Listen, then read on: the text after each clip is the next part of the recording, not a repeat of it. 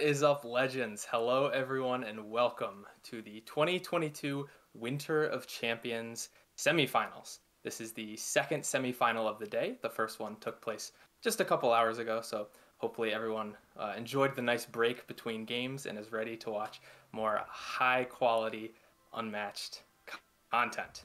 I'd like to start off by thanking Restoration Games for sponsoring this event. It's super awesome that they're able to sponsor it in official capacity because it's a really great community event that just brings so many wonderful people together, and it's awesome for them to do that.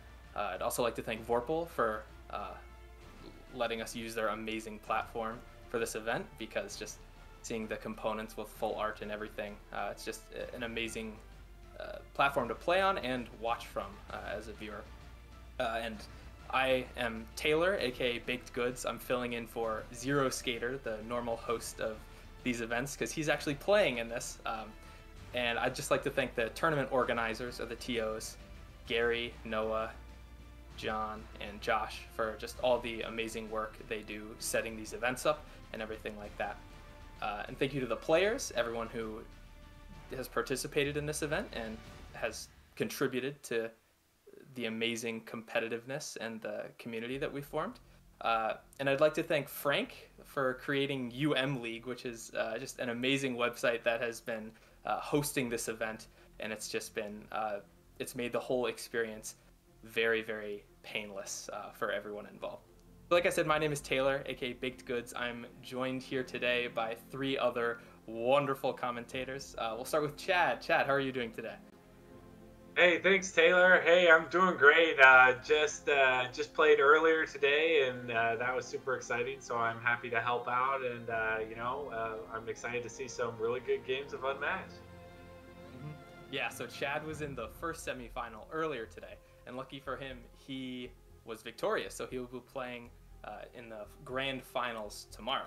I have been in a few semifinals and lost, and then had to commentate the next semifinals, and it's a little irking when you're out of it, but Chad is on the opposite side of that spectrum, where he is playing tomorrow, so he can rest easy, and he can basically scout his competition in this semifinal because he will be playing the winner. I'm also joined by Jeremy. Jeremy, how are you doing today? I'm doing great. I am really looking forward to seeing this match here. We got to see the other one there that Chad was in versus Caesar earlier, and ready to see some more great Unmatched, because I know we've got two really good players in here today. For sure. And last but not least, maybe, we have Connor. Yeah, man. I'm ready for some high level Unmatched. I'm ready for zeroskatr to win it. Oh, you think he's gonna win? Well, I mean, it is zeroskatr. It is zeroskatr. But you know, Darkblade's a great player as well, so anything could really happen. Okay, well, we'll talk about predictions in a second. I guess I should give a rundown of the tournament format for those of you who might not be familiar. This event started with 7 weeks of Swiss, where basically you would get matched up with an opponent that was at a similar win or loss record, and you would play, and if you won, you would basically get a couple points, and if you lost, maybe not, and you'd keep playing people at your similar point level, so the player matchups were roughly even. And so the cutoff for the top bracket was the top 8 players, and they were over 100 players in the tournament, I think, so making the top 8 was no easy feat. Chad was able to do it, and I was not. I got like 11th, so it's very, very grueling and intense, and you really have to be consistently amazing for all 7 weeks if you wanted to make it this far. And so there were quarterfinal matches earlier this week, and the winners of those 4 matches moved on to the top 4. We had Caesar and Chad play earlier today in the other semifinals, and today we have zeroskatr12 and Darkblade113. They'll be playing today. So let's talk about the matchup between these two players a little bit. Connor, you have just a big library of statistics in front of you. Oh yeah. Do you have anything interesting to maybe speculate on for these two players and their matchup? Beyond specific fighters, the number one thing that stands out between these two is that zeroskatr has been enjoying leader the majority of his games leading up to this. Whereas Darkblade has been preferring some follower games. So they might both get what they want. Interesting, interesting. And something that zeroskatr talked about in the previous semifinal was that he and Chad have practiced together a lot for this tournament. So Chad, do you have anything maybe interesting to add about zeroskatr and maybe his journey or what to expect today from him? Absolutely. So just something to know about John is he's an extremely safe player. So he likes consistent fighters. He likes fighters where he can know what's going to happen. He can basically take in a bunch of inputs and come out with what he believes to be the best outcomes or outputs for his scenario. And so because of that, whether it's a fault or not, he hates fighters like Raptors or Achilles or even Wukong, someone where there's high variability, where throughout the game there are a bunch of 50-50s you might have to take, or just a ton of randomness involved.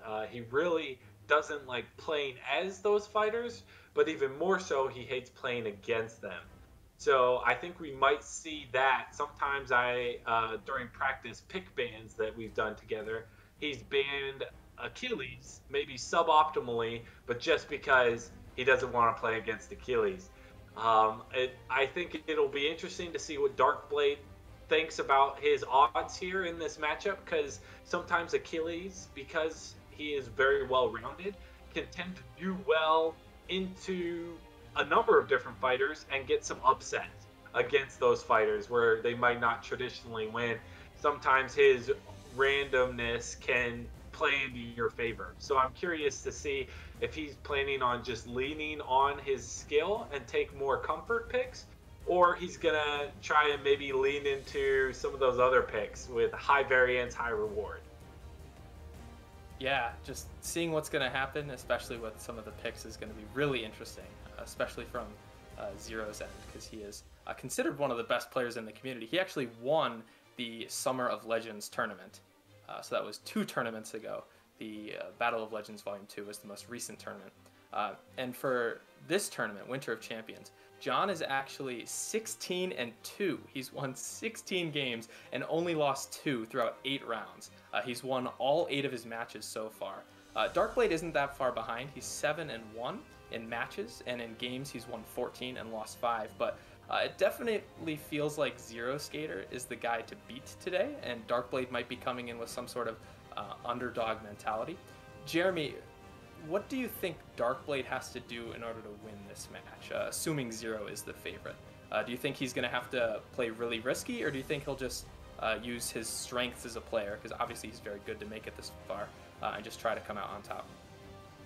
Yeah, I think when you get to like the higher caliber players, that really relying on your strengths and the consistency is probably the way to go. Now, there may be times to take more risky things, and that can be a hard call to make there to know which way you need to go with it. And I think that's going to be important. I think also the entire pick and ban phase is going to be very important to go through there, because that's something, as a casual player coming into the tournament like this, it's something you're really not prepared for, because it's something very different than just the game that you play at a casual level. And being able to do that well, knowing which ones that you're good with that counter, which is the important thing, not just knowing the counters, but knowing your fighters that you know, and which ones of those counter your opponents, is extremely important in there. So you've got to be able to pick the right ones in there, know which one of his to get rid of, and be able to make the calls to whether to be risky or safe on it. Mm-hmm. I always am impressed between the balance of picking fighters that I know will be good into my opponent's fighters or counters, or picking fighters that I like really know well and have a mastery of, or otherwise like comfort picks. And it'll be really interesting to see which heroes these players pick. And speaking of which, let's start maybe making some predictions and just speculating on who we think each player will pick. Connor, you're the data man. Do you have just, assuming that Zero is the leader and Darkblade is the follower, because you said that's the preference that each of them have, so it would make sense if whoever won the die roll picked the thing that they were comfortable with, and then the other got the one that they were comfortable with. What fighters do you think we're going to get? We're going to see picked right off the bat.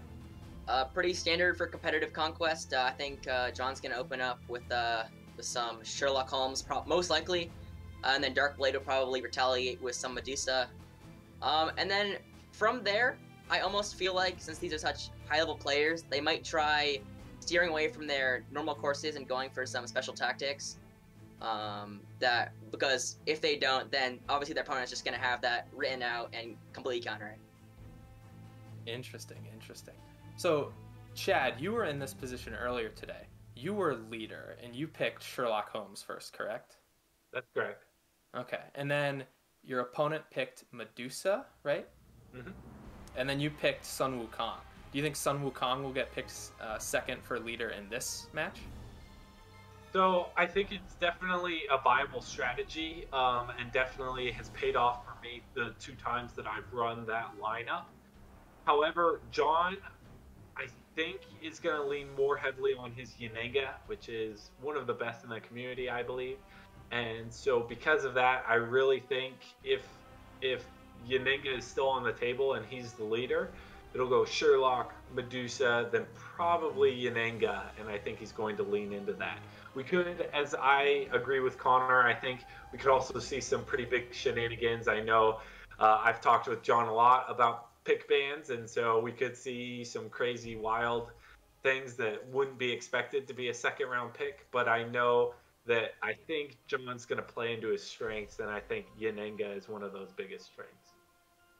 Interesting. So Yanenga is probably one of the most popular fighters right now, just because she's so strong. She's good at a lot of things, and she's really good into some of the other top tier fighters.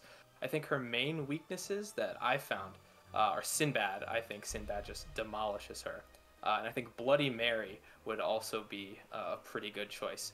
And something I know about Darkblade is that his 2 favorite fighters are Bloody Mary and Willow. I don't know if we'll see Willow picked, but Jeremy, do you think if John picks Yanenga, you think Darkblade might go for some sort of counter strat and pick up Sinbad and one of his favorite fighters, Bloody Mary, to try to hard counter Yanenga? I could definitely see that happening, and he's probably thought about it because we know that zeroskatr has been one of Yanenga's loudest proponents on the Discord. That he is talking that she has risen into the ranks of the big 3 and is in there with them now. So Darkblade knows he's going to have to counter Yanenga, that if he doesn't want to pick her himself just to take her off the table, which would be, don't know if that would be a good strategy or not, but it's a option out there. But outside of that, yeah, I think you could see probably Bloody Mary with him, because I think he's more comfortable with her. Sinbad, while really good into Yanenga, has a lot of others that he's not so good into, and it could end up going awry for you if the pick and ban phase went bad after you chose him. And I know one of Sinbad's worst matchups is actually into Bigfoot. And Yeah. As we've said, Zero likes playing into his strengths. He loves playing the big 3, so he is perfectly fine picking Bigfoot, especially if Darkblade is going to pick Sinbad. Connor, do you have a number on maybe how many times Zero has picked Bigfoot so far this tournament? I don't have a specific number, but out of all of his leading up games, the only people he's chosen as a follower going in for his 3rd pick are Bigfoot and Little Red. Strangely enough, as leader though, he hasn't. Bigfoot hasn't been a key factor, but he has chosen Bigfoot a few times going in as leader. Interesting. And I guess I gotta ask this question. zeroskatr won the last tournament with Invisible Man.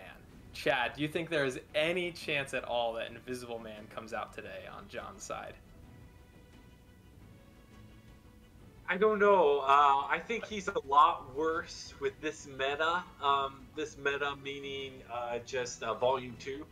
I think most of the Volume 2 fighters can do well into him. I think Sun Wukong does extremely well into him. That's almost feels unwinnable for Invisible Man.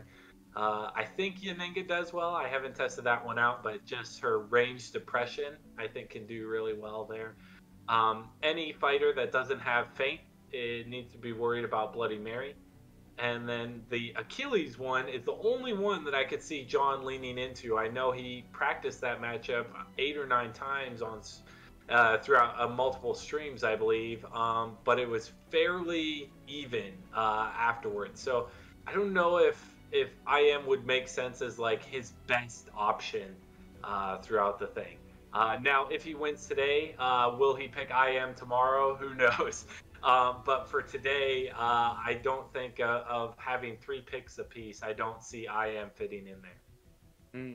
So what you're saying is you might have to be on the lookout for IM tomorrow if John wins.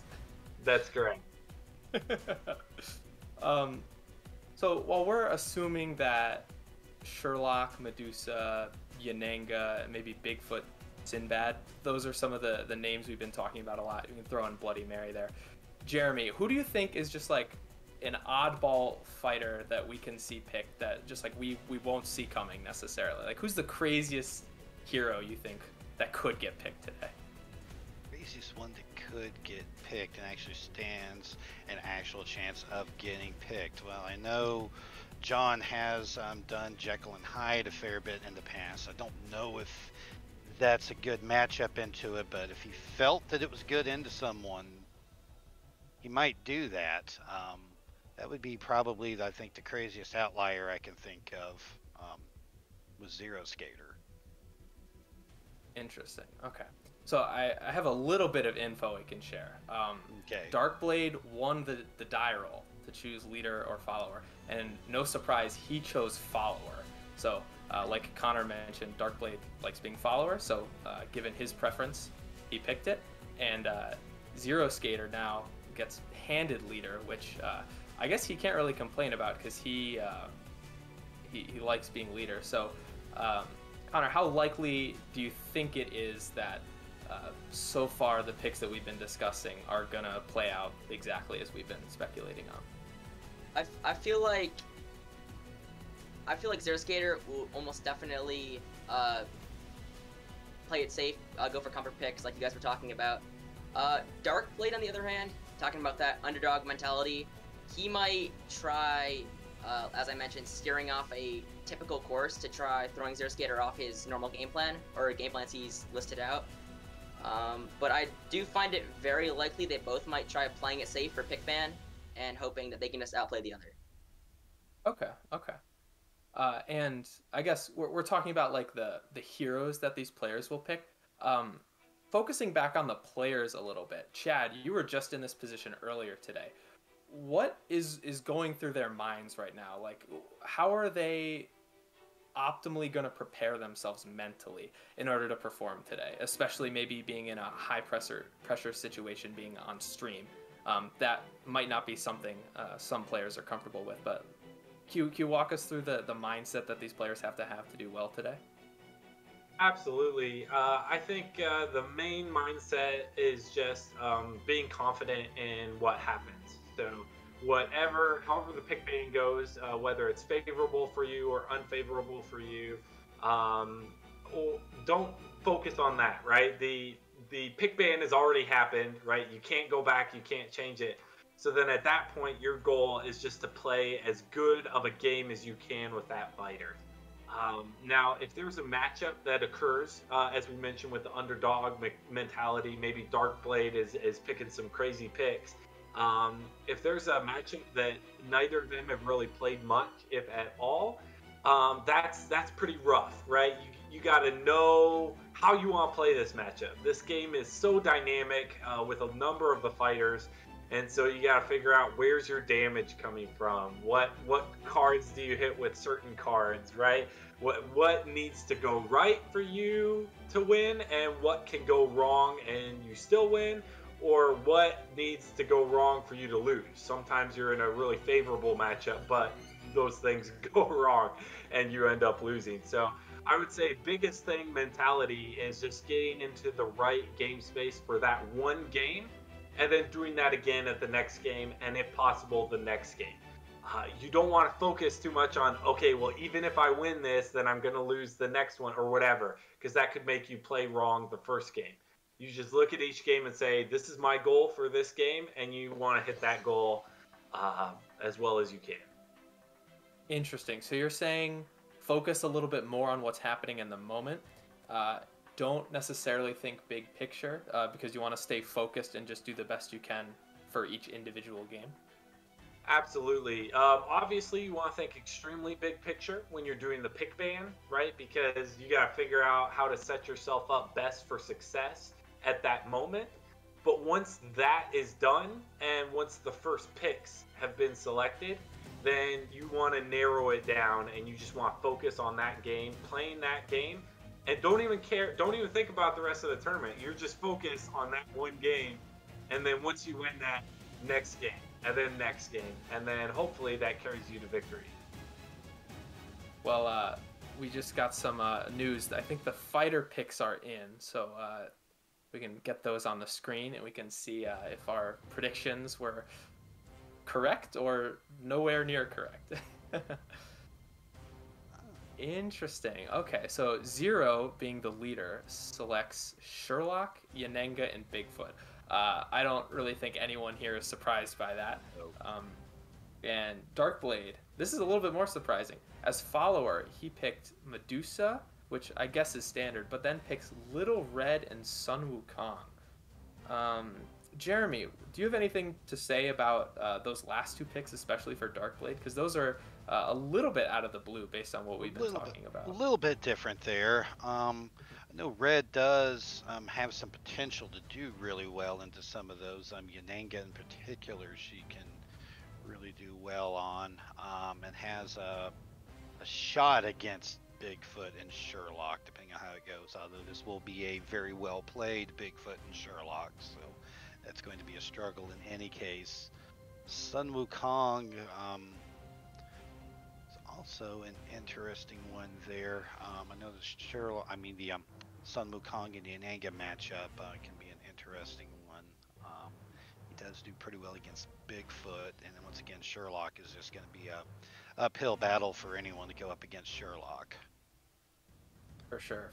Yeah, we saw both the Yanenga Sun Wukong game earlier in Chad's semi, and then we just saw how Sherlock can be just dominant in the hands of a great player. So something interesting that I remembered while looking at these lineups was in Darkblade's quarterfinal match, so his top 8 match that he played earlier this week. He played TDC Jason, and he had Medusa and Little Red versus Bigfoot and Yanenga. And Darkblade actually won both games with Medusa and Little Red against Bigfoot. So I think the strategy from Darkblade here is that maybe he feels confident with those matchups, considering that he just won them earlier this week. And I think the Sun Wukong pick at the end might just kind of be like the icing on the cake to go against Bigfoot, because I think Sun Wukong is very good into Bigfoot. Connor, what do you think about that? I would definitely agree with you. I think Zeroskatr, like we were talking about, is kind of following his safer picks, but I think Darkblade's playing very reactively. Obviously, he wanted to take Medusa so that Zeroskatr couldn't get it, but then after that, it looks like he most likely went for Little Red in an effort to counter Yanenga, and then Wukong to counter Bigfoot. And that way, regardless of who Zeroskatr goes for the ban with, he has a good matchup for him. Interesting. Okay. So Little Red is a decent fighter to go against Yanenga, but we haven't seen Sinbad or Bloody Mary. And for people who don't know, Chad is just a huge fan of Bloody Mary. So maybe do you want to walk through why Darkblade picked Little Red instead of a better hero with maybe a better matchup into Yanenga? Absolutely. Well, I think you hit the nail on the head, Taylor. I think what it looks like is he was trying to, what I believe, bait John into taking Bigfoot third, and then go ahead and take Sun Wukong as his third pick, which is extremely good into Bigfoot. And so just knowing how hard of a matchup it is for Bigfoot in an uphill battle, I see John banning Sun Wukong here. Now, I could be wrong, and he could totally ban any of the other two fighters, honestly. But I really do see him banning Wukong, and I'm trying to figure out Darkblade's theories here. But Little Red, yes, she can do well into Yanenga, but Yanenga can also do really well into Medusa and Red. Sherlock seems to struggle a little bit against Medusa, albeit it is close, but it can be Medusa favored. So I'm honestly wondering if Darkblade bans Yanenga, assuming that Wukong is going to get banned, and then he leads with Medusa. And if Zero plays Bigfoot first, then that's what Darkblade was anticipating, and this is what he's going to try and do. If he picks Sherlock first, hopefully he gets a win, and then he has two chances with Little Red to go up into Sherlock and Bigfoot. Now, that could all be wrong, but I could see that being the case. I could also see him equally as likely banning Sherlock and leaving Yanenga here. As to why we didn't see Bloody Mary or Sinbad, I think he wanted a Yanenga counter, or what is someone who's simply good into Yanenga, that also can do well into Bigfoot, because it looks like he was trying to bait the Bigfoot pick here. So that would be my assumption as to why he took Little Red, so that he had someone that could do well potentially against Yanenga, also do well into Bigfoot. And, you know, she, of the options you gave of Bloody Mary, Sinbad, and Little Red, I think Little Red does the best against Sherlock as well. I think I would agree with that. It's something you mentioned earlier, how Medusa does well into Sherlock generally. Zero actually played this matchup in his quarterfinal match against Feeble Blobber. He was the Sherlock side, and he ended up winning that.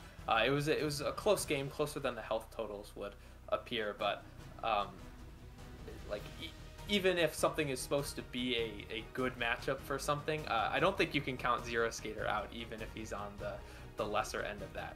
Yanenga Little Red, also a matchup that Zero is very familiar with. He's played that a bunch this tourney. I've talked to him about it a little bit. He claims it's closer to 50-50 than most people think. He doesn't think Red does that well, because there are some things you can do to mess up the basket for Little Red as Yanenga, despite not having any cancels, but that's something else that's interesting to see. So, Jeremy, looking at Zeroskatr's lineup, he's got arguably maybe 3 of the best 4 heroes in the game. Who does Darkblade ban here? I mean, I think it would be Sherlock or Yanenga. You can make both arguments for those. I think Bigfoot is the one that you definitely do want to keep around, and I'd be really surprised to see Bigfoot get banned. We've seen on League that Bigfoot's numbers have just been dropping down, largely because of the new Battle of Legends Volume 2 characters, as well as some others. I mean, traditionally you would have said Sherlock, but Yanenga, you can make an argument, particularly with John, to get rid of Yanenga out of there. That's going to be a hard call between those two. I would probably pull out Sherlock, me playing it, just because I really don't like playing against Sherlock. He has such a different play style and could just mess you up when he's not even anywhere near you. He can be on the other side of the board and just play schemes, and does the wombo combo, as people call it, and just completely wreck you. And Yanenga, while being strong, at least plays more traditionally. Yeah, we saw some good Sherlock play in the other semifinal today with Chad, where he was an absolute menace with that. Oh yeah. And speaking of absolute menaces, we have Sun Wukong on Darkblade's side, and I know Connor is very familiar with Sun Wukong. You maybe want to speculate on how good Sun Wukong will be into Zeroskatr's heroes? So Sun Wukong will definitely be a excellent counter into Bigfoot, assuming he doesn't get banned. Into Yanenga, it's kind of tricky because on one hand you want to be producing your clone legion to help you kill the enemy, but on the other hand, if you spend too many resources on your clones, you're just gonna end up losing them all and then feeling really bad. And then I think Wukong into Sherlock isn't actually the worst for Wukong. I think Wukong has the potential to maintain a strong aggression on Sherlock, and Sherlock not having any radius damage definitely makes him suffer against the army of clones. Interesting, yeah. Sun Wukong just loves making the big wall of clones and making it hard to hit his hero, which Sherlock might struggle with. So while we're waiting for the fighter bands to come in, let's throw up a quick how to play video. I know there might be some people in the audience that don't necessarily know how to play. I know my parents are watching and they have no clue what this game is, so it would be pretty helpful if we just all got on the same page. So let's tune into this wonderful video. Unmatched is a card-based tactical fighting game featuring various characters from history, literature, and fantasy. The goal? Reduce the opposing hero's health to 0. Players take turns performing any combination of 2 actions, from maneuvering, scheming, or attacking. A maneuver causes the player to draw a card from their deck and lets them move any of their fighters around the board. They may increase the distance of their move by discarding a card known as a boost. When a scheme card is played, simply follow the text on the card to complete the action. For an attack, the turn player will choose a card from their hand to place face down for combat. The opponent will have the option to place one of their cards down as defense. The value on the cards will determine the damage dealt in combat. Melee fighters can only attack adjacent spaces, while ranged fighters can also attack any space within their color-coordinated zone. Some characters have sidekicks to help them out, and others fight solo. Each hero has their own unique abilities and deck of cards to bring the character to life. Because in battle, there are no equals.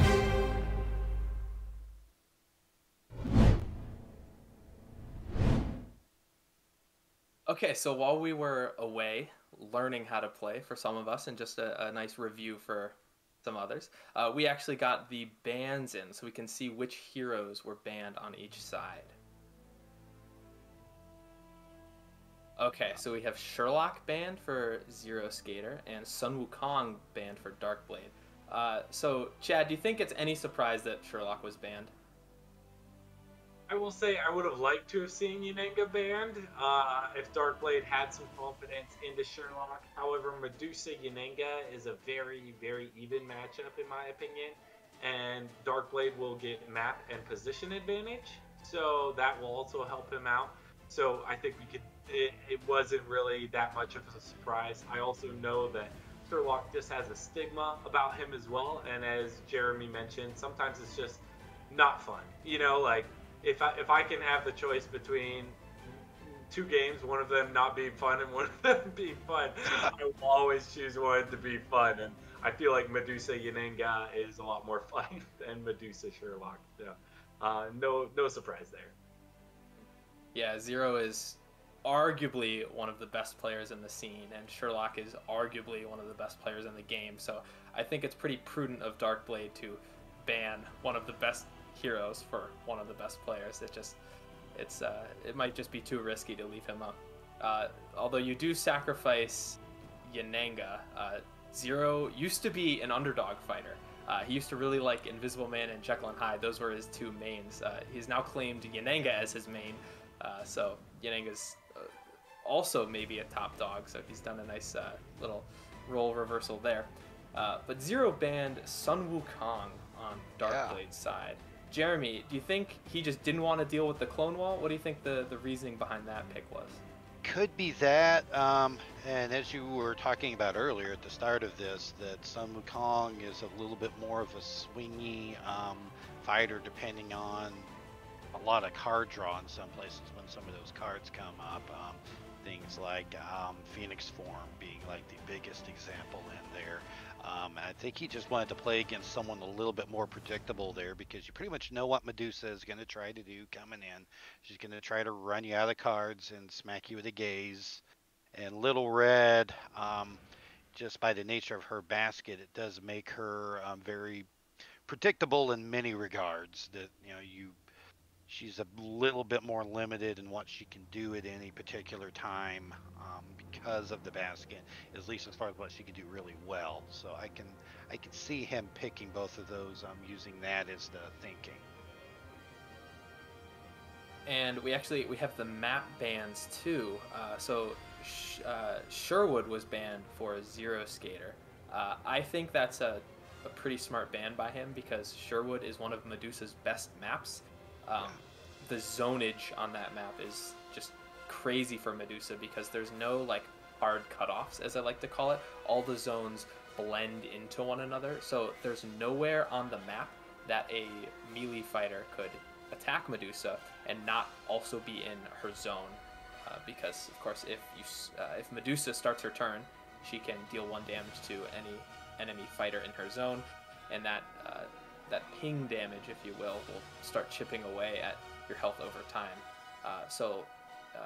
Zero has Bigfoot and Bigfoot's sidekick, the Jackalope. They're both melee, so that probably helps him out a little bit if that matchup would ever come up, to not be on Sherwood. But Darkblade, he actually banned Hanging Gardens as his map pick, Hanging Gardens.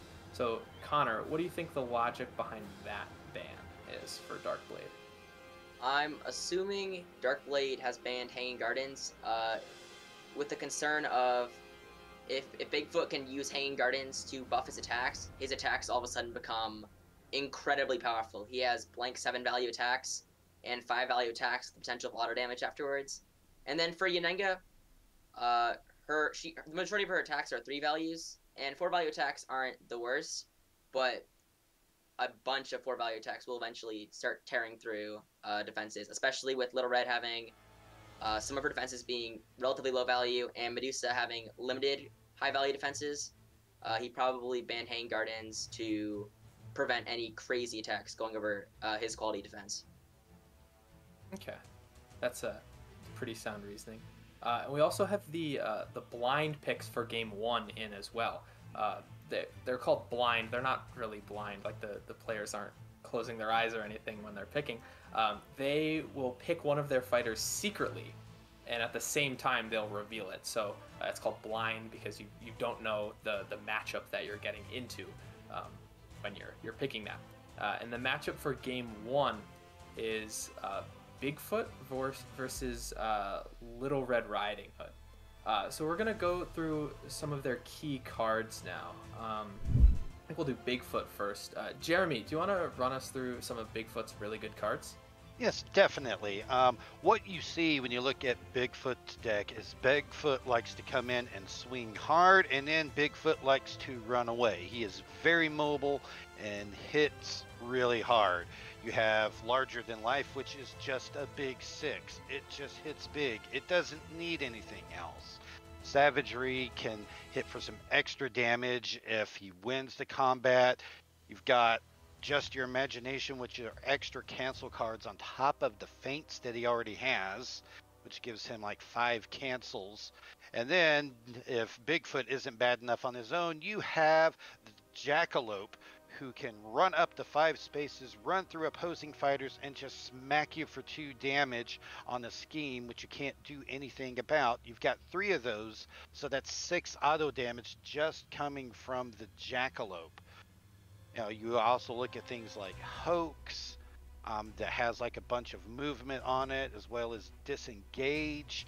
He's got so many ways to run around and break pins and just come out of nowhere and then get off away from everybody into his own zone at the end of his turn, where his special ability allows him to draw a card if he wants to when he's only in a zone with his other friendly fighters.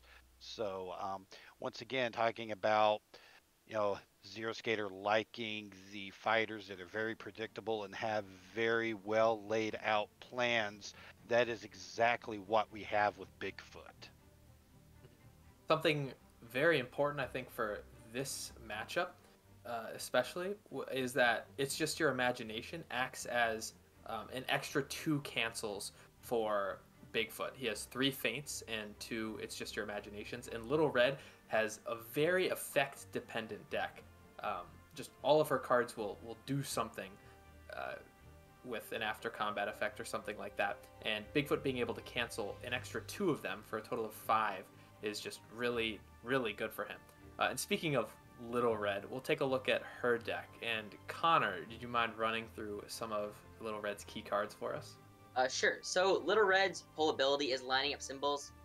You'll see on all of her cards, she has a symbol down where the card effects usually are, and a symbol completely, not completely, above the card name. The symbol above the card name is the symbol that the card will provide for you in your basket. Also, the basket is the top of your discard pile. And the symbol down in the effects area is the symbol you need to get that effect. So the first card we see is Stones in the Belly. And what it allows you to do is it's a 2-value versatile, meaning you can use it to attack or defend. And if you have the little knife symbol on the top of your discard pile, you can force your opponent to discard a random card, which is incredibly powerful, especially against Bigfoot, because if you hit something like one of those 6-value larger than lives, not only is Bigfoot now missing one of his key attacks, but larger than life has a 3-value boost, so you're now blocking with a 5-value defense or attacking with a 5-value attack, which are both extremely powerful. And on the topic of Little Red's basket, you see the card What's That in My Basket, which is pretty much a wild card. You can play that on attack or defense, and what it allows you to do is have any symbol you want. So if you, depending on what you need, you can play that to set up for virtually anything in your whole deck that you want to play.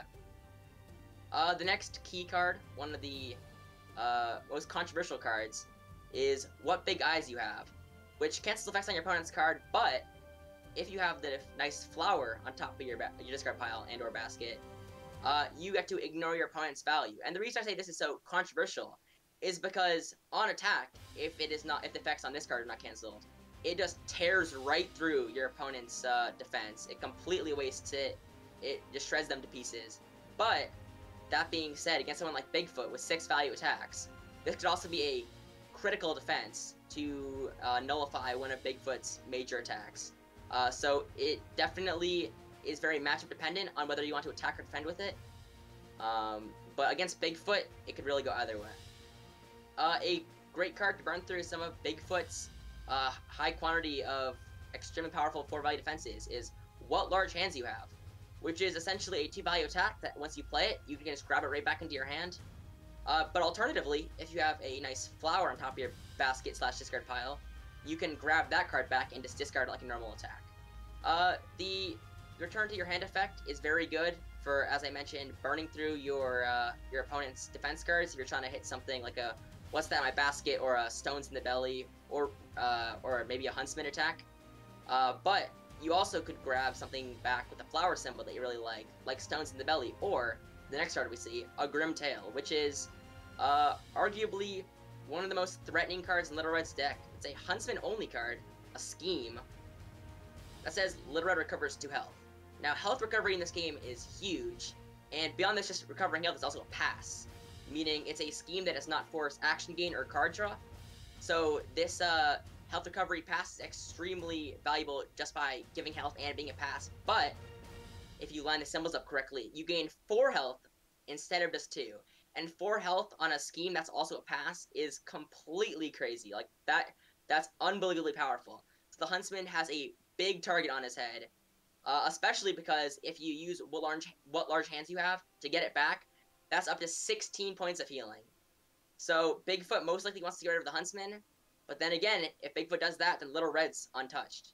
So Little Red, definitely a very powerful fighter. For sure, for sure. These are 2 very, very powerful fighters, so we should have a good matchup. What will make it even more interesting? Chad, they're playing on your favorite map. They're playing on Baskerville Manor. So you want to run through the highlights of the setting that we'll be seeing? Absolutely. So this is a very, very controversial map because it has arguably one of the most disruptive map mechanics on it, and you'll see there on the map the zone layout isn't too much to write home about. You've got some smaller zones in like green and yellow, and then you've got some larger zones as like the light blue and that grayish on the bottom. Pardon me if I'm mislabeling these. I am colorblind, but I think I nailed them. But we have, as you'll see, these 3 secret passageways. We have 3 in the bottom left, top left, and right, top right corners, and then we have 1 in that middle green space there. Those are all considered adjacent for movement effects. So when we talk about movement effects, those are either effects on cards that basically force you to move. Bigfoot has a large number of these. We also have Little Red, basically just normal maneuvering can also move you through these secret passageways, and that's probably what we'll see from Little Red, since she has no movement effects on her cards, if I remember correctly. Now, the biggest point I would like to highlight in this map is up there in that yellowish zone. As you'll see there, there is this one, that corner spot is only adjacent to that spot immediately to the left of it. That means if I place the Huntsman on that spot and then place Little Red immediately to the left of him, Huntsman may not be attacked by any melee fighters. Bigfoot and the Jackalope, his sidekick, are both melee fighters. So if he sets up this way, the Huntsman cannot be attacked. Likewise, later in the game, it might, oftentimes with Little Red, the time shifts at which you no longer need to keep the Huntsman alive, and now you need to preserve Little Red's health. And so at that point, you can go ahead and swap those positions and put the Huntsman up front with a beefy 9 health, and then go ahead and hide Little Red behind him and force your opponent to have to spend either a lot of little attacks or some beefy big attacks in order to take out the Huntsman. So I think this is obviously a very good choice by Darkblade because Little Red can do that. I would like to highlight that in order for Bigfoot to win this matchup, which he can do, it's fairly close. Bigfoot often aggresses Little Red pretty early and pretty quickly. So if Darkblade is not prepared for that, I think if he sets up incorrectly on that portal spot, he could get burned pretty easily for that. So I'm very interested to see how both players choose to play this, especially because of that critical choke point up in the top right corner. Yes, the infamous Baskerville Library. It should be really interesting to see how both players play around that, and as well just the secret passages in general. So let us not wait another moment longer. I think the players are ready to go, and we can hop right into the game.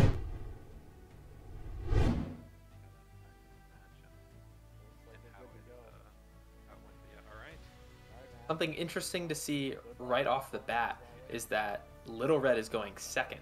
Darkblade was follower, so he had map and position pick for this game. And he chose the map, obviously, Baskerville, but he's choosing second, which actually starts Bigfoot closer to that library, which might affect how the game plays out. But we'll have to see what Zeroskater wants to do on his first turn, whether or not he wants to maybe block that off so that Little Red can't position in there.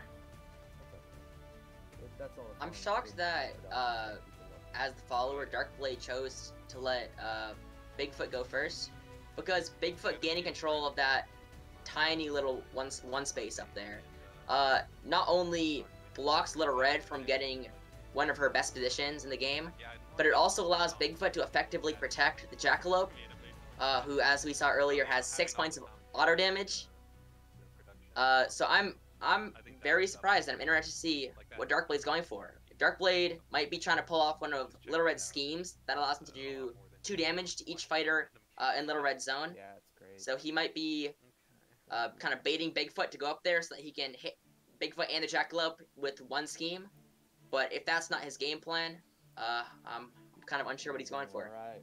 Let's get rid of this. Okay, we see both players mulligan here, meaning they're going to elect to return all the cards they drew initially back into their deck, shuffle, and draw 5 new ones. And the 5 cards they keep will be the hand they have for this game. I know zeroskatr12 is a very aggressive mulliganer. He mulligans, I think, more often than not, and sometimes at a fault. He says he mulligans too much sometimes, but seeing Darkblade mulligan as well probably means he wants to find maybe the healing card. That's really good to have early, or just blocks in general for the huntsman to use, because that is sometimes an issue for him, especially against a character like Bigfoot that has some big attacks. So yeah, that's especially true going second. That you definitely need to keep those there, because Bigfoot's got some ways to get over there and smack either of those fighters there, even on the first turn there. yeah, I was just about to ask you, Jeremy, do you think John is going to start this game by being really aggressive and going in for maybe a turn 1 attack, or do you think he's going to play a little bit more safe and maybe try to gain control of the library? And I think that question might already be answered. Seems that he is going up there to the library. Usually John tends to, in most stuff, when choosing between like making the safe, smart play or being aggressive, he will usually be safe.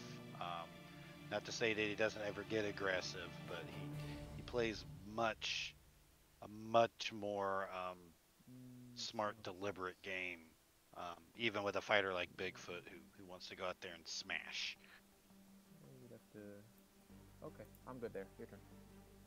I think it's interesting. Darkblade's positioning seems to almost be inviting an attack on the Jackalope at the expense of the protection of the Huntsman. Having Bigfoot kind of on the opposite side of the map from the Jackalope, but on a secret passage. That specific secret passage is somewhat out of harm's way, but also allows him, since it's a secret passage, to quickly get back into the heat of battle.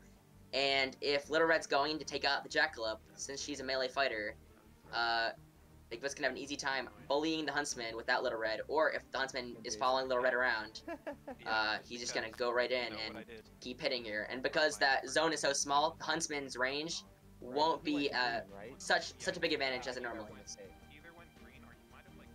I think everybody is extremely right with this positioning by Zero for basically just taking that library spot away from him. I think if I have the cards in hand as Darkblade to be aggressive, I would try and just be attacking that Jackalope just to try and get him out of that library, so then I can use it for me and the Huntsman and Little Red. So if he has the cards to do so, I think I'd like to see that happen. And I think it's justifiable for anybody to go after Jackalope early before he gets Jackalope horns off. So in any case, Jackalope is a good target. And I just did a little bit more research. So I said that Darkblade played this same matchup against TDC Jason in his quarterfinal match. It turns out it was on the same map, and he had the same starting position. So I think Darkblade, that was actually a very deliberate pick to go second, and I think he probably feels very comfortable in this matchup.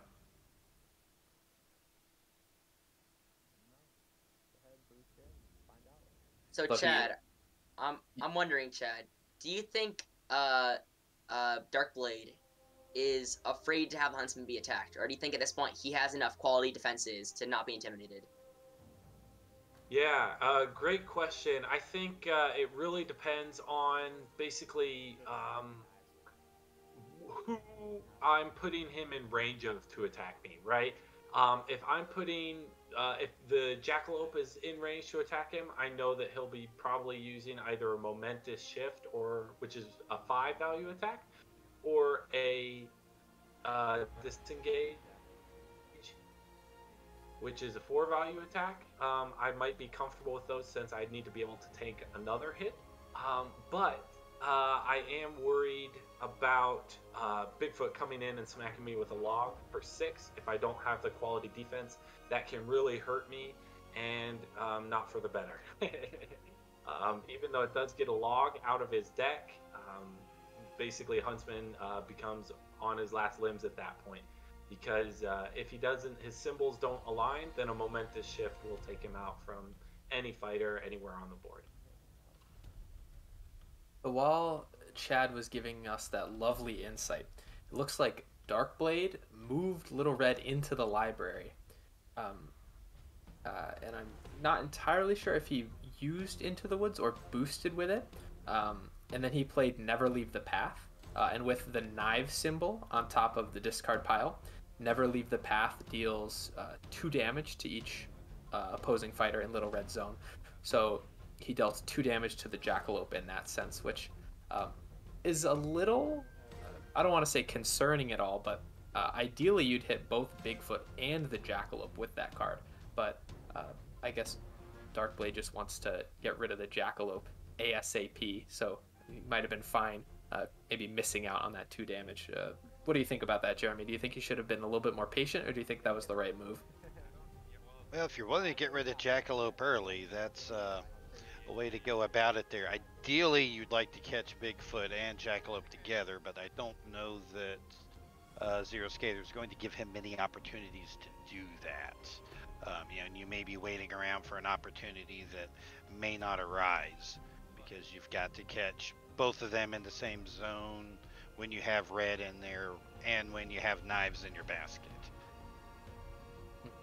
An interesting thing to see here, Zero's moving Bigfoot in to attack the Huntsman.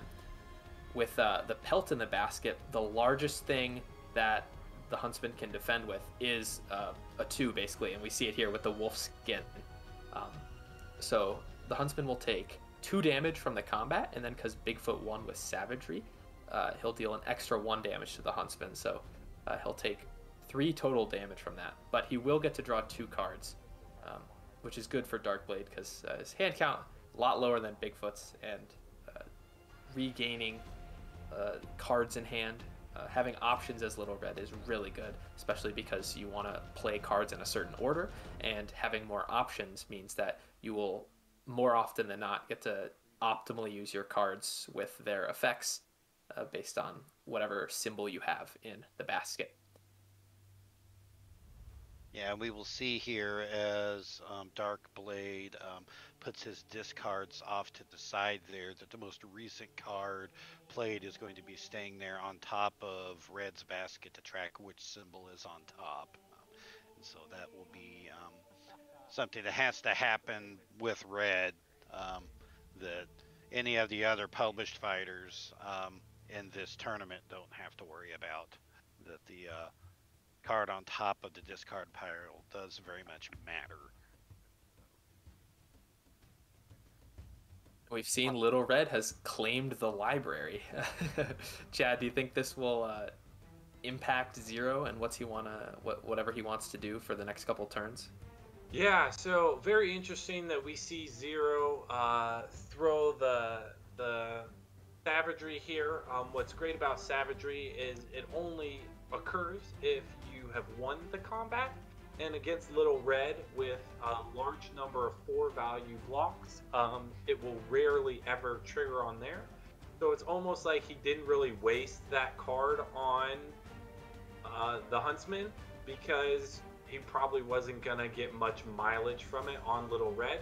So what that means is that it didn't really cost him much to do that against Little Red. So I'm very interested to see exactly how John chooses to play this here. This maneuver right here is very intriguing to me. I'm not sure if he's playing Crashing Through the Trees or discarding it. Did he double maneuver and then discard? I thought he was already at... I think he might have maneuvered down to the bottom left hand and then played it as a pass. At the pass, yes, excellent. Yes, that's what I was missing. Thank you, Connor. That does force Darkblade to do something here, yes, because of the hand counts. Yeah, it was interesting that he had also moved into the position of having Red block the Huntsman, and not the other way around, which could tell us about the potential defenses for Huntsman in his hand currently. But yes, he is going to have to do something, because he's already at 8 cards now, and he's going to have to start discarding if he continues to maneuver in place. So both players just took a big swig of water, and Zero looked at the camera and said, "Hydrate, homies." I don't think the audience could see that, but we could hear it. This is a reminder that drinking water is important. Staying hydrated, especially in the peak of competition, is arguably the number one most important part. So I highly encourage everyone watching right now to take a nice sip of whatever liquid you have in front of you to stay hydrated. So Taylor, on the topic of hydration, do you think it's more valuable to these players to be drinking pure water for the hydration purposes or caffeinated beverage for the energy boost? That is a good question. Well, whenever I play, I just drink water because I'm boring like that. Although I think both of these players are in Zero's in Central Time. I think it's like a roughly normal time for both of these players. It's probably late afternoon, early evening. So I'm not sure they should be concerned about energy. Hopefully not. Although it was an early day for some of us, but I recommend water. That's the way I'd go. Maybe some other people might have opinions. I usually go with water, and I tend to have to stick with a some sort of tea, just more for like calming my nerves and stuff. That the caffeine is quite the opposite of what I have found that I really need. And while we were talking about hydration, Zero played a defensive hoax, which lets him move 5 spaces through opposing fighters, and he moved into the library to attack the Huntsman. And again, Little Red has a pelt on top of her basket, meaning the highest value that the Huntsman can block with is a 2. So I would expect Bigfoot to swing with something big here, probably like another Savagery, perhaps, or a Momentous Shift, or even a Log. I think probably not Momentous Shift since he hasn't moved this turn. You're right. Do too much damage, but what I really do expect, I could see a Log because if Darkblade doesn't have a 2 value defense that draws him extra cards, which is the only thing that could probably save him from a double attack from Zero here, then Huntsman's kind of dead, and John really hasn't spent too many resources, if at all. And Darkblade really hasn't gotten too much use out of Huntsman. So I really see Zero going for the kill shot here. So I think he's probably mathed it out, and he's got some combination of a double attack he's planning on doing. And the only thing that can save Darkblade is that one card that will let him. Here we see. Oh. Takes the Log to the face, and that is the death of the Huntsman. Yeah, and that's the Huntsman gone before any of those healing cards came out. So Red's health pool is pretty much set at 14 at this point. She's not going to be going up above that. And that was kind of taking advantage of a little bit of the predictability of Red, which is even more so predictable with the Huntsman. He's very limited in what he can play, which is part of the reason his health is so high compared to many other sidekicks to counter that a bit. And with the Huntsman dead, forcing Little Red down to a mere 14 health, there's now an even greater pressure for her to try getting rid of the Jackalope, because the Jackalope, just its schemes, are almost half of her health, and with only 8 health left, it's a lot easier for Bigfoot to just rapidly attack and just hit right over her defenses.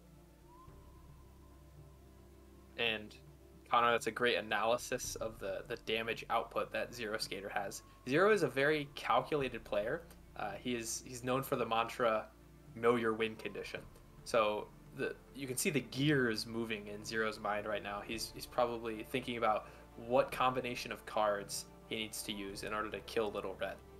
Connor just mentioned the 3 copies of Jackalope Horns. They each will deal 2 damage. That's 6 damage total off of Red's health if all 3 copies are played. So Zero probably just wants to wait for those schemes to come up before losing the Jackalope, obviously, because I think if Darkblade is going to kind of claw his way back into this game, I think he needs to kill the Jackalope very, very quickly.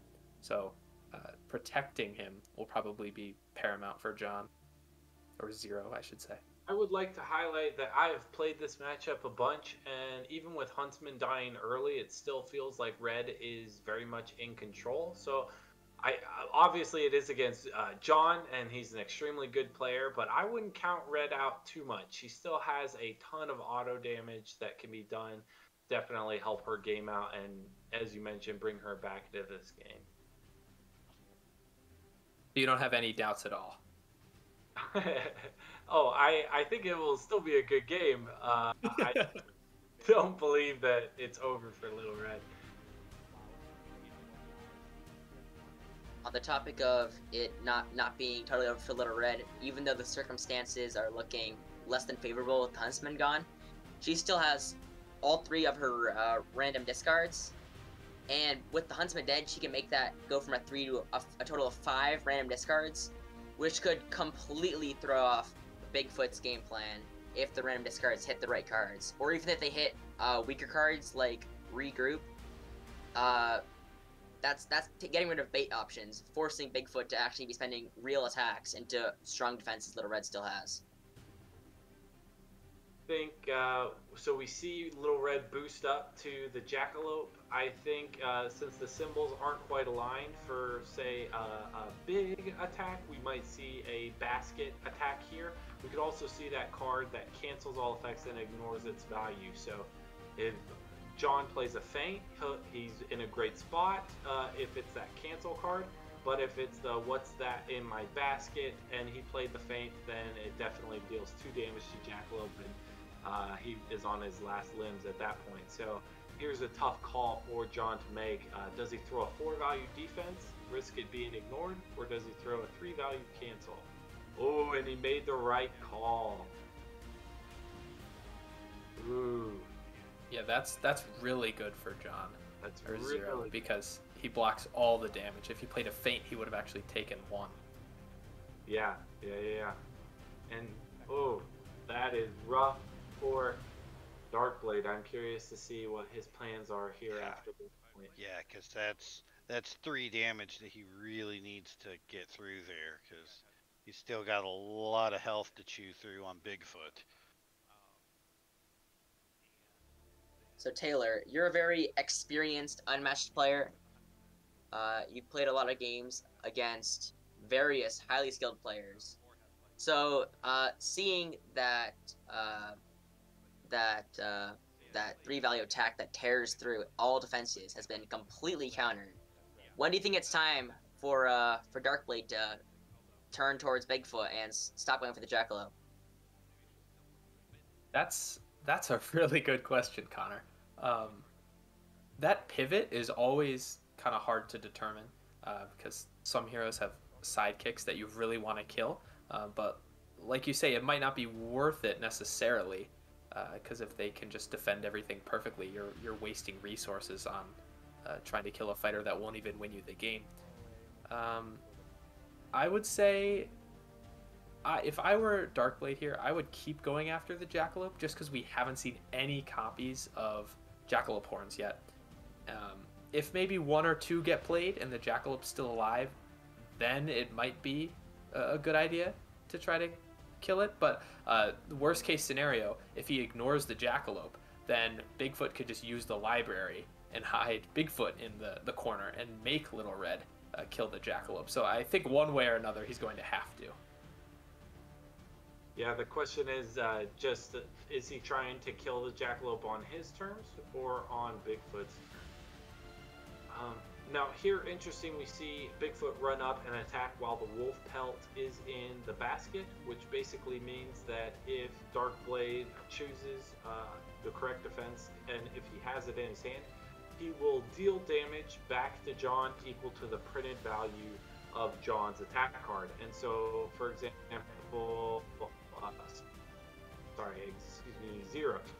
So if Zero's attacking with a 6 and Darkblade defends with this 2 value defense, he would take 4 but deal 6 back to John. And so because of that, I kind of expect to see a card called Momentous Shift, which has the printed value of a 3 but bumps up to a 5 if you're... there we go. It is the Momentous Shift, and Darkblade was thinking it was a regroup, which is a card you often do not want to defend against. That will deal 5 damage to Little Red. And you were talking about the card, what a terrible big mouth you have for Little Red, correct? Thank you. Sorry. Yes, what a terribly big mouth you have. I often abbreviate it just as mouth, and I couldn't remember what it was called. Yeah. That's correct. Yeah, knowing Yeah, I have to think that'd be the only reason you would take theirs if you thought it was baiting out with a regroup. Um, Regroup's basically just a one value versatile that gives you some card draw. And one of the things that's really good into is that specific card. What a big mouth you have. One thing that is very difficult to master in Unmatched is knowing when you need to take attacks and not defend. And we saw there that Darkblade unfortunately did not make the right call in that case. Yeah, some people are just really hard to read, and I know Zero can look very stone-faced sometimes. He's probably one of the hardest players to read, if not the most hardest. Chad, you play with him a lot. Do you think you have some good reads on him? Well, considering I said that this is probably a momentous shift, it's a momentous shift. I would say I tend to think so. But even though we have played a lot, sometimes I definitely still get it wrong. So I would say it's a big part of this game is knowing your opponent, and if these two players haven't played each other much, when you have to decide to when to take an attack or when not to can be extremely hard decision to make when in those circumstances. Little Red taking the undefended 5, like Jeremy was saying, I do think was the wrong decision.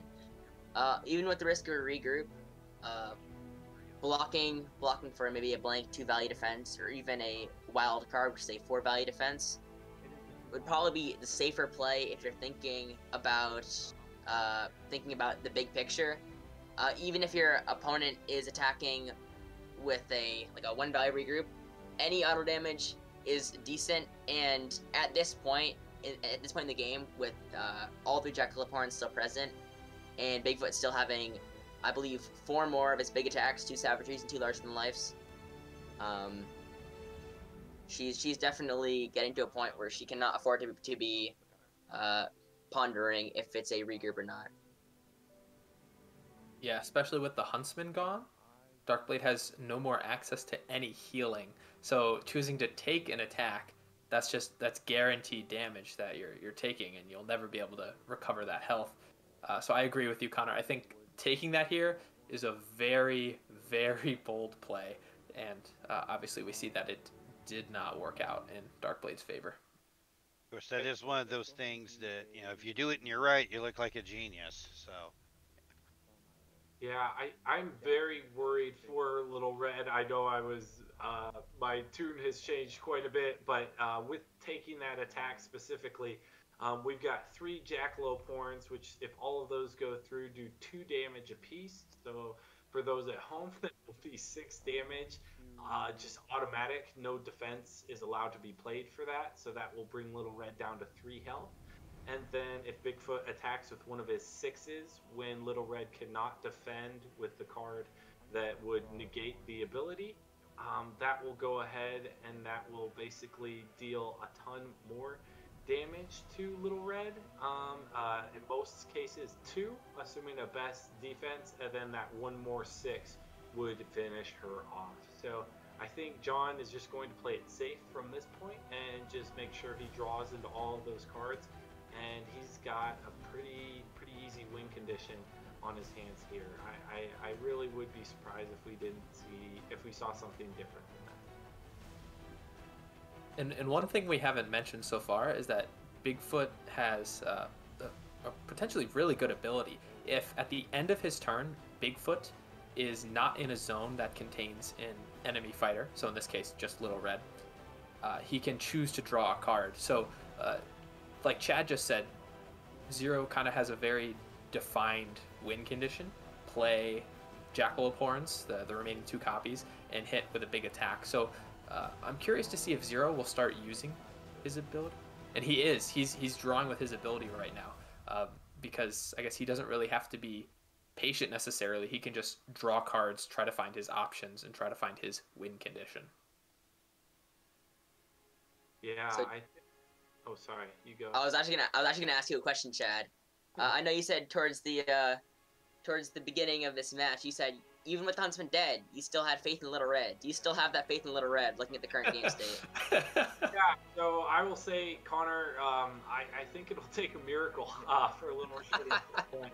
I think what Red has to do, one Horns is out, and I think that's why John chose to play it, or Zero chose to play it at that time, was that if by some reason Jackalope dies very soon, he's at least gotten some use out of him. I think since there are still 2 Horns left, then Darkblade has to kill Jackalope. Once one more Horns gets out, then he might be able to pivot. But at this point, I think he's still got to aggress on the Jackalope, because if Jackalope gets all those Horns out, I do not see Little Red winning at all. And we are putting some of those dead Huntsman cards to use here, or with a boost there. He's got a few of those he had only gotten. I don't think he actually got any of the Huntsman cards off before the Huntsman died. So there's still another 3 in the deck that are basically dead cards. Yep, So but Red will be dealing with the dead cards on top of everything else. But I cut you off there. oh no, all good. Just something really cool about Little Red is that her dead cards are just a little more valuable than everybody else's, because they do have those symbols on there, and those Huntsman cards are incredibly valuable because they have a 2 value boost, which is fairly decent, making Red be able to move for 4, and they are knives, which is one of her most valuable symbols. So even though it's kind of like a little consolation prize for the Huntsman dying. Oof, okay, so we did see, we saw Little Red go for the big money plays, and Zero canceled it again. If, for example, Darkblade had played a 4, then the Jackalope would have taken 2 damage. Oh, and he's got Jackalope horns. This is looking incredibly rough for Little Red. So Jeremy, I think we can at this point, to some degree, mutually agree that Little Red is in a very, very, very bad place. Very nightmarish game state for Little Red. But Jeremy, if there is any way that Little Red can pull it back, what is that way? It's going to be very difficult. I mean, I think she's almost to the point that you're just going to have to ignore Jackalope now. I mean, I know there's another 2 damage in there somewhere, and just hope that that doesn't come out, because I don't know if you got the resources to try to fight Bigfoot and Jackalope at this point. And Yes. it's gonna be doing that, and then just making sure you can get your symbols to line up to be able to do stuff. And so far, Red has been lining up symbols, but Zero Skater has been very good at reading what will be happening with those symbols. And like you said, Jeremy, there's only 1 Jackalope Horns left. Bigfoot still has 16 cards in his deck. I think Darkblade now just has to say, what are the chances he has it? And if he has it, oh well. I think he just has to go for Bigfoot at this point and ignore Jackalope, which will be really hard with that library and the fact that Jackalope can use almost every single card that Bigfoot can use, especially on defense. Yeah, because if Bigfoot decides to go on defense, he's just going to hide in that corner and stick Jackalope in front of him and make Red tear through it. I mean, she does have the 1 more Never Leave the Path, which can deal 2 damage, but that's not doing a whole lot. I think what is sad here is we see the pivot on this map of being an extremely good map for Little Red, just in order to body block in that library and protect who she needs to protect. And that changed from that being one of his greatest friends in this matchup to becoming one of his worst enemies, as we see here. Sweet dreams can quickly turn into nightmares.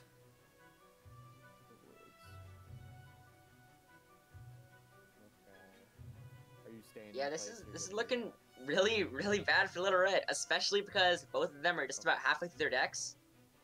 It's a little early to be scared of fatigue, but at this point, Bigfoot can just stand right where he is with his helmet Jackalope, and they can just stand there the rest of the game, and Little Red will either have to attack and then just get double attacked, or camp where she is and then just instantly die of fatigue because of how low in health she is. And there's the third Jackalope horns. Yeah, Red needed that to be a lot lower down in the deck than where it was. If we say, what are the chances? And whenever you ask that question, the chances are always 100%. Seems to be that way sometimes. It's very, very fortunate for Zero to have all 3 copies of that crucial card in the top half of his deck.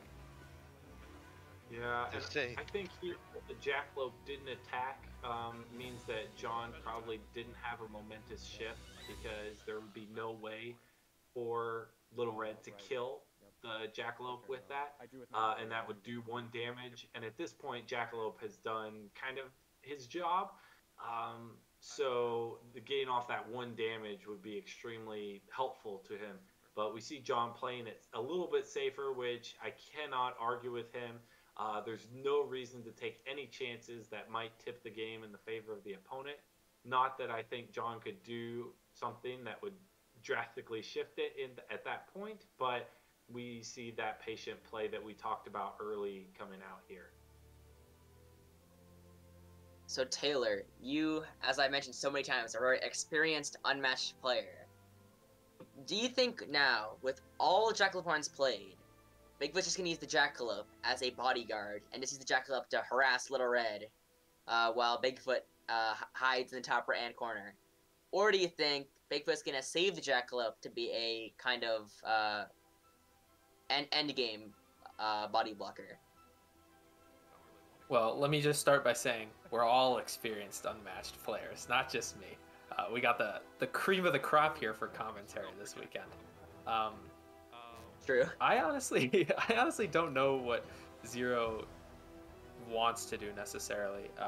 Obviously, it'd be great if the cards that Little Red has that deal damage, especially on defense, like Once Upon a Time, which triggers on a Knives that actually Little Red has up right now and deals 3 damage to the opposing fighter, or the card we talked about a little bit earlier, Big Mouth, which is a defense card that deals the damage equal to the printed value of the attack blade. It definitely would be good for Jackalope to soak those up and not Bigfoot.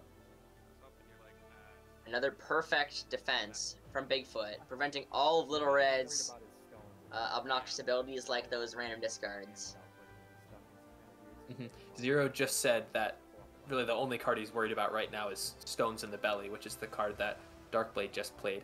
Because of that random discard, potentially discarding a key card that Zero has, like a larger than life or a log, would just be kind of bad right now.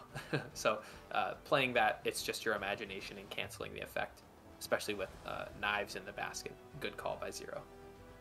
As far as deciding on what Zero will do or should do here, we know right now with the situation that Red is in that Red has to take the initiative to try to attack here. Red cannot be passive at this point. Bigfoot's got like a ton of health and can sit around. If you let this game go long, it's not going to go well. I mean, I know we're still a ways off from exhaustion, but Red can't gamble to even try to get close to that. Yeah, we see there a regroup bait, which basically forced out one of Darkblade's 4-value defenses. Not that that's a big deal. He has a lot of them. I think at this point, Zero is just looking at hitting over those.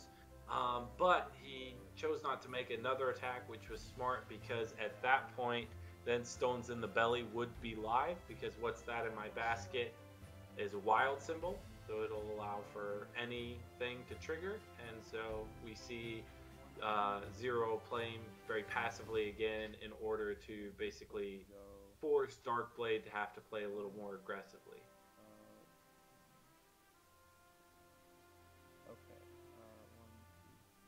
Interesting, he's not putting I know, was Jackalope able to get up there into that library, or was it just Bigfoot that had to maneuver to be able to get up there? It's just interesting that he split the two of them up, not just literally body blocking. Maybe Bigfoot might be looking to lure Little Red in with false hopes of successful combat, and then just have the Jackalope charge in and block off that center portal, and then Little Red has to start boosting to escape. And most of the cards that she doesn't want won't get her all the way away from Bigfoot. I think at this point, they're kind of just going through the formalities. I don't think, just mathematically, Little Red has enough overall damage, as long as Zeroskatr keeps blocking, to tear through all the defenses that Bigfoot still has. Especially if the Jackalope is worth like 1, maybe 2 defenses. Body blocking, he'll absorb 1, maybe 2 cards. Yeah, and how many of Bigfoot's cancels have we seen at this point? Has it just been the 2, it's just my imaginations? I believe a feint was played at some point. We have seen a feint? Okay, so still got 2 more cancels. And 5 4-value defenses left. We have 3 skirmishes and 2 hoaxes left. So he can kind of keep either Jackalope or Jackalope or Bigfoot alive as long as he needs to. The other reason Bigfoot may want to not go hard into red now is that, particularly when she has pelts, but also when she has knives, there can be some cards that can do some pretty nasty defensive damage. And I think at this point, I don't know if there's a lot of motivation for Bigfoot to run in there and risk taking any of that damage. You know, when she's got cards that can deal 3 damage back, or cards that can deal the printed value of the attack card back. Do you want to try to do that a lot?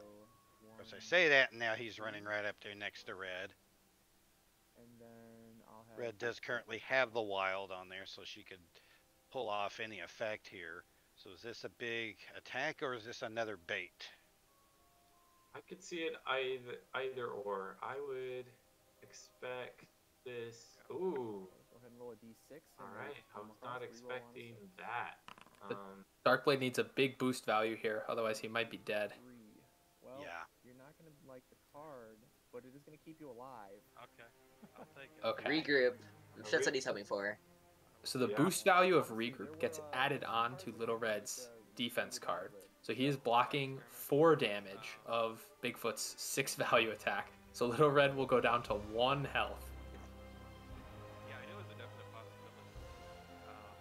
Oh wow. Yeah, and I think the reason John or Zero ran in and did that, I think, communicates to me that he doesn't have another larger life in hand. That 6 value attack, which is a 3 value boost, I don't think he would risk losing that to a random discard. So I think it's still buried somewhere in his deck. So he feels pretty safe about whatever Darkblade will attack with, because he's got that buried, and safe. Yeah. He doesn't really have to worry about losing it at this point. Yeah, and now that you've got red down to 1 health, those defensive effects we were talking about are starting to become kind of irrelevant there, because you get the 1 damage over and it's done, and the effects on her cards don't matter. Mm-hmm. Looking at some of Red's options right now, she still has, I think, 3 baskets available to block with, which are 4 value blocks that won't save her over the 3rd log or an activated momentous shift. And while she has the pink triangle or the wolfsbane in the basket like she does now, she can play Big Eyes defensively, and that will actually cancel out the entire value, no matter what it is, of any card that Bigfoot plays. So you start to wonder at this point in the game, 16 to 1, that's not a lot of health for Little Red to work with. It's looking kind of bleak. You might wonder if there's something else Darkblade can play for, like health differential, potentially. Maybe just make the game look good, even though a victory is all but out of reach.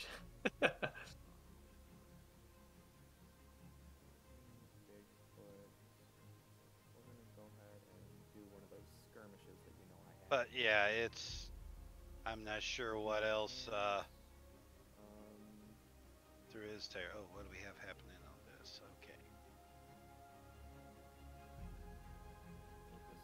So hands is one that just lets her pull what large hands you have back into her hand. Or if the top card of your discard pile has that pink triangle Wolfsbane symbol, you can grab that card back. Yes. Which Darkblade's probably thinking about whether or not he wants to grab Stones in the Belly back into his hand. I guess the problem is that means that hands would go on top of the discard pile and wouldn't be able to trigger it immediately. But it looks like that's what he will be doing. Yeah. And then you have one more action. At this point, any quality attack Bigfoot plays will just be enough to kill Little Red. Her Stones in the Belly, even if it hits a 3-value boost, will only be a 5-value block against a 6. And then if she doesn't block with that, Momentous Shift, or even Savagery, will just still kill Little Red. And Stones in the Belly won't even trigger right now because she needs knives in the basket for that, and she has a pelt. Yep. Yeah, and I think she does have the other What Big Eyes You Have, which if she gets the right, the Wolfsbane in there could pretty much block anything that's thrown at her, but that's going to be the only card she has that can do that.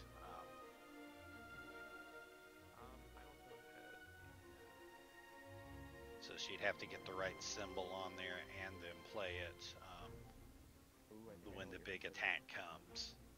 And it's probably what you need to do to have a shot.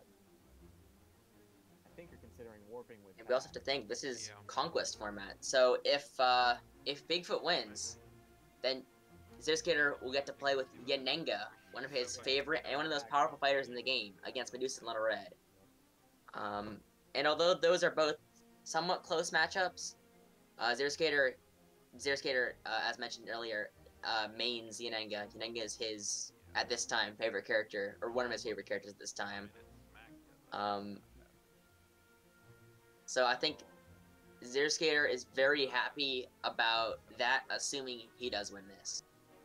And I'm not sure how Darkblade feels about that, because on one hand, he has to confront Zeroskatr or Yanenga, which is a very intimidating foe. But on the other hand, Medusa and Little Red don't do the worst into Yanenga, so he might be comfortable taking on the challenge with the fighters he has. Yeah, that's a really good point, Connor. Using what Chad said earlier about just trying to focus on individual games instead of the whole match, this game was pretty rough for Darkblade. Right now, he has not done a single point of damage to Zero's hero, but I don't think he can let that get to his head, because he still has 2 more games to play, and like you said, they're not even the worst matchups into Yanenga, so he definitely still has a shot at winning this match, a very, very decent shot. He just we'll see how he opens the next game, and if he looks like he has the right mentality or not. I think if this is a shift, the only thing that can save Darkblade is that Stones in the Belly that we know he has in his hand. Or I guess the What Big Eyes You Have would also work if it was a shift, even though it wouldn't cancel the value. It would cancel the effect, which would make shift a 3. But that would mean if Zero is playing like a disengage here, or a skirmish, or a hoax, he would deal 1 damage over the 3 value of eyes and kill him. So risky decision here for Darkblade. Yeah, for sure. And, I just think even if he does play Stones, John could just not have a 3-value card in his hand. He only has 3 left, 1 Savagery, 1 Crashing Through the Trees. and one larger than life. And if he doesn't have that, then there isn't really too much that can save. As you mentioned, the cancel, it is this awkward 50-50 that he's got to make a decision on. Okay, so momentous shift will be a 5 here, and like Chad said, he has to pull a 3, and he did not. What a game. Let's see, could he? No, he could not have. He could not have. Yeah, let's listen into the players here and kind of hear the post-game discussion. What are the odds? Not like, great. What you still have, you still have another shift, and then I'm out of eyes. Or sorry, if the stones gets it, then you've still got another shift. So then I would have to have the eyes for that, and if I eyes that, I don't have eyes for log. Yeah, exactly. So yeah, I mean we're in a rough spot. It's been a while since I knew that I probably didn't have a way out of this game. Yeah. Once you hit me for a big, so when I didn't block. The crucial point, I think, was when I blocked with the hoax against your. You tried to bait like it was eyes, and it was the ears, right? The 4. And I used the hoax, and that was a little nerve-wracking to try and throw it. But like I said, because the payoff was so big, and I was able to move Bigfoot over here by Huntsman, and it was something like this, right? And then I was able to smack him with only pelt in the basket, which I hit with the log because I was like, okay, well, if you don't defend, you're dead. If you do defend with one of your good cards, it doesn't get the trigger because it's not the Bane. Or I mean, not the knives. And then if you defend with the pelt, like we were saying, you take 4 still, which I'm cool with, and then you draw 2 cards, and you were already pretty behind in the deck count. Yeah. So yeah, my question is, did you have? I went aggressive, if I went aggressive, then I open him up even more. If I don't, I overdraw. Yes. And, so did you have a defense? Was there an option there? I'm pretty sure I had I had multiple options for defense. I had, I believe, at least one of each of Stones and Once Upon a Time. Oof, yeah. And which you didn't want to waste. I considered blocking with the Stones in case it was a log to keep them alive, but if I do that, all you need is a Horns then. Yeah, which and I'd I did rather have at try that to point. keep those to actually, like, because especially the Stones, like, because that would be the one I'd probably block with over the Once Upon a Time. Mm-hmm. Those Stones can be really valuable in pulling out your really big attack cards later on if I keep them for red. That was the one thing I was worried about. Yep. With then Huntsman there. I mean, obviously, if I had the knives, I would slam it down, no question. Oh, sure, 100%. But I didn't. Did you have Wolfskin? Not in hand at the time. Okay, no. okay. I think if I had Wolfskin, I almost surely would have blocked with it because I really needed knives in the basket as well, and that would have done both. It would have kept him alive through whatever you threw out.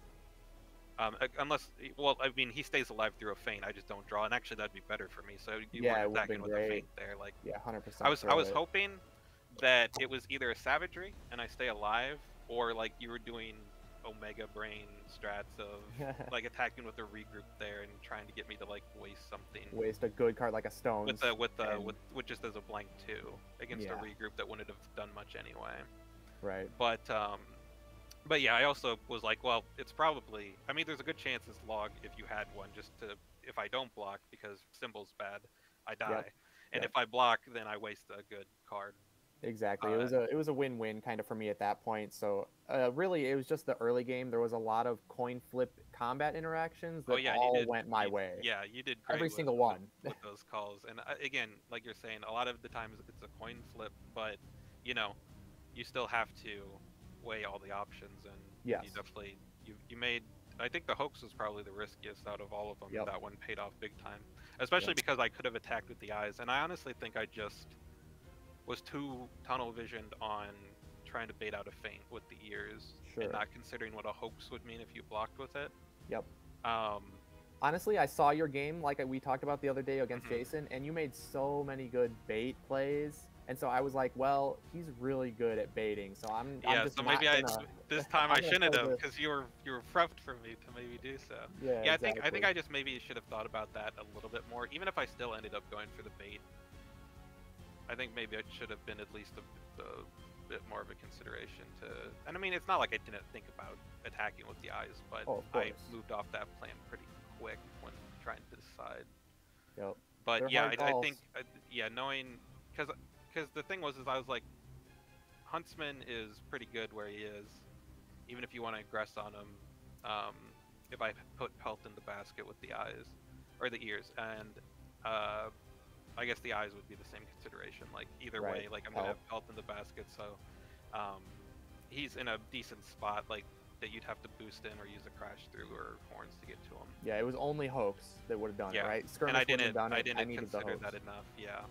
Yep. But you know, it's something to keep an eye out for future. Also, perhaps not always lean back into this map so hard. Yeah. This matchup. Because like we talked about, once Huntsman went, I mean, I have complete advantage in positioning, and I can force you to boost when I want to, I can hit you when I want to, and it just makes it really hard. I also thought about not going in that turn. Yeah? And just sitting in the library and discarding some stuff, setting up whatever I needed in basket. Because I'll be honest, like the hand wasn't great at the time, like as far as trying to line up symbols went, and sure, I didn't get a great sequence. Like there's a big portion in the middle game where I had like 4 cards that needed knives, and all the cards in my hand were either Wolfsbane or Pelt, and that always feels bad to try to like figure out how you're gonna navigate with that. But that's just part of playing red. Like it just happens sometimes, and there was still stuff I could have done to get around it or whatnot. But yeah, I still had a lot of fun with the game. It was fun. And I tried some stuff, didn't work out, but you know, you just kind of have to do that in this matchup. I think with a lot of red matchups, to be fair. Oh yeah. And you did a great job of playing stuff out and making the right call. Yeah, I've gotten pretty good at playing against. So we're back after that game 1, and listening in is always so interesting because you get to hear some of the things going through the players' minds as they're playing the game. Like we said, Zero said that there were a lot of coin flips early in the game that he won, which certainly helped him out a lot. And when he actually played the Hoax to end up going to kill the Huntsman, he had a little bit of insight from watching Darkblade's quarterfinal match versus Jason, where he played the same matchup and was very like baity with Little Red, trying to bait out feints. So Zero just said, well, I'm just going to assume it's not the offensive eyes and go for this play. And he ended up killing the Huntsman that turn. And it's even more heartbreaking knowing that Darkblade had block options in hand that he just didn't use because he thought he was getting baited. And then it turned out to be the larger than life. So we're moving on to game 2. And this is actually a very similar situation to what Chad faced this morning. Because in his game 1, in his semifinal, he played as Sun Wukong versus Yananga and ended up losing. He went down a game and had to win the next 2 in order to proceed. And obviously it worked for Chad. He won the next 2. So Chad, what do you think Darkblade has to do in order to achieve something like you did and move on to the grand finals? Yeah, so I think it's definitely doable. I think it is an uphill battle, but I really do see him winning game 2. As long as he's confident in his anti-Yananga play. I would personally take both of these fighters into Yananga in tournament, maybe not at the same time that he has to do, but I would definitely still be comfortable where Darkblade is, so hopefully he is in that space as well. The biggest question is figuring out what is Little Red's play here. Not Little Red, just what is Darkblade's play here? Does he go ahead and take Little Red when he has map advantage, in which he can perform a certain tactic called the Thing, or some people are calling it the Red Death, which is just something that Little Red can do if she gets her symbols to align and gets the right cards in her hand. So personally, I could definitely see that going on, which would give Little Red a big advantage. And then he would take Medusa versus Yananga with disadvantage, which is tough, but I think that might be better than Little Red versus Yananga in disadvantage. So I think we probably see Little Red next, and then just play confidently and play smart with Medusa into Yanenga. That would be the mentality that I would personally take into the second half of this match. So you mentioned the Thing, and maybe we might want to explain to the viewers what that is. Jeremy, do you have a good description of what the Thing is? Yeah, well, basically the Thing, or the Red Death, whichever, or one of the many other names, on Sarpedon, and it is specific to Sarpedon and Little Red. When Red starts in the first player position, the second player position, that spot is a single color. So all of the sidekicks for the second player have to be put in that same zone. Why that is important is that if Red is able to get Never Leave the Path in her hand, she can maneuver into that same zone, play that card while she has the wild on it, and deal 2 damage to every fighter. And if this is someone like Yanenga, who has multiple sidekicks sitting at 2 health, she loses both her sidekicks and she takes 2 health, and it can be very devastating. We've seen it done in some of the tournament finals before on here, so it can be really devastating when that happens. So Sarpedon with Red would be a good pick. Alternatively, Yanenga is also pretty notoriously bad on Herot. That it's a very small map with a lot of zones that cut off that she can't move around from. The doors do a lot. Also, there aren't any tri-zone spaces on there, which is a really bad thing for Jaws of the Beast, because that can't ramp up fully since that isn't there. I could see either of those maps really being a good option for whichever fighter he's going with there. I think I agree that Red would probably be the one that you would want to use with map position, and then take your luck with Medusa with Zero choosing the map. So that opinion seems to be the consensus. Connor, do you agree with that? Do you think Darkblade should pick Little Red for Game 2? It's tough, because I think Little Red and Medusa both have a fair chance into Yanenga, but then again, there's always the factor that it's zeroskatr Yanenga, and he's very comfortable with Yanenga. He might be more exceptional than a common Yanenga player or a less than average Yanenga player. And the other tricky part is a map like Herot, where you can cut zones off with those doors. Both Little Red and Medusa have no effects on their cards that can move the opponent, so they can't throw Yanenga inside the little Herot hut and then shut the doors. So I think Darkblade could go either way with it. The tricky part is some of the good maps for Medusa are also good for Yanenga, and same with Little Red. If you're trying to hit that scheme to get a bunch of archers in one go, that gives Yanenga a lot of range. Herot, the great drinking hall from the story Beowulf. I loved that you called it a hut. Yeah, it's like a little tiki hut, Mm-hmm.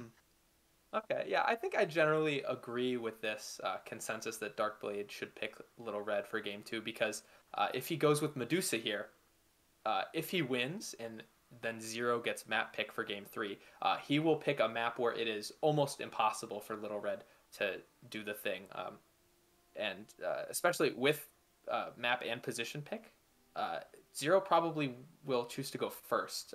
And a lot of Little Red's explosiveness out of the gate, especially with Never Leave the Path, comes from actually going first. So we'll see what Darkblade ends up doing. We'll find that out after we watch a nice how to play video, just in case some people are tuning in and they missed the first game and they might not be all that certain how to play.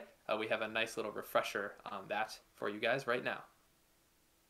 Unmatched is a card-based tactical fighting game featuring various characters from history, literature, and fantasy. The goal? Reduce the opposing hero's health to 0. Players take turns performing any combination of 2 actions, from maneuvering, scheming, or attacking. A maneuver causes the player to draw a card from their deck and lets them move any of their fighters around the board. They may increase the distance of their move by discarding a card known as a boost. When a scheme card is played, simply follow the text on the card to complete the action. For an attack, the turn player will choose a card from their hand to place face down for combat, The opponent will have the option to place one of their cards down as defense. The value on the cards will determine the damage dealt in combat. Melee fighters can only attack adjacent spaces, while ranged fighters can also attack any space within their color-coordinated zone. Some characters have sidekicks to help them out, and others fight solo. Each hero has their own unique abilities and deck of cards to bring the character to life. Because in battle, there are no equals.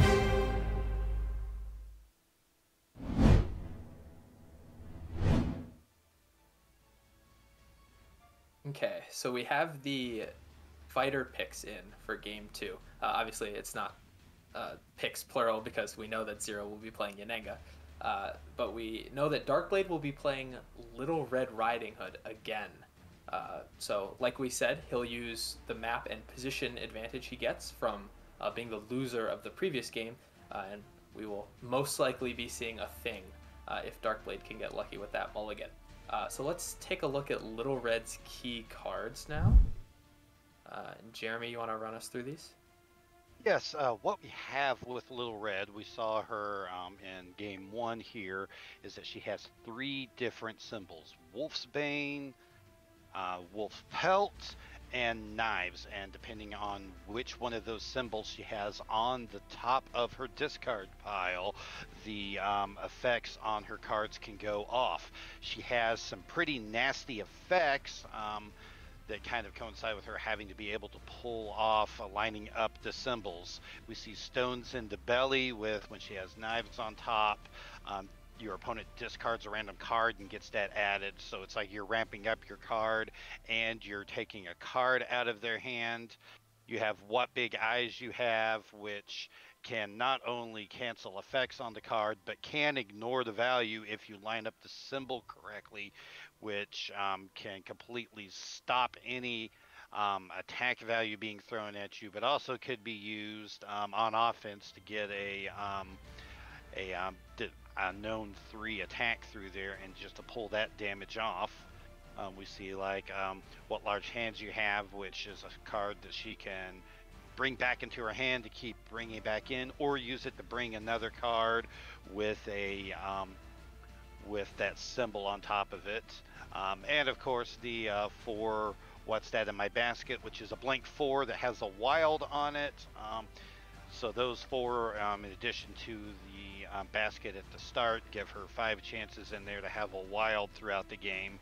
And we see Huntsman having the ability, all of the healing ability for Little Red, with 2 guaranteed on that card, and then 4 if you're able to line up the Wolf's Pelt with it there. So we can see what type of stuff she can do there. She can be very powerful. The basket makes her a little bit predictable. We also see Never Leave the Path, which this is the card that we were talking about for the Thing. If we see that center option there, deal 2 damage to each opposing fighter in Little Red zone. You know, if you get on the right map and have all of your opponents in the same zone, and you can just maneuver in and drop that when you have a wild, you can start off putting your opponent at a huge disadvantage, losing all of those multiple sidekicks right at once there. And we'll see if that is something that ends up happening or not. Yeah, I think it's more likely than not due to Darkblade getting a second chance at drawing it essentially with a mulligan, but yeah, we'll have to see. Yeah, he gets the 2 chances with it there. And like I said, Sarpedon being the best map for the Thing. There's some others that work, but yeah, that's the best one. Okay. So, Chad, can you run us through Yanenga's deck? We haven't seen her cards yet today. Absolutely. One of the things that makes Yanenga such a terror is not only just the large amount of block cards that we see there on the left. Those purple and blue symbols basically are all cards that can be used as defense, but also her ability. And her ability states that when Yanenga would take damage, she may delegate that damage to an archer in her zone. She starts the game with two health archers, and that's the maximum that she can have, and she has a number of cards that can bring those archers back. And so that is her main ability, and that gives her a very high health pool. So we'll go ahead and we will see her first card, Rain of Arrows. Now, this is a type of mechanic that was introduced in Battle of Legends Volume 2. This is called a double attack. Basically, the first attack is a printed value of 3, and the after combat effect of that attack card is another 3 value attack, during which the opponent can choose to play another defense. Against Little Red, it's great if her symbols are not aligned. It can be pretty detrimental when her symbols are aligned, because sometimes you'll be taking 2 nasty effects to the face as Yanenga. Then we have an any card, meaning either her archers or herself can use them, and that is Surprise Volley.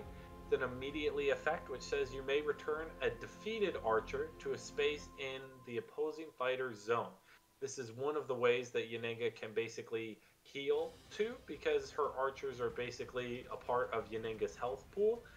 And if she does, that archer becomes the attacker. This is going to be critical with a number of Little Red's auto damage effects. Basically, John could choose, or Zero could choose for basically the archer to become the attacker, and would basically take all of the effects rather than Yanenga herself.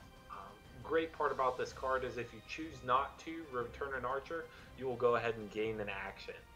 Then we have Master of the Hunt, a very simple scheme. It's gain 2 actions. This is great if you are at a low hand count and you want to run away and maybe draw some extra cards, but more likely it's great to go ahead and apply that aggression and maybe take out the Huntsman early with some extra action gains. We have one of our key cards, which is One with the Land. Move each of your fighters up to 2 spaces.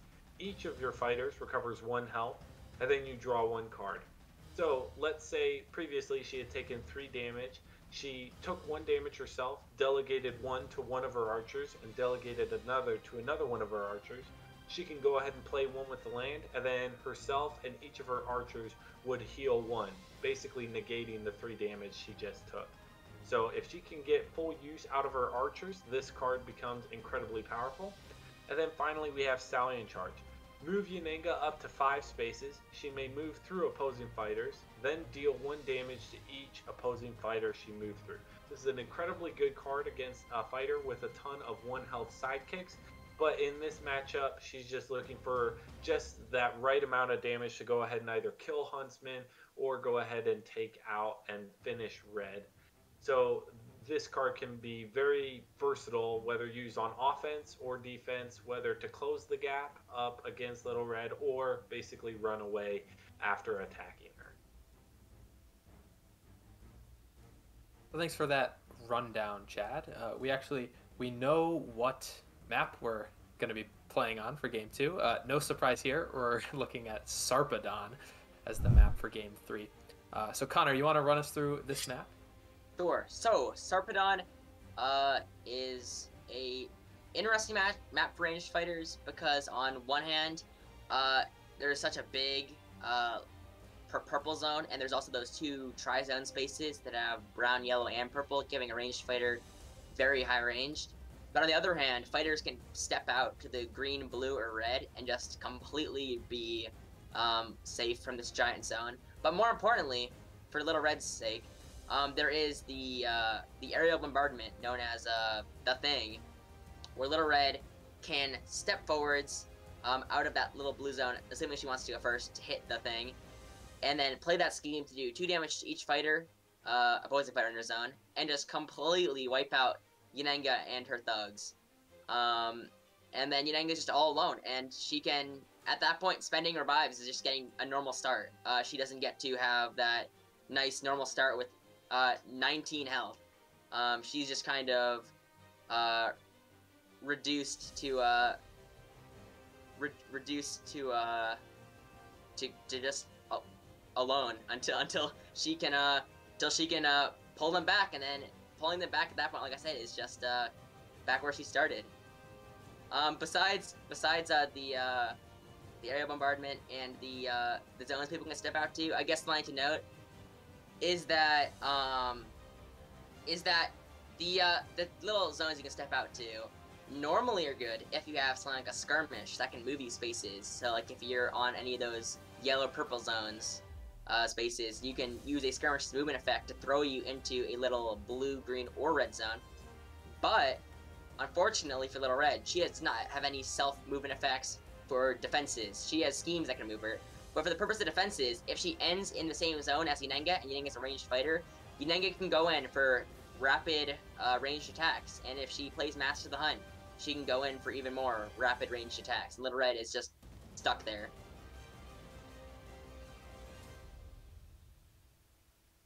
Okay, thank you for that analysis, Connor.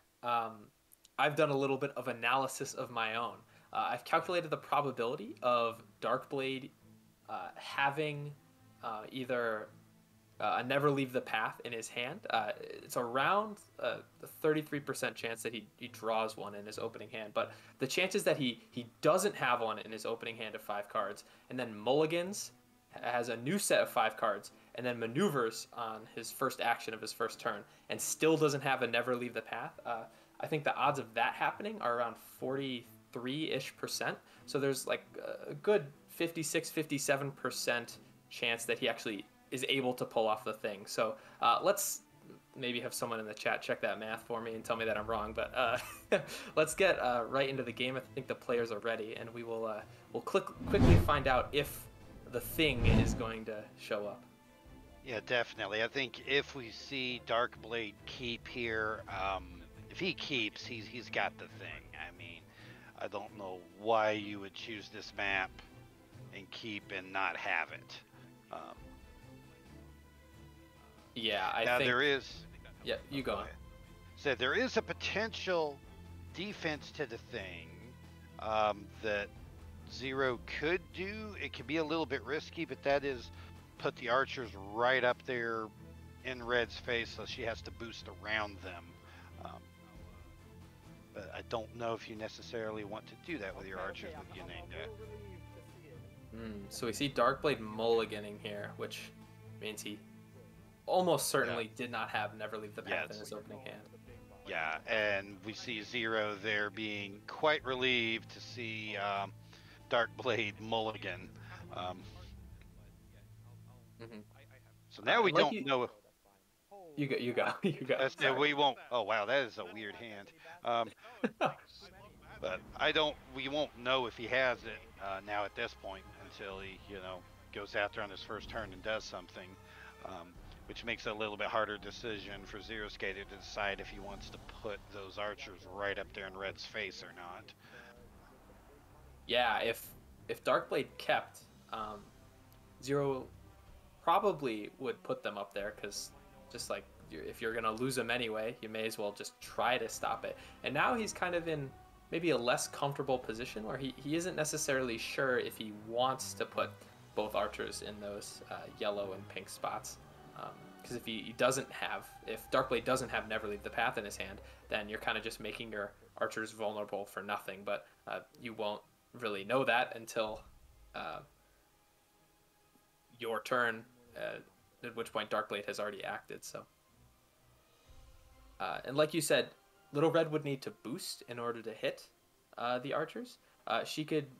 Ooh, so Zero is putting the archers there. So she can boost with 1, or play Into the Woods with the knife symbol on it and move to the yellow space above the archers, and then path, and that would just clear the archers. Or she could go 1, 2, 3, 4 spaces around by the huntsman to one of those pink spaces, and she'd have to boost with a card that had the knife symbol on it.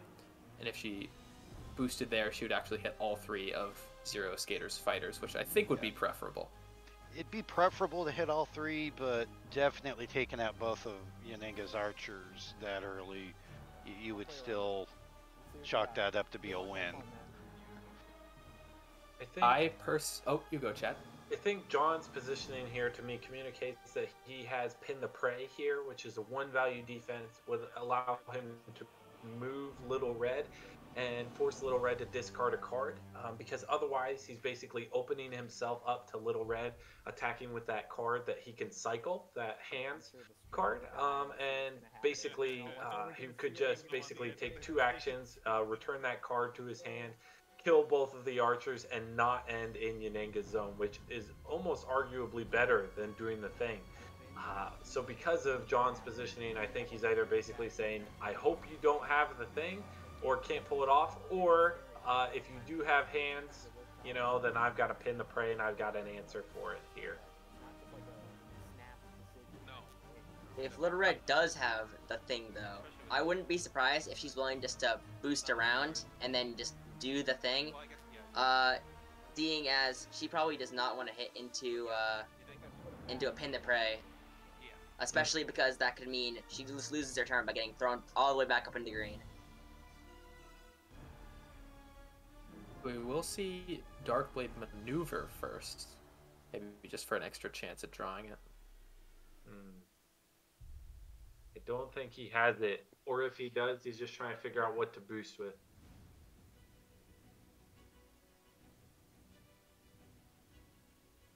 Yeah, you'd think he would just play it immediately if he had it, but... Yeah. Now, he could have it and just not have the boost, which would be extremely unfortunate. Mm-hmm. Not gonna lie, I was kind of rooting for him to have it because I want there to be a game 3. I think if Little Red does the thing, it's a lot more likely. I just want the good content, I'm the exact same way. Really hoping for that. I mean, we all got this sweet gig here, we wanna ride this thing as long as we can, so go for game 3. So. Yeah, the stream is going to be 5 hours, whether there's 3 games or not. We got to milk this for all it's worth. That was a joke, by the way. That was a joke. We see Darkblade attacking here, so no thing confirmed. I wonder if it will be what large hands you have, like Chad was speculating. That's a really good card in this matchup because it's a 2-value Little Red attack, and she can just return it to her hand. If she wants, and Yananga doesn't have cancels, so Darkblade will be guaranteed to always be able to return it if he wants to.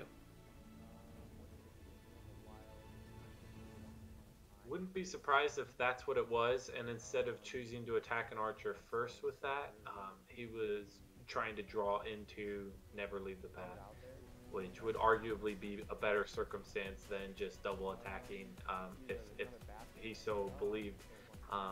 Or he just drew into hands, or he was playing against a defensive skirmish. There are a number of options here, but if this is hands, then this is very good for Darkblade.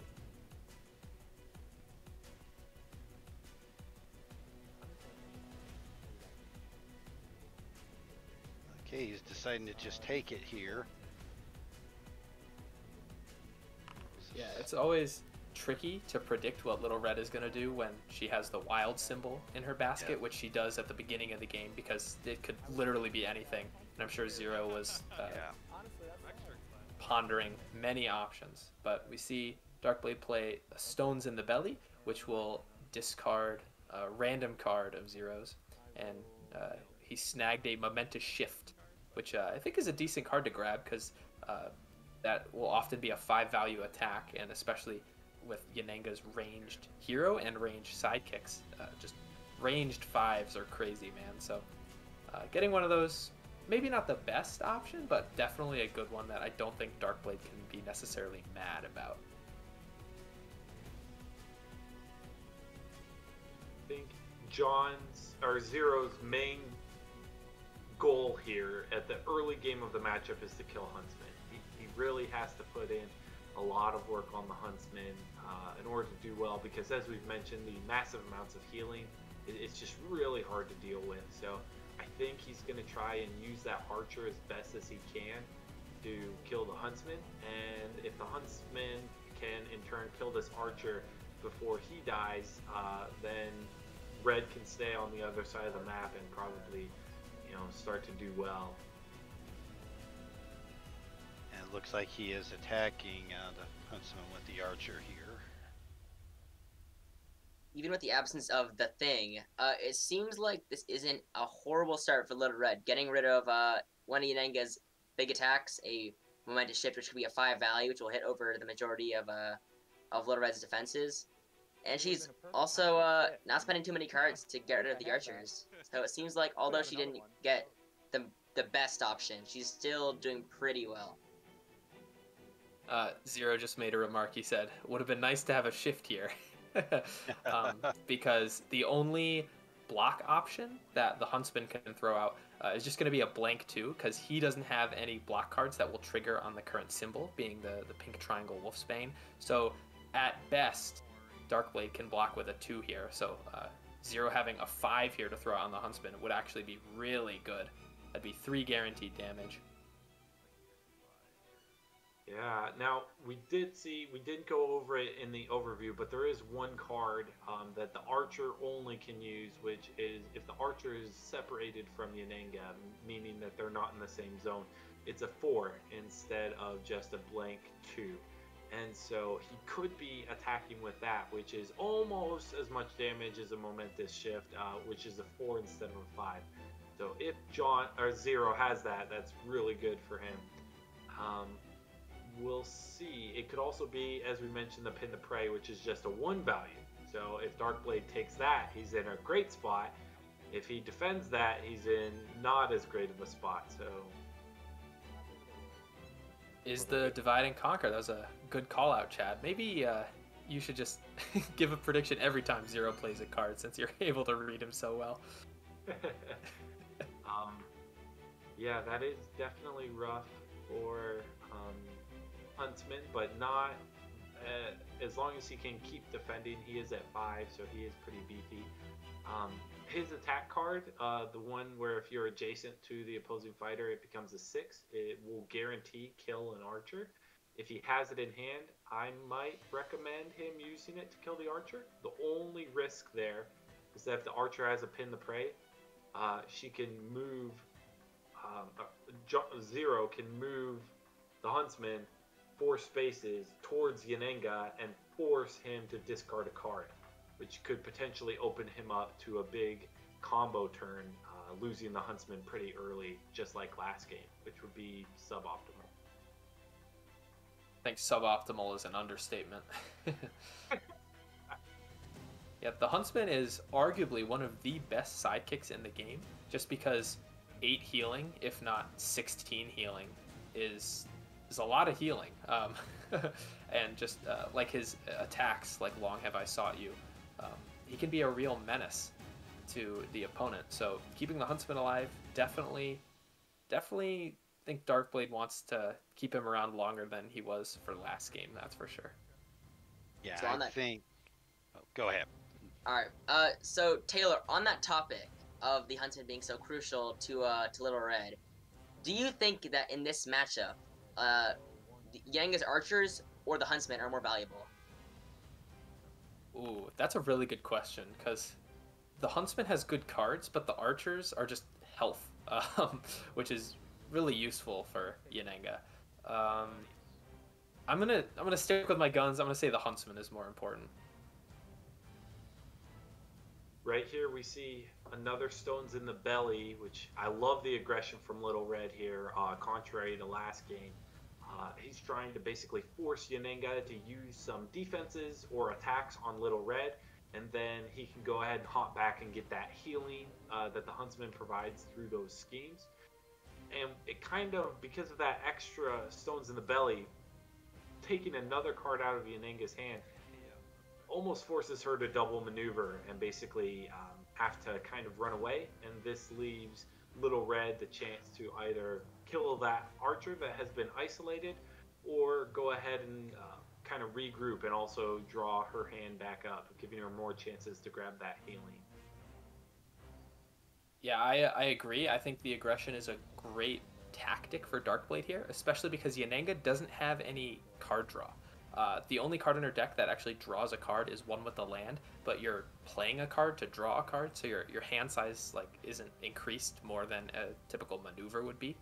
So Darkblade, with his cards, he could use Never Leave the Path to draw if he wanted to, but he also has 3 copies of the Wolfskin, which is a 2-value defense that can draw 2 cards after combat. So he definitely can refill his hand a lot faster than Zero can. So I think the aggression, again, is good, because, especially with Stones in the Belly, just getting rid of some of Zero's options. You love to see it, I guess.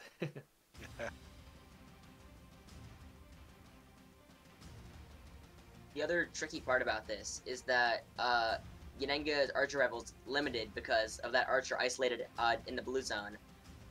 Because of that Archer down there, Yanenga can only guaranteed teleport one Archer back onto the battlefield in the red zone, but she can't get both of them because the other one's kind of boxed out by the Huntsman Little Red, which is strongly gonna strongly limit Yanenga's overall health. Yeah, a big part of what makes Yanenga so tanky is the fact that she can divert damage to her sidekicks, but that only works if they're in her zone. So Yanenga being isolated, she's at her weakest because then some of Little Red's effects, like what a big mouth you have, or Once Upon a Time, all that damage will go straight to Yanenga, which I think Zero definitely wants to avoid. Darkblade boosting this maneuver to get the Huntsman involved, I think is an interesting idea because Yanenga is a little stuck unless she has something like a Stallion to get out of this soft pin, but it just makes the Huntsman more vulnerable. And if John maneuvers here next to the Huntsman and then plays like a Master of the Hunt rain of arrows, the Huntsman could just die, which I think would be very bad for Darkblade. The other thing about it. Oh, you go.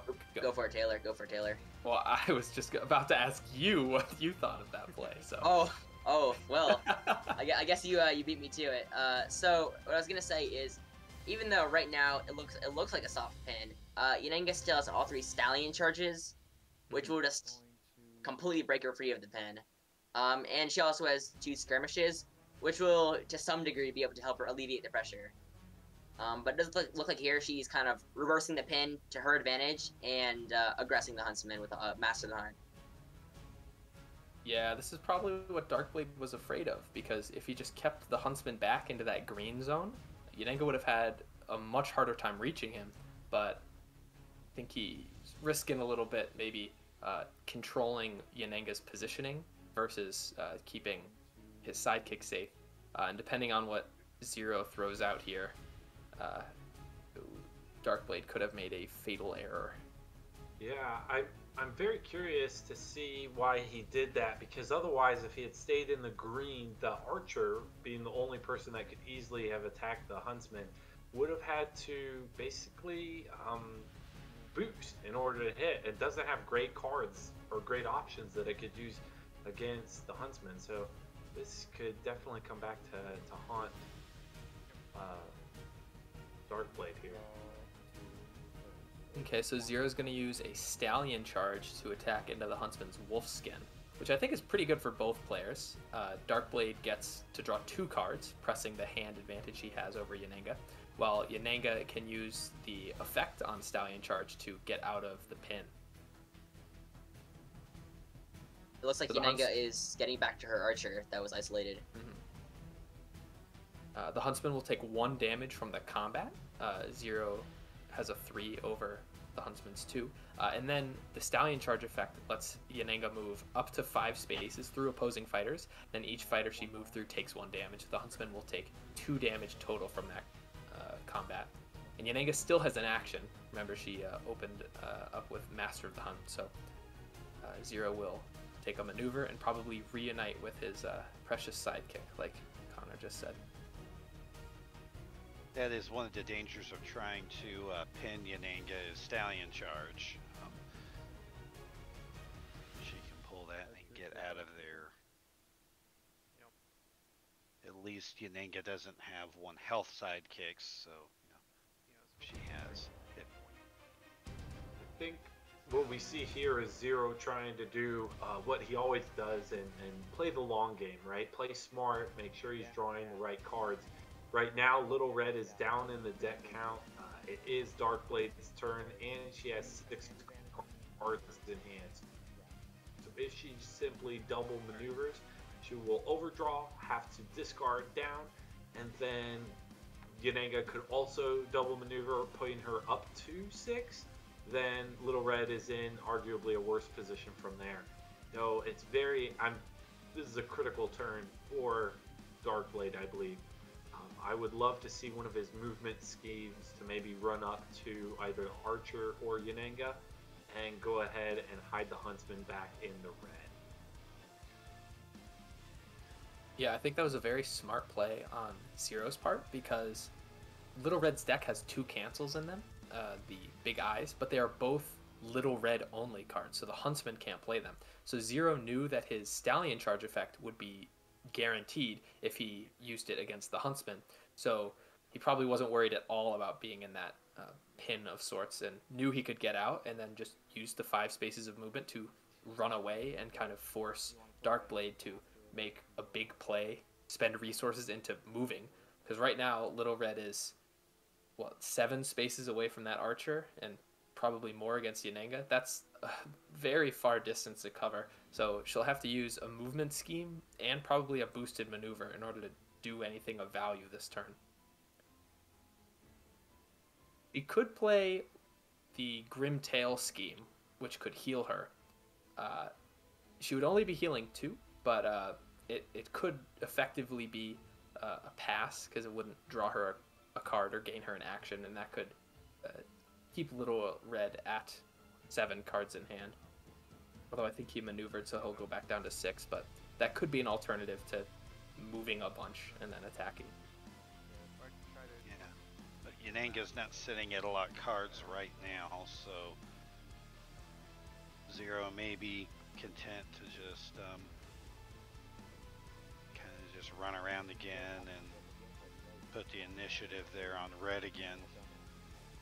Yeah, if Red heals, then Darkblade will just be in the same situation next turn. But he'll be healthy. Well, being healthy is good. I think the tricky part about what's going on right now is that if Yanenga goes in for the offensive with her Archer in her zone for the extra health, then it'll give Little Red the opportunity to do the thing, and just clear the board once again. Which she hasn't fully done yet, but she has gotten rid of one of the Archers, which has not been revived yet. I really am kind of nervous to see this Huntsman so aggressive and up like with Little Red. I don't think he needs to be there, really.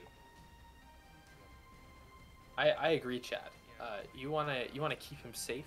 You wanna keep him warm and tucked into bed, and he cannot be that when he's on the front lines of the battlefield. But I think Darkblade maybe senses that the Huntsman is not long for this world, which is why we see the Grim Tail come out now. So he'll maneuver, get a little bit closer to Yanenga, make moving a little bit less expensive, and just take the heal while he has it. Because we like to forget that card actually just heals 2 by itself. I think sometimes we get caught up in optimizing the fact that if you play it with the right symbol, it can heal 4, but healing 2 is not all that bad. I guess it feels bad when you know you could be getting double. Yeah, I think if she just had a scheme that the Huntsman could play that would just base heal her to, we would be like, oh, this is an amazing card, but because it has the potential to heal her 4, we often discount that functionality, and sometimes it hurts players, but we see good players like Darkblade definitely take advantage of that and not fall into that trap, I would say. And that's what makes playing Little Red so hard. She has some of the best effects in the game. I think if you can line up every single symbol effect in succession and just get a bunch of really good effects off, you're in a great spot. But optimizing that and getting it perfect every single time, I think is near impossible. So a good Little Red will know when to kind of squeeze the full value she can out of a card versus when she just accepts that the card by itself might just be good enough without the effect necessarily. Yeah, I like Zero's positioning here. He's basically saying, hey, you can come up and attack me with range with Huntsman if you would like, but I have a ton of cards in hand, so Huntsman's going to die. Or you can come up in a long path. You can take a long path to try and hit me with Little Red, but if you do, I can go ahead and Stallion Charge and then kill Huntsman. So he's in a great spot to go ahead and aggress Huntsman next turn. And on the topic of aggression, Yenenga being ranged is a pretty substantial advantage, even with Little Red having the radius scheme. Once the Huntsman is gone, Little Red has no way to range attack besides her aerial bombardment, so she's left with she could just get stuck running in circles around the little Sarpedon circle in the center, which could easily burn her out of cards if she's spending schemes or boosting over and over again just to keep up with Yenenga. Yeah, and that is kind of the flip side of this map. It's good for doing the thing if you can draw the right cards, and it's alright for avoiding ranged characters, especially with the green, blue, and red zones, but it's very big, and not having a lot of movement effects on her cards, except for the 3 Into the Woods schemes, I think Yenenga will be fine just running away for the most part, especially because she has less card draw and can force Darkblade to take the initiative. And so Little Red can find herself playing Chase a lot, which is very hard. She'll have to boost a lot, and that can mess up the symbols even more. This is so confusing to me, this Huntsman play. So if he plays the scheme that moves Little Red up to attack Yenenga, Huntsman is still just sitting in Yenenga's zone. If he doesn't, he could maneuver Huntsman either back to brown or to green, but then he would overdraw, so he would have to discard. Neither of which I think are ideal options, so I'm extremely curious to see what his plan is here.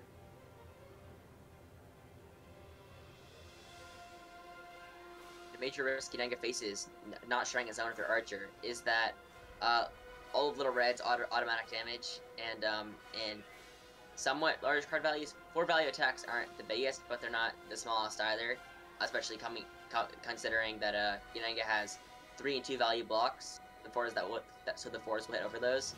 But with so much auto damage and 4 values left, Yenenga is in danger of taking permanent damage that she can't just distribute to her archers.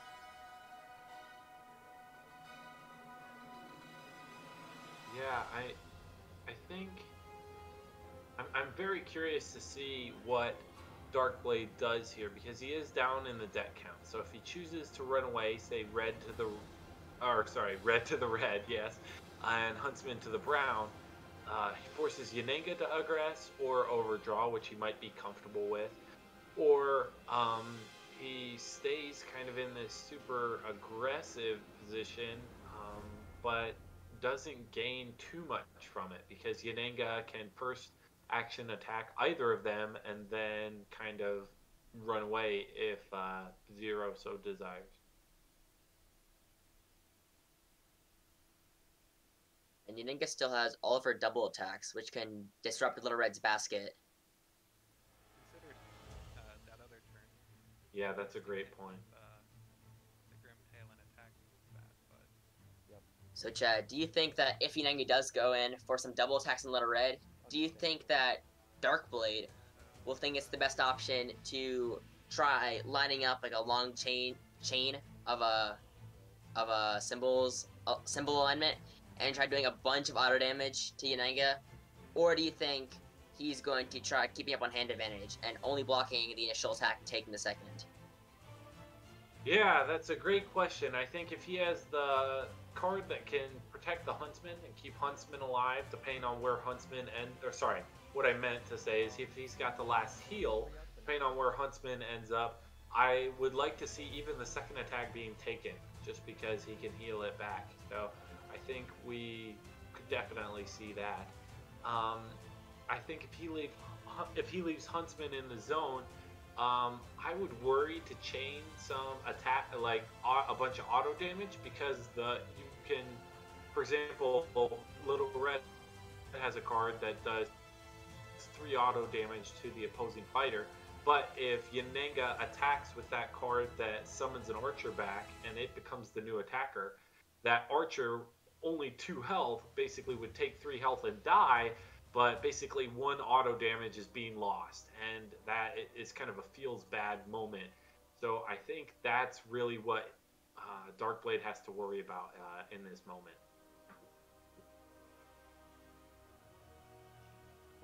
Seeing him decide where to position the Huntsman at here, looked like he was considering him moving him up there into the green, but has kind of retreated him back into the brown. And I think I could safely say, thank goodness. I was struggling to figure out the value that the Huntsman was adding on the front line.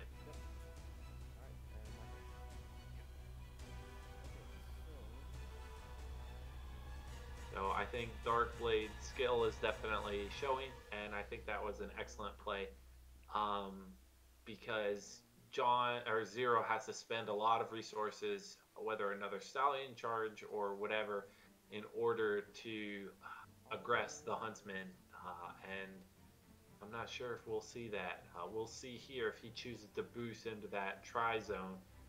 It will be a costly basically resource in order to kill the Huntsman. So Jeremy, do you think there's a... Oh, huh? You go. Okay. Jeremy, do you think there's a point where Yanenga allows the Archer back into her zone and kind of disregards the thing and just kind of has the mentality that even if an Archer dies, she can bring back 3 more? Well, I mean, you may want to do that there, because, I mean, you can, particularly for red, they can body block a little bit, as well as being basically batteries for your health pool. She does have some ways of bringing them back, although the shield formation typically tends to not get one back, because most of the time people discard, but we will see what happened with red and try to align symbols. But she does have some ways of bringing them back some more. I mean, things have gone well being separated, but usually as Yanenga, I don't like being separated from my archers as long as she has been here. We've kind of had 2 stressful things going on. Yanenga's archers being separated from her and the Huntsman being off in dangerous places. It's just both kind of stressful things with sidekicks. And a really interesting interaction in this specific matchup is shield formation against a card with effects. Because if the little red player does not discard a card, Yanenga grabs an archer back, which is really good. That's essentially 2 health or an extra fighter to help Yanenga. But if the little red player does discard a card, there's the risk that the symbol is no longer aligned for the during combat or after combat effects.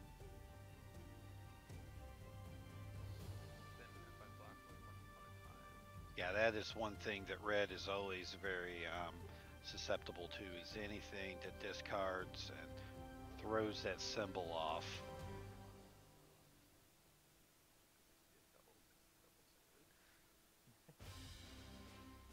It looks like I'm not sure. I'm assuming the archer's attacking because Yanenga moved her archer into adjacent to Little Red. It looks like Yanenga attacked, actually. Which I think the archer was just moved there in case it was once upon a time, so that Yanenga had like a damage output. But oh, that's a great grab. You either love to see it or you hate to see it, depending on which side you're rooting for. Yeah, great discard for red. Pretty detrimental to Zero. So that turns Stones in the Belly into a 5 value block because it adds the boost value from Surprise Volley to it. And Surprise Volley being the Yanenga card that can return an archer back, so getting one of those out of the way for Darkblade is just really reassuring. That is the 3rd Stones though, so unless he recycles this one with a hands, that'll be the last of the random discards for him. Which, if Darkblade wanted to use hands, he'd have to take the 2nd attack, and then, actually, if he has hands in his hand, he can attack the archer looks like on his turn. Yeah, looks like he is taking that 2nd one. only thing he has to worry about is a pin the prey. Because if he does attack the archer, and the archer forces him to discard, he will not be able. He will discard before he would be able to cycle with hands. Same if he runs up and attacks Yanenga and she defends with a shield formation. But that one you can choose to let an archer return into Yanenga's zone, which is everybody is at that point in the same zone, so you kind of force him to have to disperse. So I'm very interested to see what Darkblade determines is the best, basically, path forward for him. Yeah. Additionally, all of the stones in the belly being gone is not good for keeping Huntsman around. That's a great point, Jeremy, because then I believe a momentous shift will kill the Huntsman regardless. That is correct, Chad.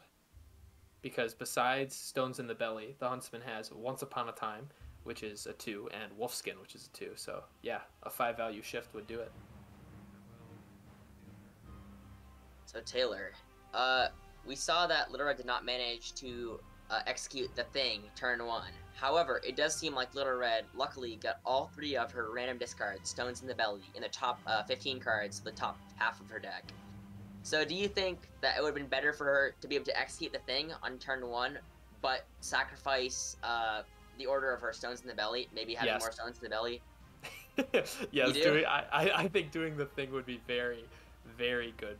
Probably better than the Stones. So I wasn't trying to be rude and cut you off, but I knew the answer before you gave me the other option. Yeah, man, fair enough, fair enough.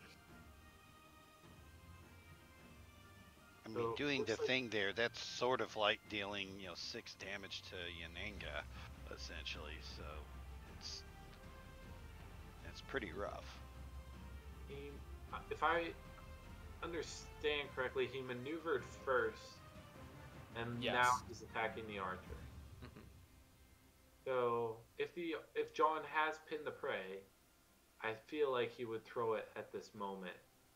Because he's not choosing to, I think he's deciding about whether maybe Darkblade has seen new I don't know circumstances and just remembered pin the prey. Maybe he's stream sniping and he just heard my comment. He's doing the attack hokey pokey. You put the card in, you take the card out. Darkblade, blink once if you can hear this message. I saw blink. Ooh, okay, so he's gonna boost the maneuver, which means the hands play is off the table now. Mm-hmm. Yes, but he has put knives on top. Do you think he's going to attack with the Huntsman with one of his 6s into Yanenga and just basically do 2 auto damage to Yanenga, get some more mileage out of the Huntsman? I hope not. I'd like to see him stick around, but There we go. So he chose to boost the maneuver so that he would put knives in the basket so that Path would actually trigger for the 2 damage effect. I actually really like that play. Yeah, that's good. That's kind of a mid-game thingish. The Thing's annoying little brother. Yes. So interesting thing to follow Chad's line of thinking.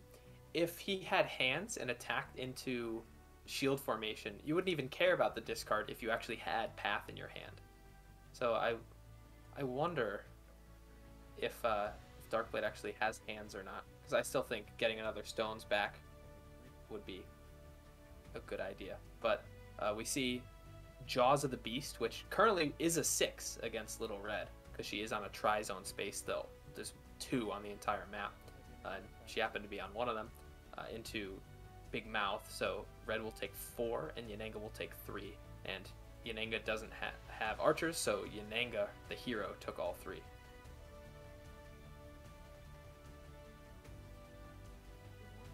I think I am very confused to see why he would position on the Tri-Zone space, knowing full well about Jaws when he could have ended in another pink space to do his thing. Maybe to force him to end adjacent to Little Red if he chose to kill the Huntsman. Oh, I think it's because from Little Red's starting point, which was that top pink and yellow, if she wanted to get closer to the Huntsman, she could only move 4 with that boost.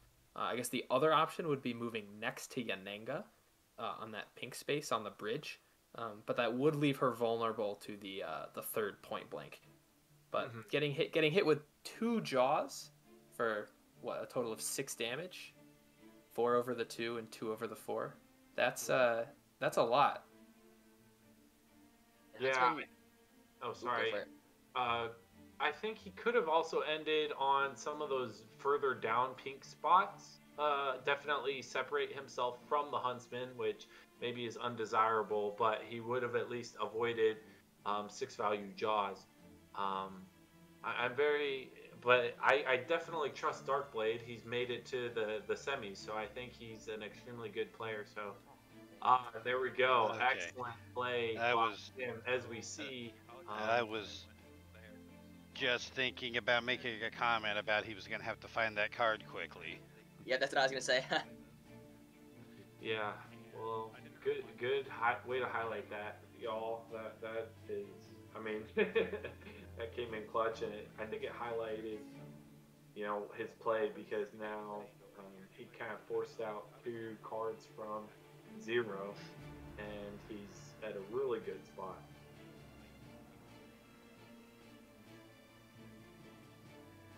The thing now would be to ask if you think Darkblade can recycle that Grim Tail, because that is his second one, I believe. The first one was played already, so yes. If he isn't able to recycle that with hands, Little Red would be capped out at 9 health for the rest of the game. Yeah, he does have 2 copies of hands left somewhere. We don't know if they're in his hand or his deck, but there's 2 of them in there. I think being the top level player that Zero is, and both of them are, I don't think he would let a circumstance arise where hands could cycle it. Now, as I speak, he's choosing to give him one of those opportunities if Little Red just takes this, but we see him not. Okay.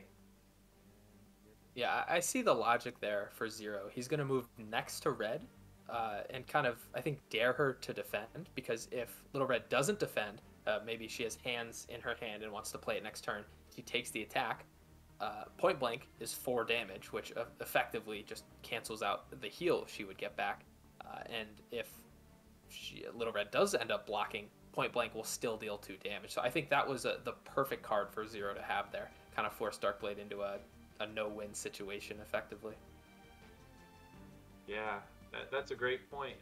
Connor, if you were Little Red in this scenario, what are you thinking is your win condition? What are you looking for in order to do damage and basically finish this game here? Well, seeing that Yanang is out of point blanks, I'm probably digging for my Once Upon a Times for my 6 auto damage.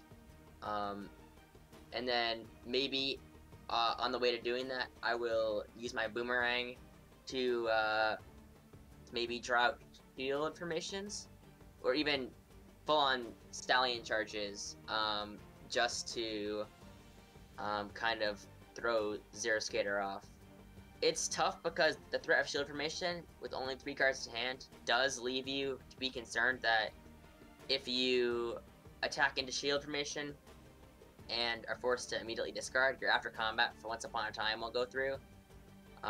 But for your boomerang, you might not mind, especially if you can just drop something and then grab it back and drop the boomerang, or just get the boomerang back. But I definitely am just digging for Once Upon a Time while being afraid of shield formations. Connor, what time is it for you if you're tuning into this call from Australia? That's a great question, Taylor. I will tell you that in 60 seconds.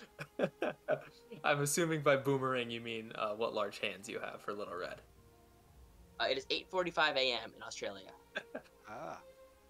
So, good morning So, to any Australian viewers. what time did you start streaming then?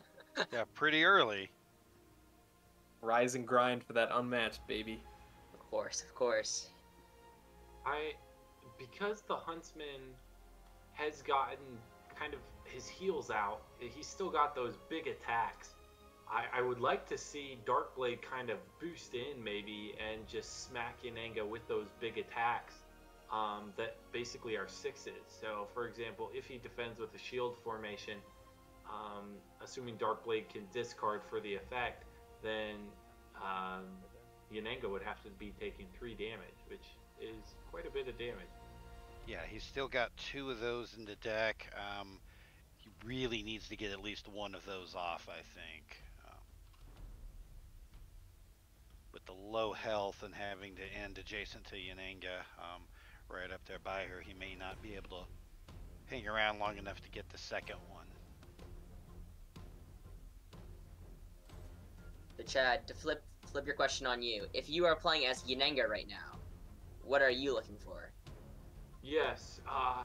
So yeah, I'm really struggling to figure out. I think I'm trying to throw my Archer revive cards right now, and either I get them back in my opposing fighter's zone, which hopefully he can't kill them again, or I basically get rid of some of that auto damage that you were talking about for Little Red.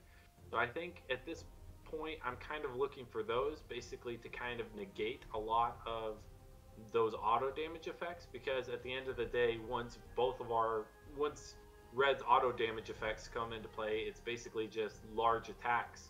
Who's got the largest attacks? And at that point, no one would kind of fit in that category because they both kind of just attack with maximum of 4s, at least at this point in the game, with Zero having spent most of his jaws and Little Red having spent most of the stones in the belly. It looks like we just saw Little Red cancel the effects of a momentous shift, which is probably not what Little Red's hoping for. Yeah, I think Darkblade was expecting maybe like an Archer revive there. It's hard to say what Zero necessarily wanted out of that interaction, because attacking a basket, it could be almost any card, because the effect would trigger for Little Red. But I think he, using the shift, the 5 value attack, is good there because Little Red has played both of her Grimtails. She can no longer recycle them because they're not on top of her discard pile. So 7 health is all she's going to have for the rest of the game. While Yananga still has a little bit more healing. If she revives the archers, she has an expanded health pool using her abilities. And she's even got 2 copies of One with the Land, because I don't think either one has been played. Is that correct? I believe that's correct. Yeah. I haven't seen it yet. Mm-hmm. So Yanaga's hero can heal 2 to go up to 10 with that card, and potentially technically heal even more if she diverts damage to an archer and then heals it back with One with the Land. I like this positioning from Darkblade, excuse me, positioning Red on one side and the Huntsman on the other, so that he's kind of like trapping Yananga almost. Not really, because this is a big map, but basically if Zero wants to, I guess, run somewhere, Darkblade has a fighter on each side of the board to kind of be a little bit closer when he's playing catch-up. Yeah, we can see right now that Red still has a lot of good cards in her deck available to her. Still has 2 more baskets, has both copies of Once Upon a Time, which deals 3 damage back, well as one of a Terrible Big Mouth, and has all 3 of Into the Woods for mobility. So there's still a lot there that Red can work with at this point.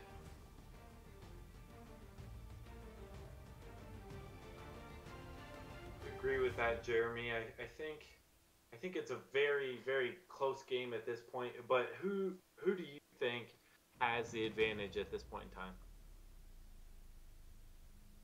That is hard to say. This is very close.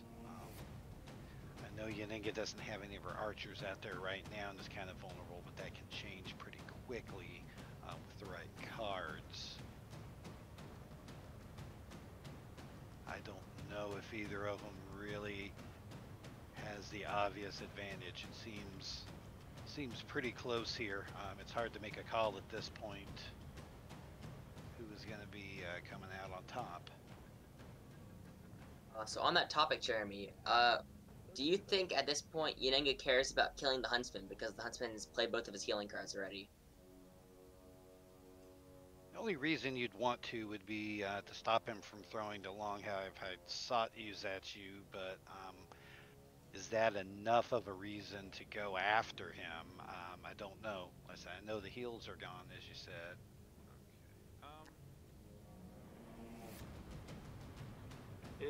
In this current circumstance, I almost wouldn't mind seeing Zero basically throw an Archer revive at the Huntsman, assuming the Wolf Pelt is still on top, because Darkblade can either defend with the Wolf Pelt and draw 2 cards, forcing him even further into fatigue, or he can take it, which would kill the Huntsman and revive an Archer for Zero to be able to utilize, because he's still got 3 Archer cards that he hasn't been able to use, 2 of which are discards, forced discards on the opponent, which is an incredibly powerful effect in Unmatched as a whole.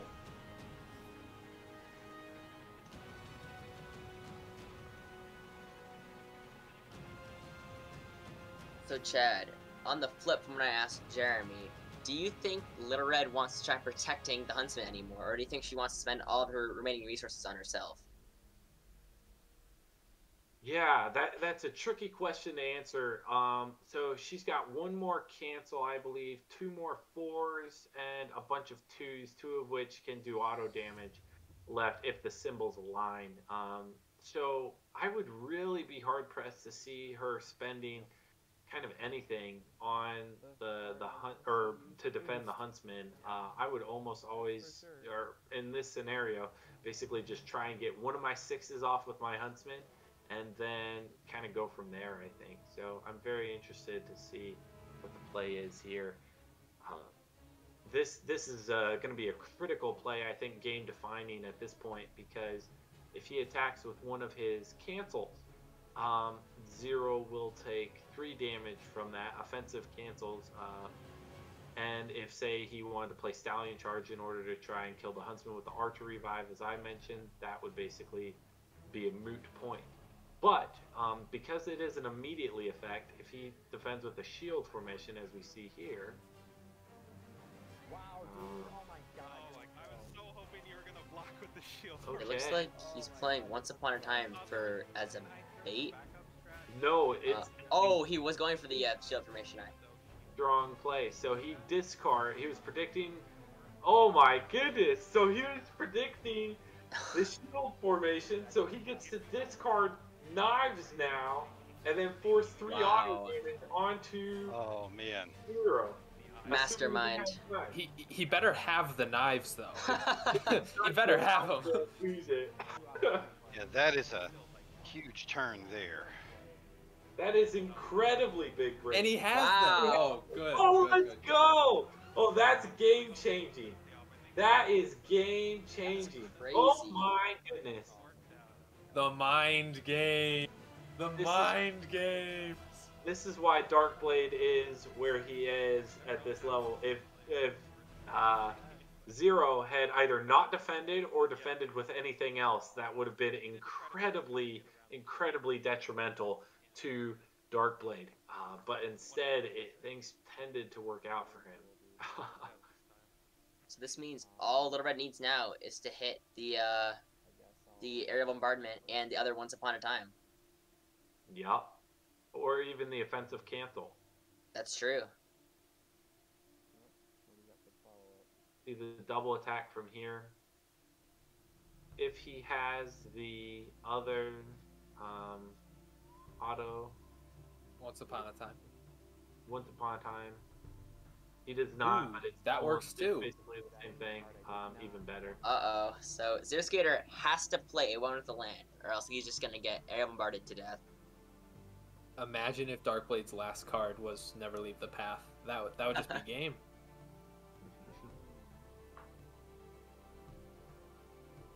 Yes, because at this point, Zero can't even like summon an archer in order to give him a health pool to pull from, assuming Never Leave the Path, because Never Leave the Path would basically still take out his archer.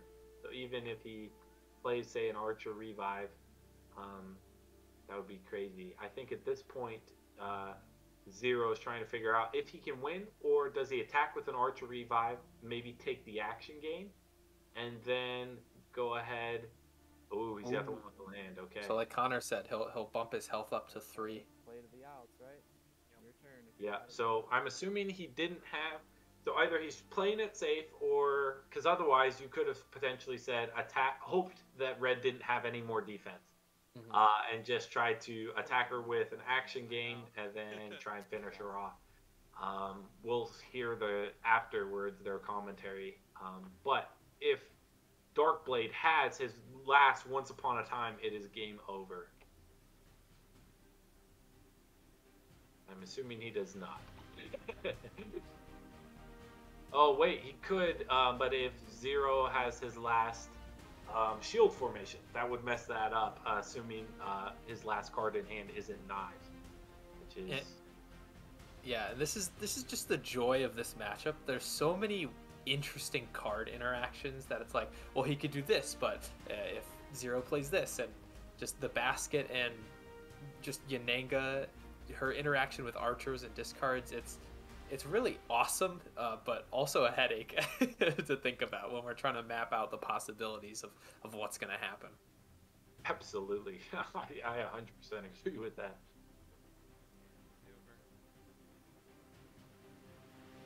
But Taylor, looking at... Oh, you go. I was gonna ask you, looking at the game state, who do you think is gonna win this? That's a hard question to ask. Well, let me rephrase it. If I had to bet all my channel points on one of these characters right now, I guess I gotta go with Little Red, just because, yeah, Once Upon a Time on defense, I think, is lethal right now if Yananga doesn't get any more archers back.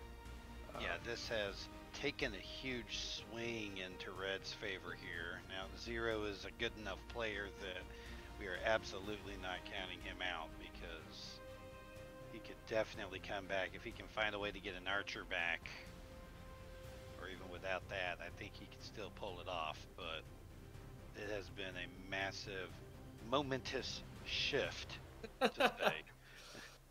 Jeremy, how many cards left does Darkblade have that has the wolf pelt symbol? Let me see what we have here with the wolf pelt. I've got one What's in My Basket, which is a wild. Then we have the Never Leave the Path and one of the Into the Woods, and both What Large Hands. Okay, and what about the Wolfbane Flower? Wolfbane Flower, once again, the wild, Once Upon a Time, and one of the Into the Woods. I think he played the Into the Woods on his big brained turn. He may have. I may have gotten a little out of sequence here. Yeah, that's fine. But I'm basically. It looks like he still has the resources, basically, to guarantee the offensive cancel that would ignore the value on Yananga. Which, as long as he can make sure that if the Wolfbane Flower is on top, then it's basically guaranteed lethal. Yes, and you were right, Chad. The Wolfbane Into the Woods has already been played, so he has the pelt Into the Woods left. Okay. Thank you. So Chad, you won your semifinals match today. So I'm curious as to your opinion on, do you think that if this does go to a game 3, if the players in the real world will kind of get fatigued and to some degree lose their sharpness? Yeah, I mean, I would like to think that I didn't. Mine went to game 3, but who knows? Also, grand finals is just a totally different format. Just you can't really counter pick as well. Um, yeah, it'll be totally different. But I definitely think I don't know. I definitely I don't know. I'm so interested to see exactly how this game ends up because it could go so many different ways. Um, but if it does end up going to a game 3, I think these players are smart enough to kind of let those games just stay within these games and then let grand finals be its own thing. So I don't really foresee that being a problem. So Well, Chad, that's interesting.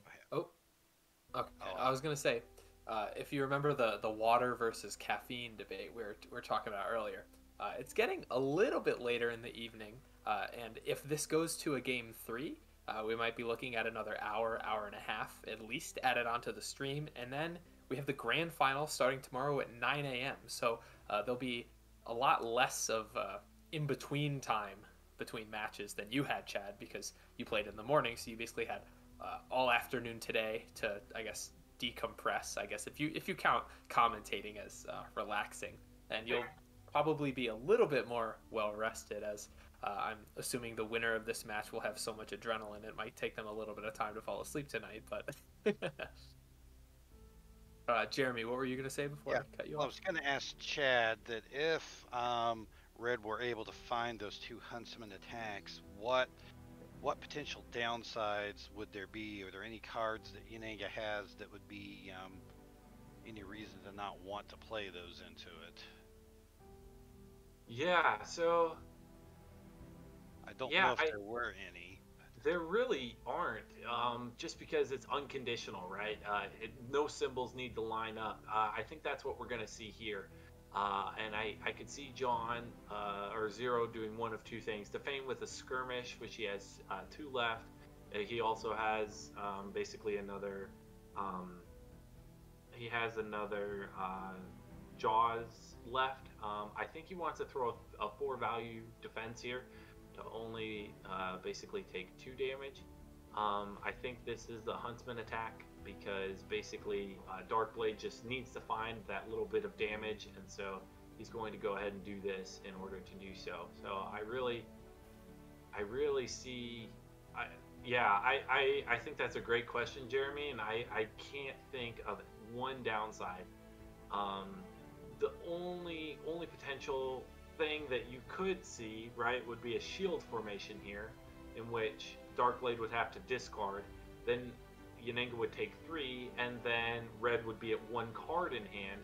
However, he can't possibly reach Little Red right now. I mean, he can possibly, but it would be incredibly difficult in order to do so. So I really don't see this being a problem. I think this was a really good play by Darkblade. I was assuming he was going to throw out the Long Have I Sought You, and now knives are in the basket, and Darkblade still has a Once Upon a Time left. So I think if Yenenga is going to attack again, she needs to attack with the surprise volley so that Once Upon a Time doesn't actually kill her with the auto damage. And Stallion is a decent option there on defense because it gives her mobility. It lets her move 5 spaces across the board and get a little bit closer to Red. You got it.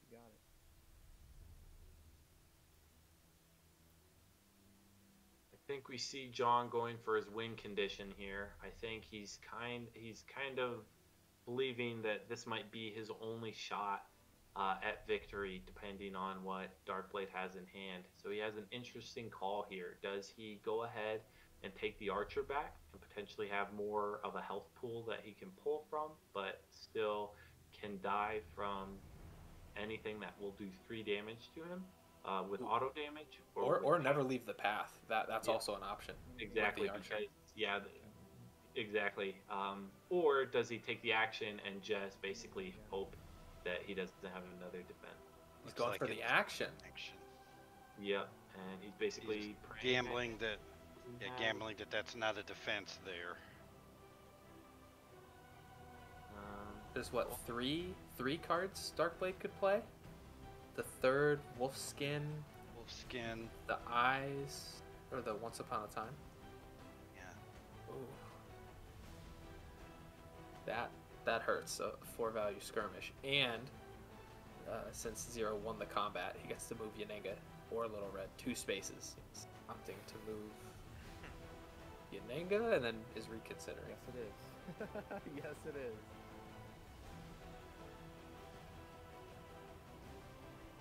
I think if he moves Yanenga into that green, Red will have to boost in order to get to the same zone.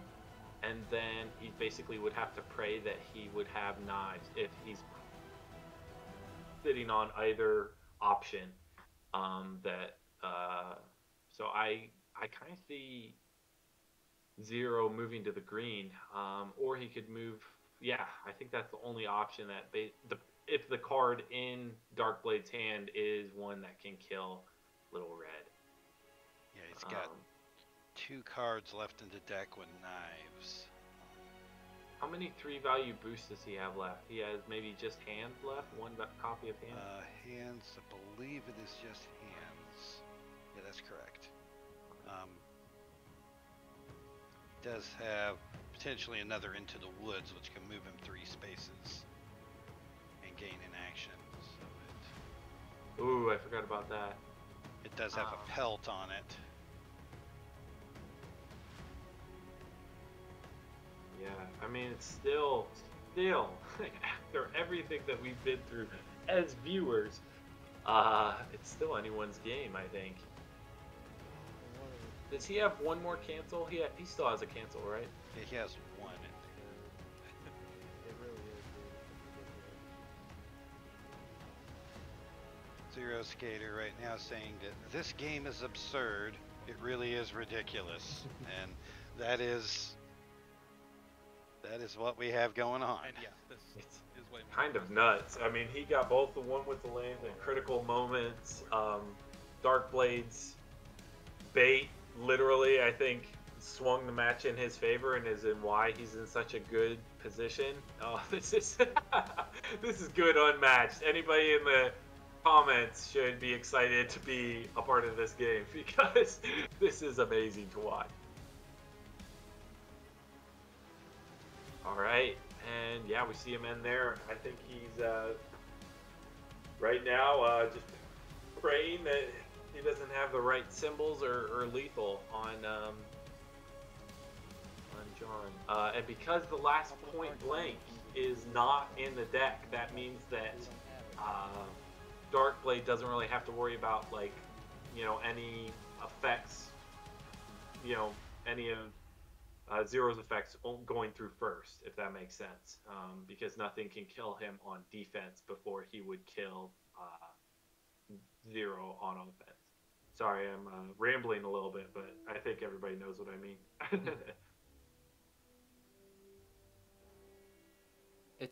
I wonder what combination of cards Darkblade has in his hand right now, because there are a couple of different ways he can find lethal. It's just a matter of he only has 7 cards, and like which 2 is he holding right now?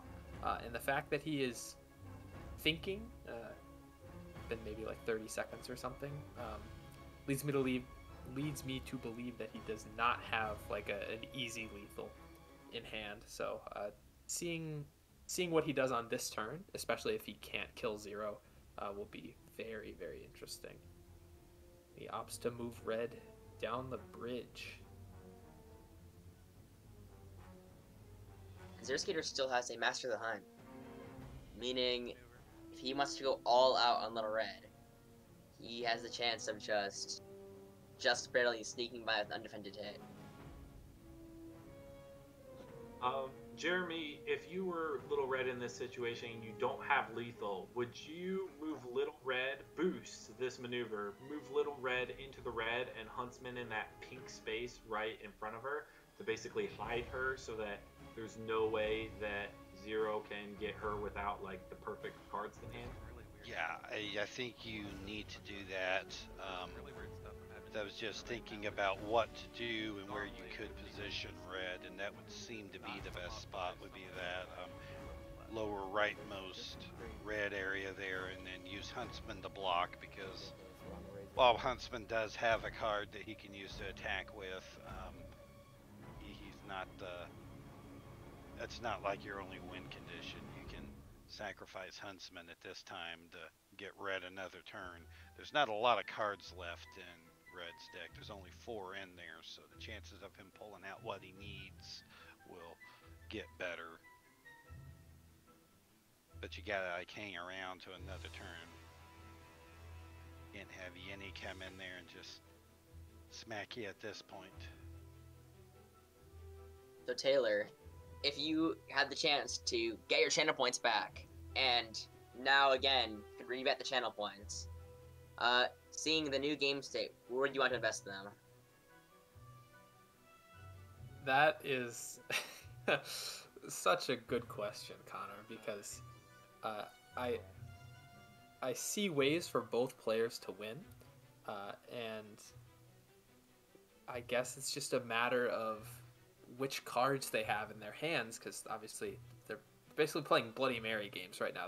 They're playing at a low hand count, a little bit out of necessity because they're having to boost a lot of maneuvers to get away from each other, but it looks like Darkblade's boosting this maneuver to go probably out of Yanenga's range, to probably take a little bit more of a defensive stance. So it's hard. I can't decide. So instead of changing anything, I'll keep my channel points on Little Red right now and hope for a game 3. That was a long way of answering that, but it's just so close. What do you think? Who would you put your channel points on, Connor? Well, I personally would always put my channel points on Zeroskatrs because it's zeroskatr12. That's it. That's the only reason. Well, this game is, like you said, this game is so close. Both players have 2 or 3 different ways they can win it. But you know, in times of crisis, Zeroskatr is just a mastermind. He's already won a tournament in the past, so he already is a champion. So if it comes down to like a 50-50 scenario, I think Zeroskatr. I think Zeroskatr might have it.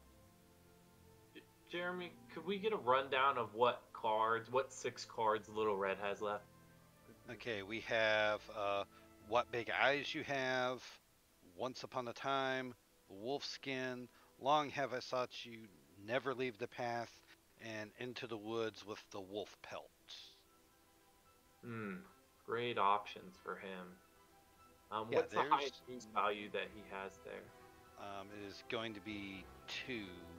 That's going to be on Long Have I Sought You, Wolfskin, and What Big Eyes You Have.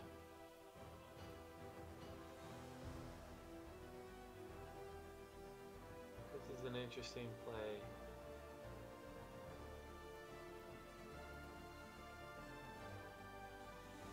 So baked goods. On the topic of boomerangs, I believe it was. I think you brought up Australia from me calling Little Red's boomerang boomerang. Would you say that if one of these players was in a drastically different time zone, then real world physical exhaustion would be playing a different role right now?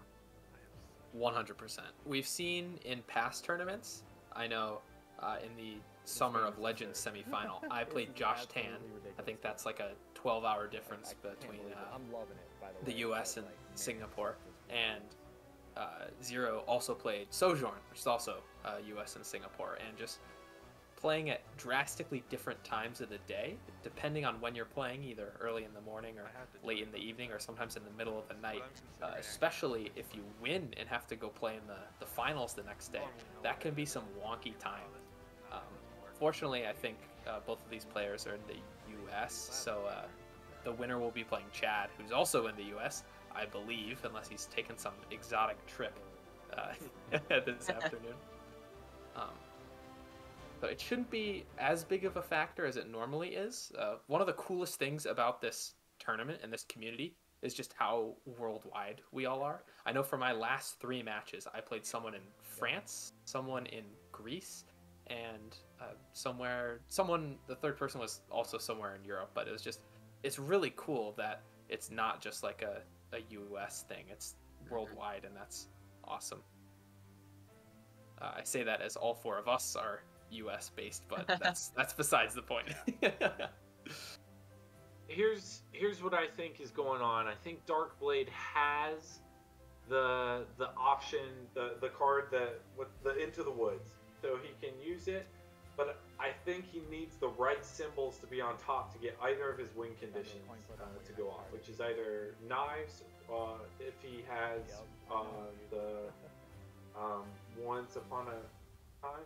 That Once Upon a Time is a 3 auto damage, right? I think so. So he needs knives in order for that to go across, or he needs a wolfbane flower in order to get the cancel to go through. So he can either play that scheme and then risk drawing into it.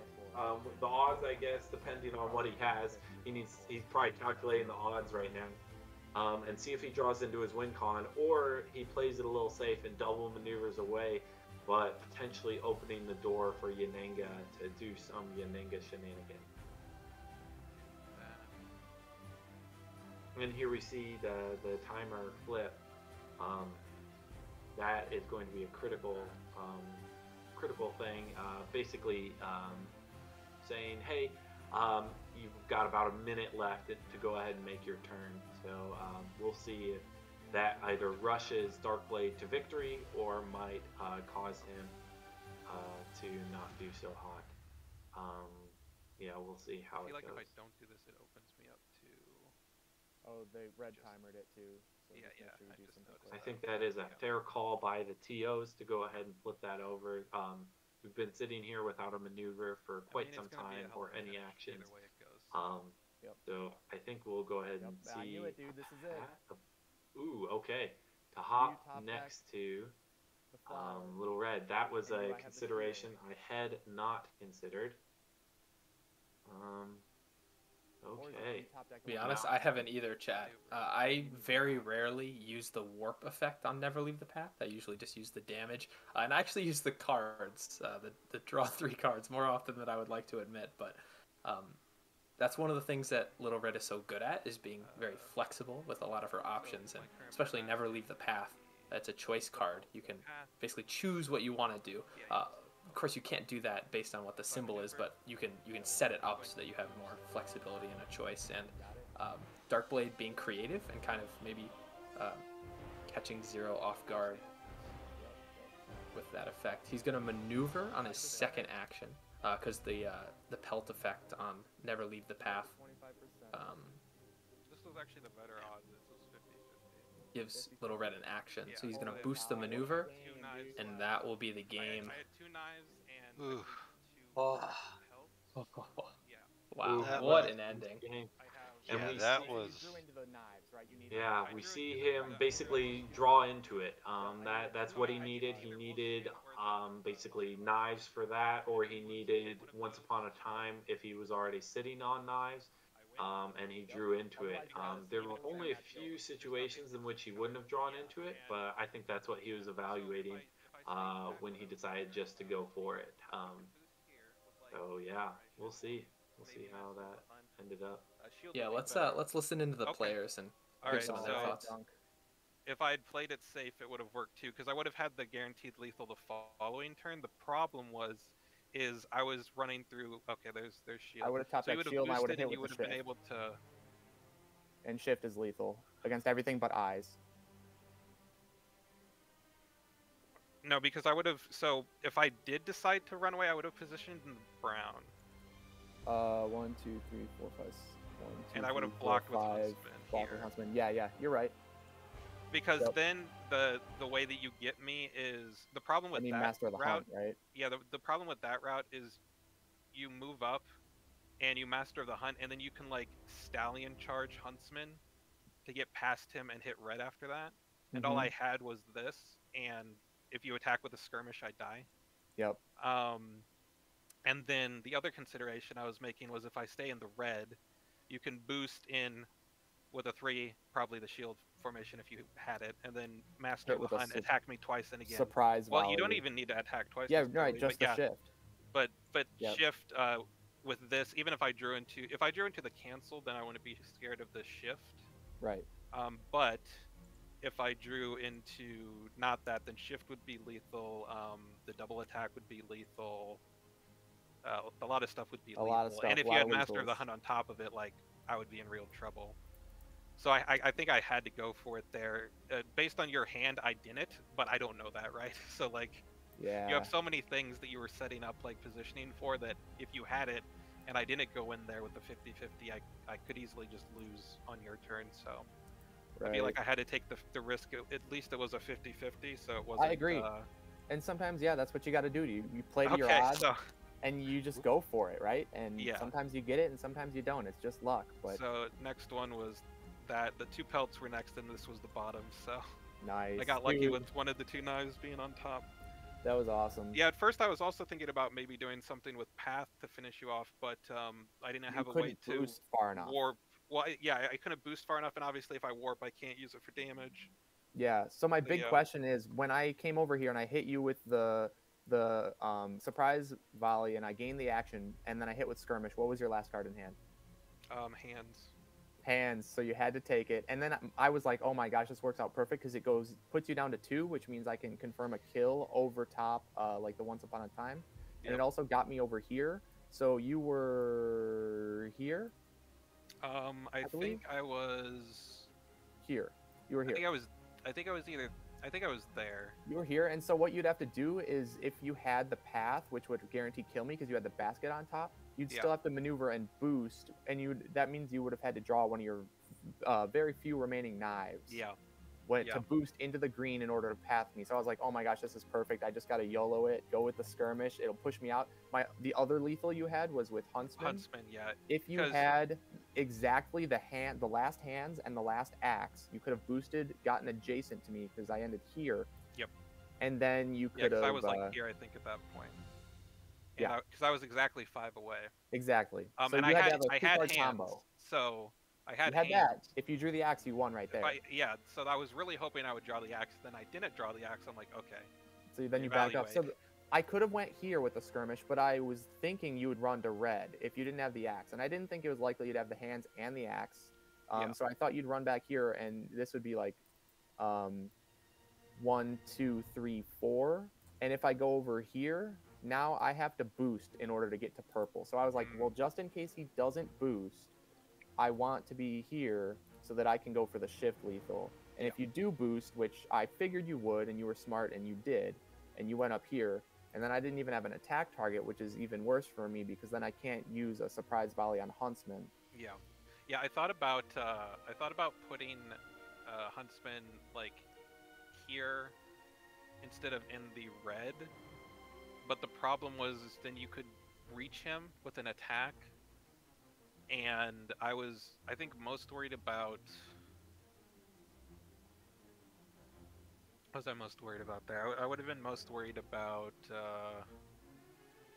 Oh yeah, I was worried about you, like, moving in, boosting Master of the Hunt, and then Stallion charge into, like, an attack on red or something, because I didn't have anything I could survive with. Yeah, you were smart to bring both of them. Or a skirmish. You're smart to bring both of them back to red. Yeah, the turn that I attacked with the Huntsman to get the long have I sought you, I was reconsidering that at one point. Like, was that the right time to do that? Because it let you Stallion out of there into a better spot for you. And so at first I was like, ooh, because with my hand how it was, I was like, maybe that's actually really bad for me. But it ended up working out. Yeah, and I considered I had a skirmish at that point, but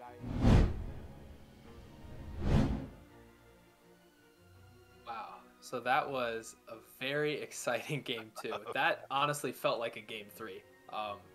If that was the ending to the entire match, I think I would be very satisfied with that outcome. But fortunately, I guess it is not. We will get a game 3. It will be zeroskatr12 Yananga versus Darkblade's Medusa. And since zeroskatr just lost game 2, he will have map and position pick. So, Chad, what is this this outcome for Darkblade winning Game 2, where do you think Game 3 lies? Who do you think's favored going into this?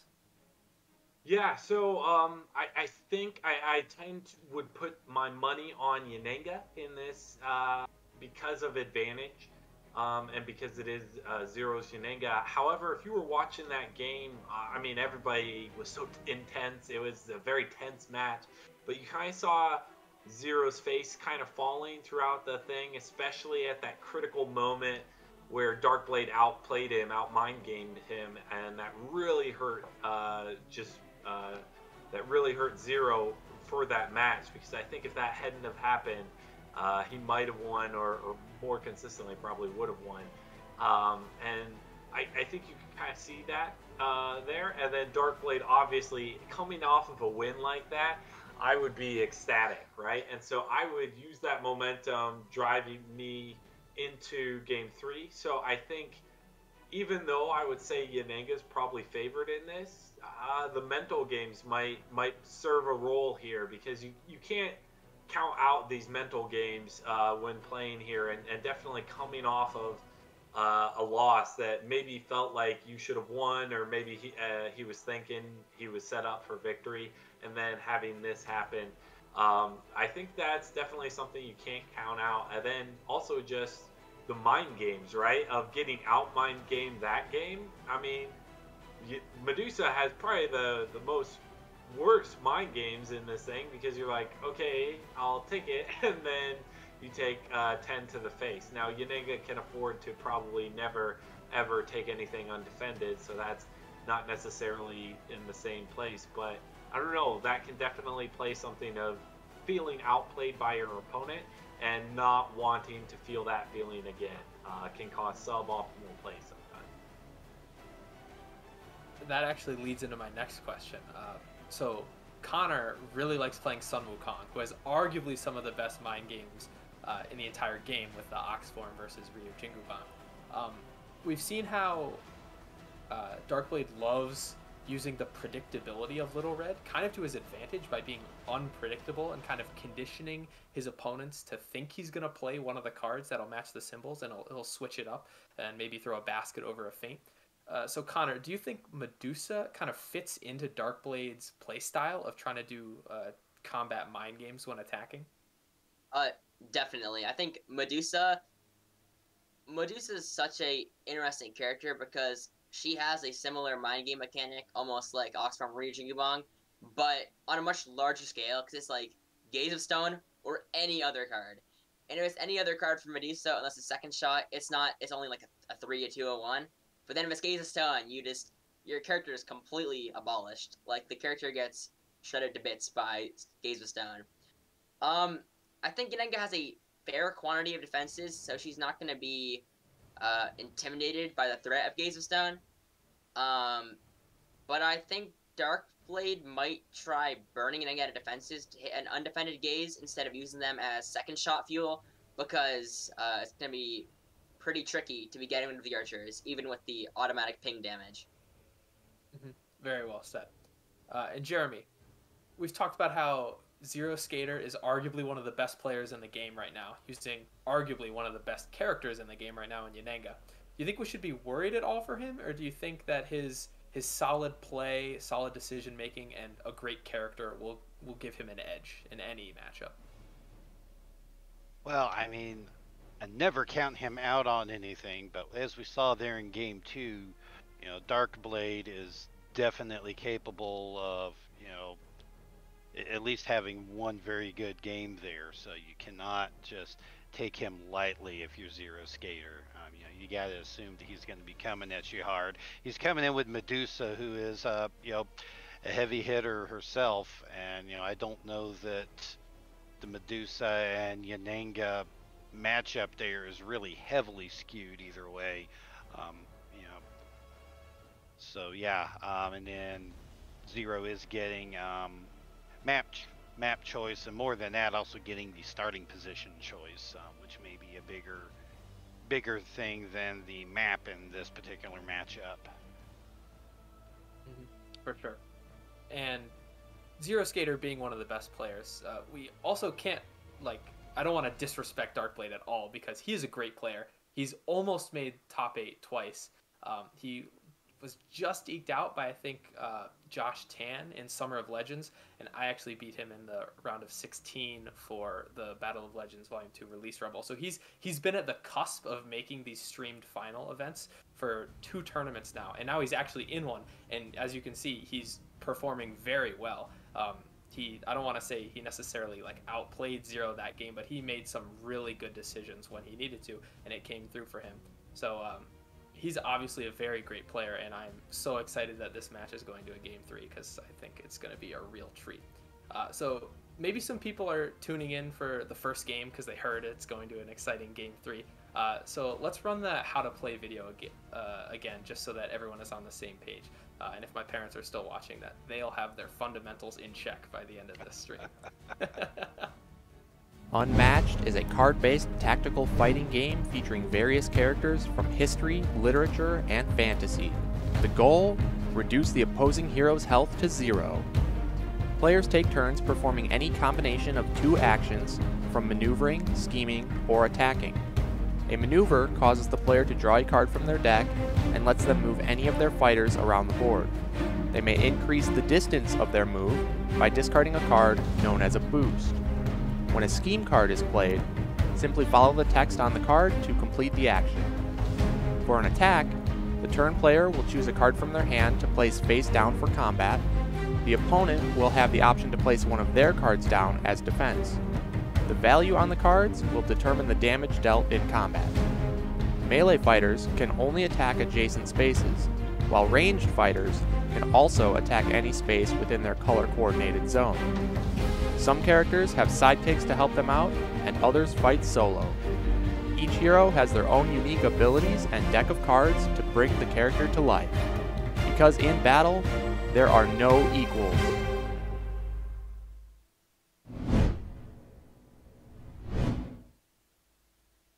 That's just an awesome video, and if you can't tell, the voice behind that is actually zeroskatr12. So he's got his fundamentals locked down, just in case you weren't aware. So we know the characters for Game 3. Obviously, the only heroes that are left for each side. We have Yananga versus Medusa. So let's start taking a look at their key cards. Let's start with Yananga. And Chad, you want to run us through these?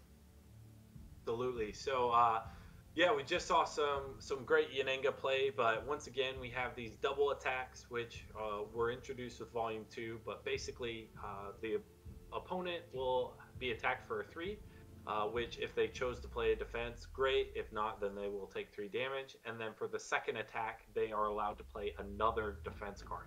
I find these cards are extremely critical for this matchup, so I think depending on how Darkblade maneuvers these will definitely play into this matchup. Surprise Volley is one of the only guaranteed ways to gain an archer back. Now it is only guaranteed assuming my opponent does not faint, but if they do, I get to go ahead. If they do not, I get to go ahead and place an archer in the opposing fighter's zone, or I can go ahead and gain an action. So making the critical decision at the critical time can definitely swing the game in your favor. Then we have Master of the Hunt, very straightforward. You simply gain 2 actions. Because it costs an action for you to play it, you basically net yourself 1 action. So if I play this at the start of my turn, I will now have 3 actions to work with instead of just 2. We have 1 with the land. Move each of your fighters up to 2 spaces. Each of your fighters recovers 1 health, draw 1 card. Because once again, Yananga can delegate damage to her 2 health sidekicks, of which she has 2 of, that are sharing the same zone with her. This card can be utilized for a lot of powerful healing, as well as because of Medusa's ability, which we will get to in a second. Her archers might be at 1 health more often than not, and so 1 with land basically makes them live just that much longer. Finally, we have Stallion Charge, which is probably the most important card in this matchup. You basically get to move Yananga up to 5 spaces through opposing fighters, and then dealing 1 damage to everybody you move through. Medusa, as we'll get into in a second, has 3 1 health sidekicks, and so if Yananga can utilize this to kill 2 harpies at a time, it definitely shifts the game in her favor, especially since, as we'll get with Medusa, a lot of Medusa's powerful effects are tied to her harpies. So this card is critical, and when it gets played, if it's fainted or not, all of those things will definitely determine the winner of this next game. Thank you for that rundown, Chad. Let's take a look at Medusa's deck now. Connor, can you run us through Medusa's deck? Alrighty, so here we see Medusa, a member of the Big Three, now Big Four with Yanenga. Medusa was arguably the strongest character before Yanenga came along, so she is nothing to be taken lightly. So we see the first card we see, Gaze of Stone. Now, you can see Gaze of Stone is a mere 2-value attack, but if you win that combat, you get a nice free 8 automatic points of damage, which is just completely brutal. It'll ruin your opponent's game, it'll embarrass them, they'll feel really bad if they lose that combat. Although, it's very tough to be able to deliver an undefended 2-value, or win a 2-value attack. So, Medusa has a lot of cards that help her discard, like Hiss and Slither. A 4-value defense card that allows her to force her opponent to discard a card. However, it is a card the Medusa opponent gets to choose. It's not a random discard, like Stones in the Belly for Little Red. So your opponent does have control over what they're getting rid of. They might not get rid of a defense card, but your opponent burning out a defense is still really good, especially considering the card directly below it, Clutching Claws. These 2 cards combined are 6 discards, which is a fifth of your opponent's deck, and them not getting to play that substantial amount of their deck is just absolutely crazy. That's a if they're discarding defenses, you're setting up for Gaze of Stone. If they're discarding attacks, then Medusa's a lot comfier playing aggressive. With Second Shot, a 3-value attack that you can boost. This card, it can be good if you don't think you can land an undefended Gaze. You might use Gaze of Stone as a boost to make it a 7-value ranged attack, a very powerful attack. You also have a Scheme Momentary Glance, which has a 4-value boost, which you also can use to bump this up to a 7. But you also have stuff like Hounds of Zeus, which is just a 3, and a 6-value range attack is still really strong.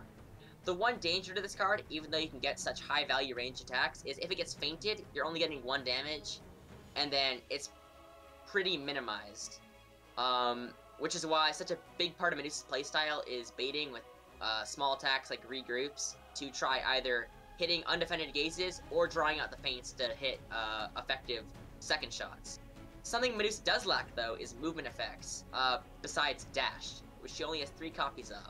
And Dash is just a 3-value versatile that allows the fighter that's playing it to move 3 spaces. So a Harpy could play this, but Medusa might want to play this against someone like Yanenga if she thinks Yanenga's going for something like an offensive point blank, or an offensive stallion charge, where she wants to try minimizing the blast radius. Something to note also about Medusa is her ability is that at the start of her turn, she can do 1 free damage to an opposing fighter in her zone, which against Yanenga isn't the most substantial effect, because Yanenga has 4 extra health walking around the map with her, and she also can heal it back with her Scheme 1 with the land. But free damage is free damage, and at a certain point Yanenga will run out of archers, and then Yanenga is just getting pelted with little stones. Free damage is free damage. Never has a truer statement been said. Thank you very much for that rundown, Connor. We have now knowledge on the map they're going to be playing on. They will be playing on Sunnydale High, and this is perfect. This is one of the 2 Buffy maps. We have a Buffy set master with us today, Jeremy. So Jeremy, take it away. Okay, well, as you can see here on Sunnydale High, this is essentially kind of a figure 8. It's made up of a number of loops there. You've kind of got the red-pink loop up top. You've got the purple library over to the side, and the yellows to the bottom there. But you've got areas where you can get all congested right up next to each other and attack. You've got lots of places where it's just single little areas of loops in there. You've got some places where the zones bleed over, very much there in the center. And then you've got places where there are hard cutoffs on the zones, very much like the library on the side. this is really just kind of an all-around map that's very balanced and really doesn't tend to favor any particular type of fighter in this. Um, like ranged and melee tend to kind of all be favored the same on this. And we knew this was going to be an interesting map pick because in many regards, Yananga and Medusa want to have the same sort of maps. So it was going to be an interesting pick. And it's very interesting to see Sunnydale come out here into this map. Into this game, rather. Yeah, very interesting. This was actually the game that knocked me out of top 8 contention. I was the Medusa side of Medusa Yananga versus Caesar on this very map. So I'm getting some bad memories from this. So to ease my suffering, we'll cut into the game now. I think the players are ready to start, and hopefully the best player will win. This is a really fun matchup. So couldn't ask for a better game 3, I think. So there's like upsides and I downs. would like to highlight that because of where Medusa starts, she really does have to spread out her harpies in order to basically avoid like a turn 1 stallion. So there are only a couple of places that you can hide them to like make sure that you don't even lose just like 2, which oftentimes you'll take if you can, you know, take out 2 harpies in one go in your first action, then I think you'll take that. So very interested to see what the play is here.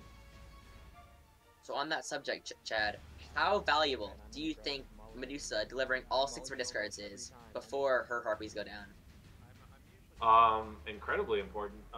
Generally, she doesn't see many of her harpy discards, at least early game, because if she loses all of her harpies due to effects and such, then it's kind of really hard to get them back, and she's only got a few schemes that can allow her to do so.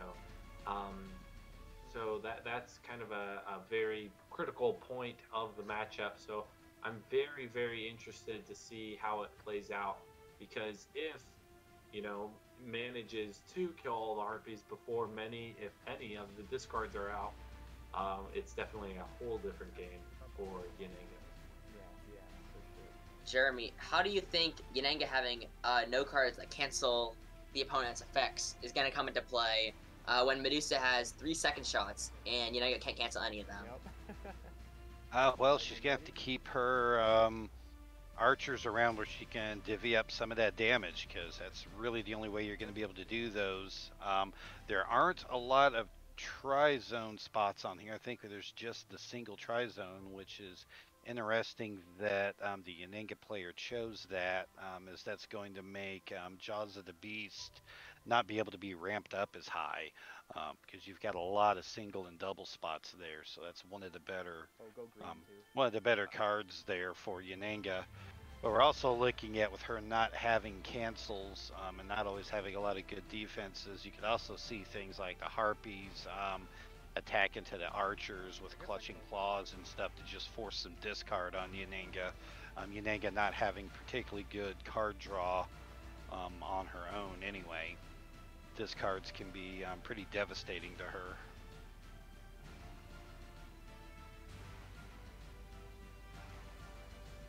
So what we see here is basically what Zero did early against Little Red, basically blocking those 2 things so that the thing couldn't be done to him. This is basically blocking that so that Zero can't run in, turn 1 attack, and then Stallion charge. But it looks like he changed his mind. So this is a very interesting decision. So if Zero chooses to, he can attack Yananga turn 1 with a Stallion Charger, then run through her and a few harpies. But assuming Medusa has a feint, then basically she would negate one of the 3 Stallion Charges, which would definitely turn the game in her favor. So very, very interesting play. As I was talking, obviously he chose to opt against that. So very interesting play. And now you bring up potentially feinting the Stallion Charge. I think that's one of Yananga's strengths. all of her cards are just very good and very solid, that it'll be really tough for Darkblade to decide when exactly he wants to use his feints. You have surprise volleys that will bring archers back for Yanenga. You have Stallion Charge, which can just wreck all your sidekicks. You have Rain of Arrows, which is a double attack. Medusa does have a decent amount of versatiles, but really not all that much. So the decision making for the Medusa player in this matchup is always a little tough, just because you only have 3 cancels, and it's always kind of hard to part with one.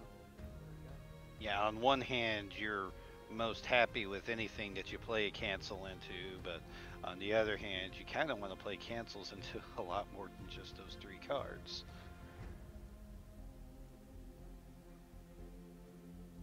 The zeros? Oh, you got it, Chad. Oh, sorry. Yeah, I really like this play by Zero. He's basically saying, I'm going to get full value out of my Stallions if you choose to attack me with anything other than an offensive feint. So he's really basically baiting Darkblade to attack him and kind of surrounding him, so that even if Darkblade double maneuvers, he can't really escape this too well. I mean, Medusa is a 3 movement fighter, so he can definitely move pretty far, but Yanenga would still be in a good position, I think, here. We see him back up 1, so he's not threatening point blank, but that's okay. Yeah, very interesting positioning here. If he chose the Stallion Charge and Yanenga attacked him, he would still kill 2 Harpies, assuming no feint was thrown out. Yeah, backing Yanenga up that 1 space also completely pins in Yanenga into that, I'm not Yanenga, but Medusa into that area that she's in. That's a good point. I love this play by Zero, considering that we've seen in the Bigfoot game from game 1 and his Yanenga last game, how he's a very calm, collected, and cautious player. He doesn't necessarily take a lot of risks or play super aggressively, but I think this move, moving all his fighters basically up into Medusa's face, is a very just aggressive opening. Like Chad said, he's kind of daring Darkblade to attack him, and I'm honestly frightened, and I'm not even playing. Yeah. Oh, sorry, you go, Jeremy. I was saying that I suspect that he had this exact move in mind when he picked this map. What a clutch opening of a Darkblade. I was about to say I think we might have seen a critical error choosing to ping Yanenga versus the Archer. Because if you ping the Archer, then all it would take is 1 more ping, meaning the Archer would start in your zone and you would basically be able to move through it. However, he did have the momentary glance, which definitely helps him in some way, at least. Not as much, but definitely still helps him clear out an Archer immediately, so he can start that migration process away from Zero. The Great Harpy Migration at the Sunnydale High School. Yes. Let's be honest, this is not the weirdest thing to ever go down at Sunnydale, okay? I'm just saying. I'm only on season 3, no spoilers, please. Okay. So Connor, you gave us the wonderful Medusa run through. What spaces do you think on this map that should Darkblade like camp on and try to cover those zones with his range and his ability? Well, the obvious space for a ranged fighter is the tri-zone space, because from that position you have solid range to the surrounding zones. The zones that the tri-zone covers aren't the longest. They aren't so far away that that melee fighters can't get close, and in this case the opponent's ranged. So for range versus range, you kind of have a different mentality than ranged into melee or melee into ranged. Where ranged into melee, you're looking for places where you can cheap shot your opponent without them being able to easily get to you. But for ranged versus ranged, you're looking for points where you can shoot at your opponent while also being able to slip out of their firing range really easily. So although the tri-zone space might seem like the obvious choice, I think it might not be the best one actually, because not only does that give the maxed out Jaws of the Beast, but it also puts Medusa in constant range of Yananga, no matter where Yananga is, as long as she's on that like half of the map. I think Medusa might want to go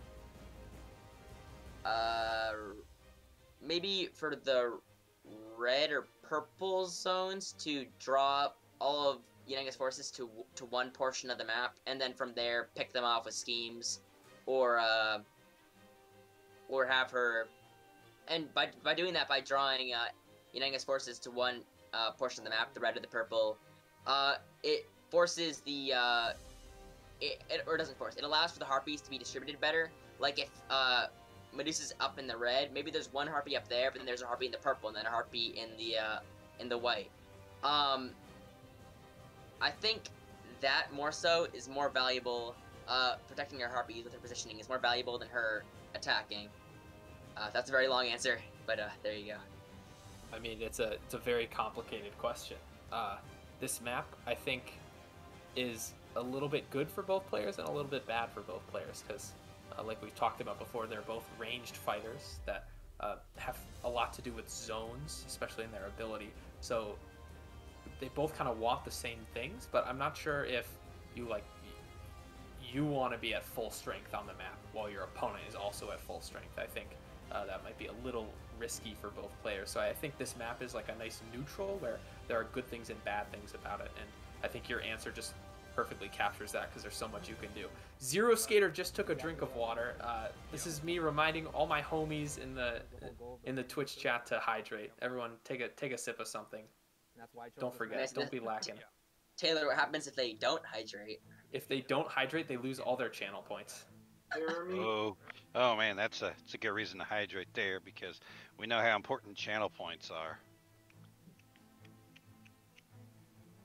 Jeremy, do you think, how much do you think this is a stallion charge from Zero? How many could he take out here with a stallion charge?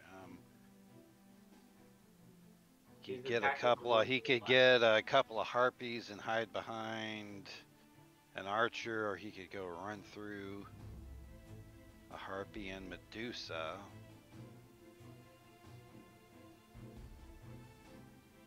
It's feinted, whatever it is. Oh, that's a good feint. Yeah. Because he was deliberating, I was wondering if he didn't have the feint.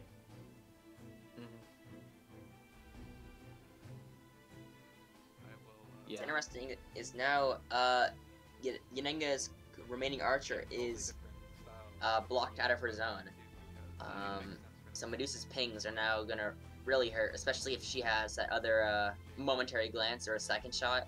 A lot of stuff can start going south for Yanenga if she doesn't regroup with the archer or revive her defeated archer. Yeah, this is something that we saw the Darkblade was able to do in Game 2, was kind of separate Yanenga from her archers a bit and eliminate some of the archers. I have an interesting question for you, Chad, as you've probably played with Zero recently the most out of any of us. He knows that Darkblade likes to mind game, so do you think he's going to take any attacks from Medusa this game? That's such an interesting question. I mean, this matchup is so much about resource management. As Medusa, you kind of have basically two things. Are you worried about damage, or are you worried about just taking them out to the long game and then hitting them with a gaze of stone after baiting them out? So after we see what Darkblade does with the second shot, if he boosts it, we know he's probably going for damage. If he doesn't boost it, I think he's probably not. And if he chooses to make that decision to not boost it, then I think Zero will tend to maybe take a few things undefended, potentially. Generally, you want to defend everything regardless, just because you'll have some effect that will go off that's beneficial to you. So if you can afford to, great. But if you can also take a regroup and force the overdraw and force Medusa into fatigue faster than you, that is also ideal. But yeah, okay. I don't know. I would be very hesitant too, because if he outmind games me again, then I might take 10 damage. And maybe being a little shaken from the first one, that might mess me up. But Zero's not one to easily let other games influence how he plays this one. So I don't foresee that really being too much of a problem. Just something to be aware of as a player. So Chad, to kind of extend off that, do you think there's any world where Zeroskater, or not Zeroskater, where Darkblade incorporates kind of a mixture of going for the Gaze of Stonewind and still getting a lot of big hits in with second shots? Like, do you think he might go for some 5 value or 6 value second shots? Yeah, I mean, it's definitely possible. The main thing is whenever you are doing that, you are giving up resources for damage. But the resources meaning passes and such. I definitely think it's worth it a lot of the time. But sometimes it can really burn you easily. So it really does depend on exactly what your hand composition is and such. Here we see pin the prey defense against a clutching claws. I think that was a great play by Darkblade, and my assumption is he might have another one. So if Uninga chooses to attack him, then he'll be in a worse position. The rare sidekick double discard. Interesting to see Zero get rid of a one with the land. That healing might come in handy, especially if Darkblade's going for that damage route.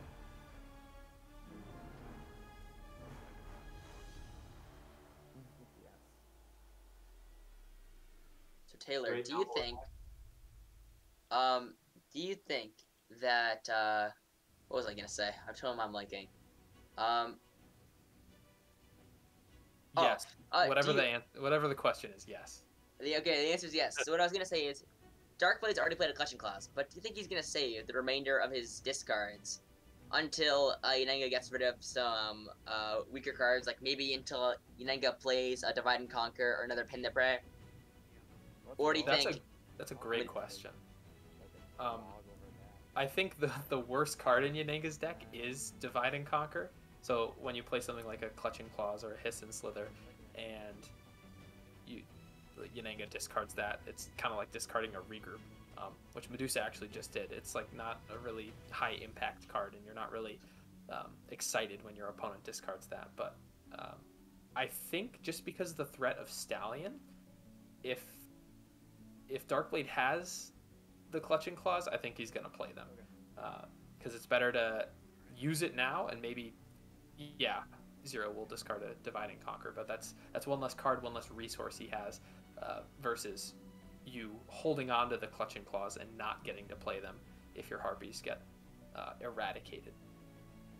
One thing that happened while I was giving that answer was Darkblade took the second attack from Rain of Arrows. I think that's a great decision because both of these ranged heroes are trying to run the other out of defenses, and especially when Darkblade knows he's getting attacked with something that's a 3, it's not a 4 or 5 value Jaws or a Shift. I think taking that and potentially saving a card is fine. Although he did only have 2 in hand, so you wonder if he's taking that because he can or because he has to if he doesn't have any cards. Yeah, that's a great point. I think even if he did have defense, it is the smart thing to take it, as you mentioned. So yeah, definitely agree. Showing just Darkblade's skill and why he is here in top 4, competing for top 2 or top 1. So I definitely think that shows the skill of the player, but it definitely does highlight, like, was this by choice or by necessity? Jeremy, so obviously these two fighters have very different kind of toolboxes to mess each other up. But do you think in this matchup, the Unninga's double attack or Medusa's second shot is more of a danger to each other? I mean, the second shot, The nice thing on the second shot is Medusa can kind of decide what it's going to be after she has seen the defense there, versus the rain of arrows there from Yananga, which is always just going to be 2 3s coming at you, which is just a solid thing. So I think there's a bit more of versatility there with second shot. The Medusa can kind of look at what has been played on the first attack, and where, if the opponent has maneuvered away or anything, and kind of take that into consideration on it. So I think that would be a bit stronger there, just because of that. And of course, they both get shut down by a feint. Well, it's good for Medusa that Yananga does not have feints. That is very true. Yeah, we saw how it. Oh, I was gonna say. Oh, you go for it. Okay, I was gonna say we saw how Yananga not having feints impacted her in the Little Red game, because obviously Little Red has a lot of really good effects that when you know they're not going to get canceled, you feel a little bit more confident in making big plays. And Medusa obviously has some good effects like Gaze of Stone, but a lot of them, besides second shot, really are fine if they're not canceled, like dash and snipe especially, although I guess the heartbeat cards are also good to cancel. What was your question, Connor? I was gonna say, if Yananga had her own set of feints, how much more powerful do you think she would be? It depends what card was taken out of her deck to put in the feints. If it was Divide and Conquer for 2 feints, she'd be, oh my goodness, she'd be the best fighter in the game. But if you're taking out something like Point Blank, I don't know. That's an interesting question that maybe Gary or someone with a little bit more deck composition experience could answer. Or Jeremy. Jeremy likes custom decks, I think. I do that a bit. I mean, that is, I think, the lack of feints, or actually the lack of any type of canceling at all. Not only just not canceling card effects, but she can't ignore values of attacks either. And all the other published fighters in this tournament have that ability, one or the other. So this is, one of that and probably a really low card draw are probably the 2 downsides to Yananga. Although that low card draw can also be a boon for her at times. How much stronger that would make her, I think it would. I think you could potentially do that there, because there'd be a lot more that she'd have to shut down. Right now, she kind of has to rely on using her archers on any of those big nasty things that don't get canceled. And if you're in a situation like this where you don't have your archers, it's, she starts taking big hits. So on the subject, you go.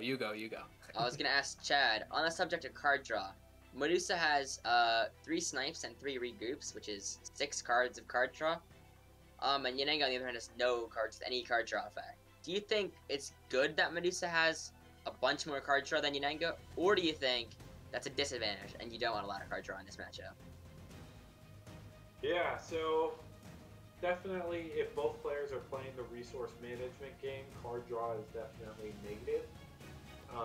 However, since regroups, they're not really attached to, for example, a good card that you want. Like, it's not like you have a really good card you want to use, but you have to draw cards because of it. So since regroups are often thrown out as discards, I like to think she generally only has 3 draw cards, but she also has 4 passes. And Yananga doesn't really have passes in the traditional sense, because they either draw her cards or give her action. Now, one of them also heals her for a little bit, so sometimes that draw card can be negated. But yeah, it's very interesting to kind of see. I think draw power is generally negative in here for example, snipe and stuff. But because it is such a resource management game, and like if you get discards on your opponent and then you also get card draw and that push you at hand advantage, then you can just double attack on that turn and force them to have to run away. and then, you know, hopefully help you out, turn the tide in draw advantage and stuff. So it's a hard call to make, but I would say her 3 snipes, if she's only drawing cards from snipes, she's totally fine in that sense. If she's also drawing 1 or 2 cards for her regroups, then she really has to worry about fatigue, I think. What are you gonna say, Taylor? I was gonna say, well, while we're on the subject of like card draw and deck composition and how they're made, I just think it's awesome how Restoration Games has made over 20 fighters that all have different decks that have different strengths and weaknesses, and they all feel fun to play and just unique. I think that's one of the best parts about this game that I appreciate a lot, is how every fighter is different and feels unique. And I just want to say hats off to them. There's going to be like 30 to 40 fighters at the end of this year. So it's crazy. It's awesome. Yeah, we just saw while we were discussing that an offensive feint from Medusa there that was played into. That was a point blank there, which that was. Yep. It was an interesting. Was was that a defense? Okay, defensive. Okay. Yeah, I think. Either way, that's still a good feint. Point blank. This thing's going in Ningadex is something you wanna definitely feint more than some of the other stuff. And not drawing a card, or sorry, not taking a damage from it. You know, if it was a 3 value attack, is really good. Now this positioning here is basically baiting a stallion charge, which if John uses and it gets feinted, that's his last feint. And losing your last feint with 2 double attacks, 3 action gain, Archer revive cards left, that's pretty rough to be out of feints at that point. So if Zero has the stallion charge, I would play it and just run over all those Archers. So on the topic of feints running out, Taylor, what do you think about Medusa having 1 feint left when Yanenga still has 2 double attacks, 2 stallions, and 3 surprise volleys? Yeah, like Chad was saying, I'm probably a little bit nervous about that, considering that one of Yanenga's potential win conditions that I'm sure John is thinking about right now is that big combo turn with Master of the Hunt, Rain of Arrows, and Surprise Volley, especially for actions. And if you can get Medusa to play a bunch of block cards, and you keep attacking her, and she runs out and she starts taking undefended hits, even though most of her values are 3s, that adds up a lot. And especially with like combo finishers like Momentous Shift or Jaws of the Beast, that could be 5 damage. That could really hurt. So me seeing 2 feints this early and not on double attacks or Archer revives is a little concerning for me. But Yanenga is at a relatively low health amount right now with no Archers, so I could see it going either way still, despite the disparity in cancels. To expand upon what you're saying about a potential condition of a big combo finisher, I know you love Bruce Lee and the Raptors because of their like vicious, aggressive combo nature. What kind of like hand count risk do you think Yanenga faces if she's building up all 3 of her surprise volleys and then a double attack, or then like 2 Master of the Hunts? If she's building up all this fuel for a huge combo, what risks do you think she faces if she has that just such an excessive amount of combo fuel? That is another banger of a question. I think it's fine if Yanenga has 1 or 2 blocks in her hand, and you don't end in Medusa's zone as much as you can help it. 1, so that you avoid the ping damage when her turn starts, but Medusa doesn't have any action gain or double attacks or anything like that. So if she is maneuvering into your zone and then attacking you, you know you're only going to get attacked once. So you really only need 1 or 2 max if you're Zero. Although he likes to play safe, so he probably has a multitude of block options in his hand, especially because Yanenga has a lot of versatile cards. Yeah, also at this point, he's also lost both of those archers pretty early into this game, and those surprise volleys are your way to get them back, and I don't know if he wants to, sacrifice them after losing them this early. So this is what we talked about earlier. Do you play the Clutching Claws while Divide and Conquer is still in Yanenga's deck? And we see there how Darkblade played Clutching Claws with his last Harpy.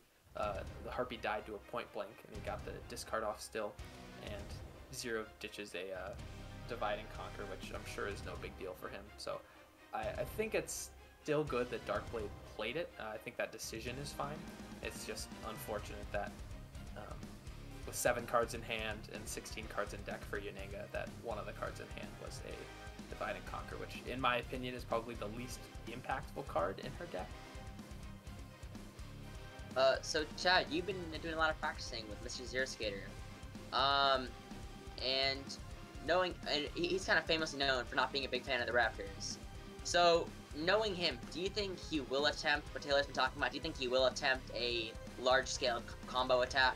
Or do you think he's just going to steadily rebuild his archer army? I don't think he will do either until he knows what his best option is. So, for example, he's still got 2 dashes and 1 feint left. So I don't really see him going for the combo turn unless throughout the course of the game, those 3 cards are played and he's almost guaranteed a combo onto Medusa. Otherwise, I see him throwing out 1, maybe 2 archer revives and then making the call at the moment of what his best option is, basically to, either press the attack or basically consider it a pass and give myself 2 extra health. So I don't think he's gonna go one way or the other. I think Archer Army is probably gonna be on his radar just for the extra health. I think it's gonna be necessary, but I definitely see him potentially pulling out a combo when he needs to, if that will, either put him in a really good spot or finish the game. So, with the end of the game in mind, Jeremy, do you think this game is going to end up going to fatigue? I think it may end up one of them going into it would be fairly likely, and if it's going to go into fatigue, it would probably be Medusa on the fatigue side, as Yanenga tends to go through her cards and her deck more slowly. So if we see it, that's where it would happen at. You don't think Medusa's 4 passes will help her prevent fatigue? Yeah, they definitely can. 'Cause I mean, it's a proper pass. That's what Yanenga doesn't have. But ultimately, that card draw that or just that no card draw built into the deck that Yanenga has is really. I mean, I think she's making it up there, having less. Just that. I think I will get this out here in a moment. Yanenga gains more on evading exhaustion through the lack of card draw than Medusa gains through her passes. But we did see Medusa there just lose the Clutching Claws. Yeah, Darkblade chose to use that as a boost into second shot to deal 1 damage to Yanenga. So this is kind of the question that Chad brought up earlier. Is Darkblade going to use those second shots to boost for damage, or try to just knock block cards out to land an undefended gaze? Chad, do you want to talk more about that? Sure. Very peculiar play, but I think we know I was questioning a lot of Darkblade decisions last game, and he ended up winning, so he's definitely shut me up in the criticism. I think he knows what he's doing. I'm just very confused. It basically, to me, is committing to not using a Wing Frenzy into an attack. Wing Frenzy is pass that Medusa can use to go ahead and basically return a Harpy to her zone. So he could basically first turn, it also provides movement, so he could move Medusa, summon a Harpy, and then go ahead and Clutching Claws on Yanenga. So I am very, very curious to see that boost with Clutching Claws, because you're basically saying, you know what, I'm kind of done with the Harpy at this point. Or if you bring back a Harpy, you have one more Hounds of Zeus, and then, you know, just Medusa's defenses is your only other option to use, and obviously you don't really want to use those. Um, so very, very interesting play for sure. I probably wouldn't be attacking. We see Yanenga attack Medusa with a surprise volley to bring back an archer into a Hiss and Slither. And the discard from Hiss and Slither was a Divide and Conquer for Zero Skater. So both of those cards are out, and Darkblade still has 2 discards left with the other 2 copies of Hiss and Slither. So it'll be interesting to see what Zero will discard now that I think one of the better discard options for him is exhausted. I can touch on that since we have played a lot. I think he wants to save the other pin to prey, but generally his other cards to discard are in fact Master of the Hunt and One with the Land. He really just would prefer to keep all of his cards that have value of attacking and defending, and get rid of some of those schemes that don't really help him one way or the other. Now, I will say I've been burned a number of times for discarding a One with the Land and then losing the game by like 1 health. So I personally am a lot more cautious when discarding those, but since we already saw him discard one of those, I see him potentially either saving the other one or just being like, I've already committed at this point, I'm just going to discard again. So I'm very curious to see, but I know that he does like discarding with Masters of the Hunt and One with the Land, and so if he gets those at the right time, he might be able to both play one of those schemes and discard the other 2.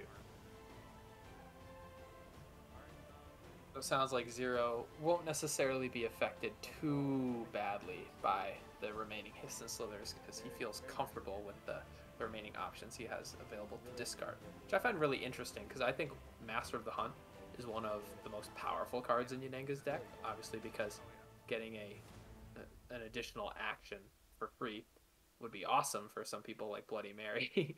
But especially if Medusa is forced to chase and end in Yanenga's zone, playing that and just getting to attack her an extra time, I think can be the difference in some games. But Zero obviously knows what he's doing, so I'll take your word for it that that strategy is proven for him. So Taylor, on that note of Master of the Hunt, do you think, so talking about crazy combo turns, do you think there's any world where Medusa and Yanenga end in the same zone, and Yanenga goes up to 4 actions with double Master of the Hunt, and then goes for like double attack, surprise volley for action, surprise volley for action, and then maneuvers for momentous shift? I'm not sure about that.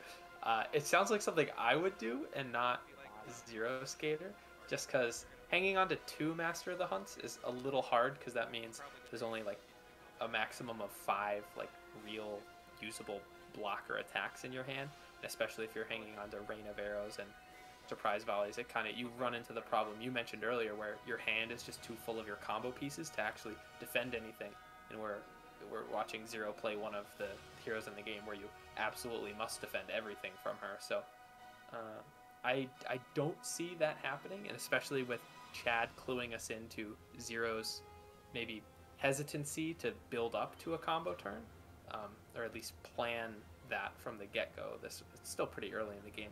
I'd lean towards no. We're not going to see any crazy combo turns, which is unfortunate because I would love to see one, but it's up to the players. I don't think that we'll be seeing Yanenga do her Bruce Lee impersonation today. Yeah, I agree. Now, if I think Zero at this point is basically thinking he's already taken 2 pings, if not more. I believe it's only 2, maybe more, maybe 3. Yeah, maybe 3. So he can't afford too many more pings, I believe. So I think he's probably starting to count, as Connor mentioned, maybe he's starting to count on, hey, I need to get these archers back. I need to get full use out of One with the Land. I need to be able to disperse my damage to them. I basically need to use them pretty well. I could see him going down that route and basically saying, okay, I got to get rid of this other feint, and then I can get 2 more archers back. I could definitely see his thought process kind of going through that, because of all the pings that he'll be taking, because their decks are so close. He can't afford to run away, so he'll have to move in and attack, and either use one of his cards that provides a movement effect, like Stallion Charge or Skirmish, but Skirmish is not guaranteed, and if Stallion Charge is feinted, well, I mean, I guess he's happy if it's feinted. I wouldn't be surprised if we saw Stallion Charge right now, especially given his new positioning, so that he can go ahead and end in that pink zone. I stand corrected. You can't get them all, Chad. It's all right. Yeah, that's. See, I was really hoping he was going to take the action and go for it, considering that Medusa only has 3 more cards in her hand, but Zero's probably making the optimal play for what he has, so it's understandable. Very curious to see him not throw the archer in his zone right behind him. I was just about to mention that, Chad, because with Surprise Volley, the archer becomes the attacker, so the archer is summoned in the opposing fighter's zone, not necessarily Yanenga's, which Medusa is in the green or the blue zone, and Yanenga chose to summon the archer in the blue and yellow zones, which is not in Yanenga's zone. And with both Divide and Conquers already discarded, that isn't an option as a card for the archer to play, so very curious position for sure to bring that archer back. And then he also just discarded the Pin to Prey as off of the card effect from the clutching, or from the Hiss and Slither rather. So that's one less card that the archer has at this point. So the kind of another layer to this this kind of chess match, you could say. These are both really good players playing the top tier characters. Zeroskatr still has 2 momentous shifts, and Medusa is how many Hiss and Slithers does Medusa still have?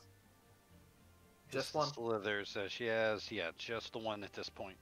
Yeah, Zeroskatr still has 2 momentous shifts. So after that last Hiss and Slither is gone, those 5 value attacks are going to start being worth a lot more. But still, it's more like Yeah, I think Darkblade has he's been doing a great job preserving Medusa's health, but Zero's slowly chipping away at those defenses. A dash, 2 feints, and Hiss and Slither have already been played for Medusa, which we haven't seen any snipes yet. And there's just 1 more feint, 1 more hiss, 2 more dashes for blocks, because I don't really count regroups. But yeah, I'm curious. Chad, what do you think about Medusa's block situation? Should we be worried or not? Yeah, so if he doesn't feint the double attack, assuming he takes them again, which he might take 1, maybe both of them again, that would put him down to 7. And then, as Connor mentioned, those momentous shifts will be doing, let's say, assuming the best for Darkblade, 3 extra damage for them together. That puts him down to 4. Then Stallion Charges might do another 2. He's got another Point Blank. He's got Jaws. It's really hard to position optimally with Jaws. So I would be worried just because also 3 of some of your best defenses draw you a card. And because it's such a resource-heavy game, that drawing a card is going to, I don't know, I feel like that's definitely going to come into play here and probably hurt Medusa in the long run, I feel. Because the deck counts do look very close, but as you mentioned, there have been no snipes played, and snipes definitely changed the game in terms of card draw and deck counts and all of that. I remember someone earlier asking the question, is this game going to fatigue? And it wasn't directed at me, so I didn't answer, but without a doubt in my mind, I I know that this game is going to fatigue. So that card draw will really matter, and that's when those snipes will start hurting more than they help.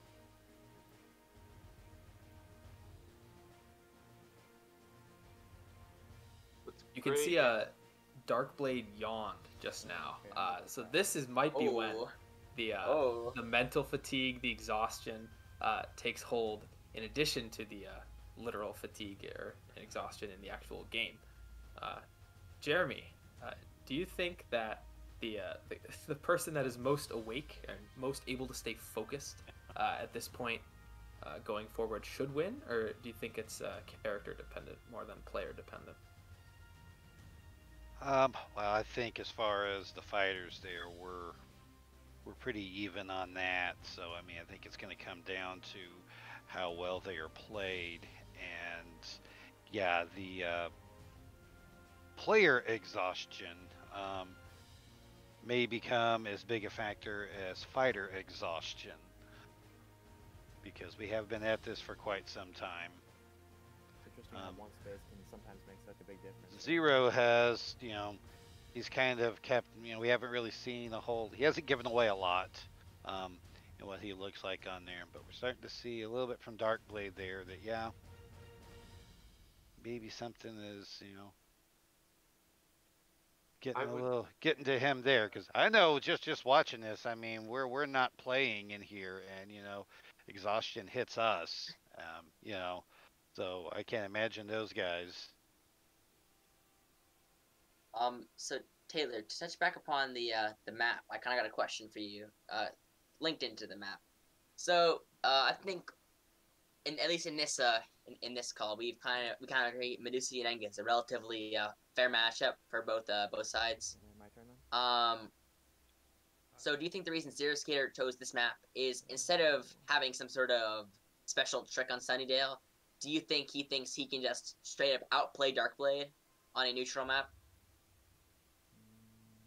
I believe so. I think zeroskatr is a big fan of fundamentals. He obviously has some of the best in the game, and a lot of times in these close matchups, especially like Bigfoot InGen, which was really popular in the Summer of Legends tournament, he accepts that the matchup is close to being 50-50 and just relies on his skill very heavily to get him through those close games.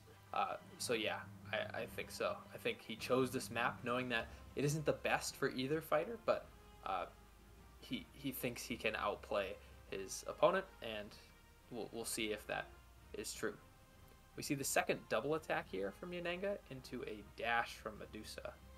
That's the second dash, right? There's still one more left? That's correct. Yeah, dash is an important defense because it can break combos, especially if Zero decided to do a Master of the Hunt big combo turn. Dash is a really good defense because you can move you can move Medusa and potentially get out of Yanenga's zone and force zeroskatr to maneuver again instead of attack.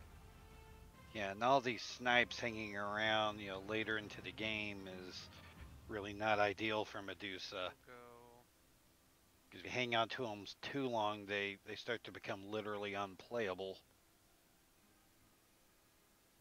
And Chad, we talked about Medusa's health and defenses a couple minutes ago. Do you think Darkblade should take this second attack from the Rain of Arrows? I'm going to be honest, I'm pretty worried for Darkblade at this point. I just, you saw him play a double.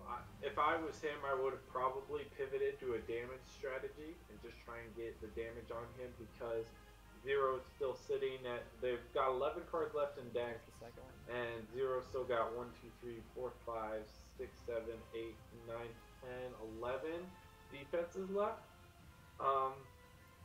I don't see him making enough attacks to basically get that Gaze of Stone through. Obviously, a number of those are versatiles, so Zero will have to use some of them. But even then, I don't see him playing that. So I'm just extremely worried for the resources of Darkblade. I'm not really seeing where his damage is coming from. I think his gazes will go defended and not do anything, and so because of that, then they were kind of his second shots were kind then of I'll maneuver wasted second action. It's not range anymore. because they really didn't do much damage at all. So yeah, and as we saw there, he did defend. I think if you're pivoting to just trying to kill Yananga rather than bring it to exhaustion, then that's definitely a great plan. But I don't know, it's not looking good, I would say. It sucks for Darkblade that both of his second shots were shot into 4 value jaws, I believe. And he boosted the first one with a claws for only 1 damage, and as we saw, he chose not to boost the one he played a couple turns ago. So that's normally a card that you can deal 3 damage, 4 damage with a 4 value boost that Medusa has, and we're seeing a lot less of that damage output from second shot in this particular game, which if you're not getting your damage from that, you gotta get your damage from pings and gazes, and as Chad just said, an undefended gaze seems unlikely to him at this point, so yeah, we'll see if Darkblade can turn the tide at all. Does Medusa still have both Winged Frenzies? Let me look at this here. Winged Frenzies. Yes. Because I know Taylor said without a doubt in his mind the game is going to fatigue. So, Taylor, do you think there's any world where Medusa just looks at the deck counts and says, "Hey, we're tied for deck counts," and just goes off and uses Winged Frenzies as passes and just fatigues Yananga? I don't think so, solely because I just don't think Darkblade plays that way. I think Zero would more likely to be to do that if he was in a position to, but I honestly haven't played against Darkblade enough to really know, but I'm just gonna err on the side of caution and say that he probably will choose to interact with his opponent instead of letting exhaustion do the work. Although he does have a decent health lead, so we'll see. I've been wrong before many times. Nope, no escape. So here's the tricky decision. So if he maneuvers and attacks, then Yananga gets to attack and then maneuver away and stay out of his zone, and they get to keep that cycle on. Basically, which means that Darkblade is not getting his ping damage on. Versus if the cycle was switched, he'd be able to get his ping damage. Now, if he double maneuvers, then he goes down even further in deck count, and Zero can choose to attack with his archer if he wants to go ahead and basically not take ping from Yananga. Yeah, Chad, that's just a perfect way to highlight it. When Medusa is the one chasing Yananga, she doesn't get ping damage if she's maneuvering and then attacking and allowing Yananga to attack and then maneuver. And that's something that the passes can really help switch, because when Medusa uses a pass, she's not drawing a card or anything, and that can make Yananga draw more cards and then have to be the one to take initiative. But just like you said, when Medusa's chasing, it's not a fun time because you don't get your ability damage, and that can be the difference in this matchup for a lot of games. Have the archer attack Jeremy, what defenses do we have left, ignoring regroups for Darkblade? Okay, yeah, well, it was the 2 regroups: Feint, Dash, 2 Snipes, and a Hiss and Slither. There is no more Feint. The third one was just played. Okay. And there is 1 Hounds of Mighty Zeus if she were able to get a Harpy back. There was it being a surprise. How do you feel about that Feint play, Jeremy? Literally, as you were speaking, Medusa fainted his shift from the archer. So that was a momentous shift from the archer, because I did not see that play because I was looking at the cards. So that was. I'm like the waiter that asks you a question right as you take a bite of food to eat. Oh yes, that's exactly what happens there. Well, I mean, in retrospect, feigning a momentous shift is, generally pretty good because you don't take a lot of damage on that. So I don't know if it was smart beforehand or not, but it did seem to work out there.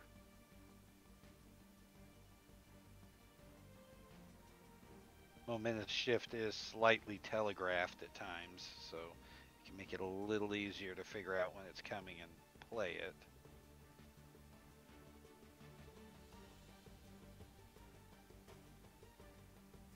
Actually, the more I think about it, the more I think that feint was a decent play, just because there are no more Pin the Praise and no more Divide and Conquers, which means the only card that could have been is a Momentous Shift, a Surprise Volley, or a Skirmish, which are the three Ennies in Yanenga's deck.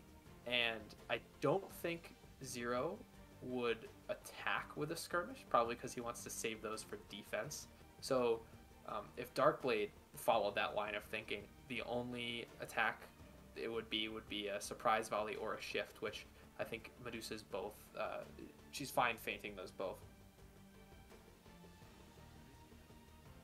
Yes.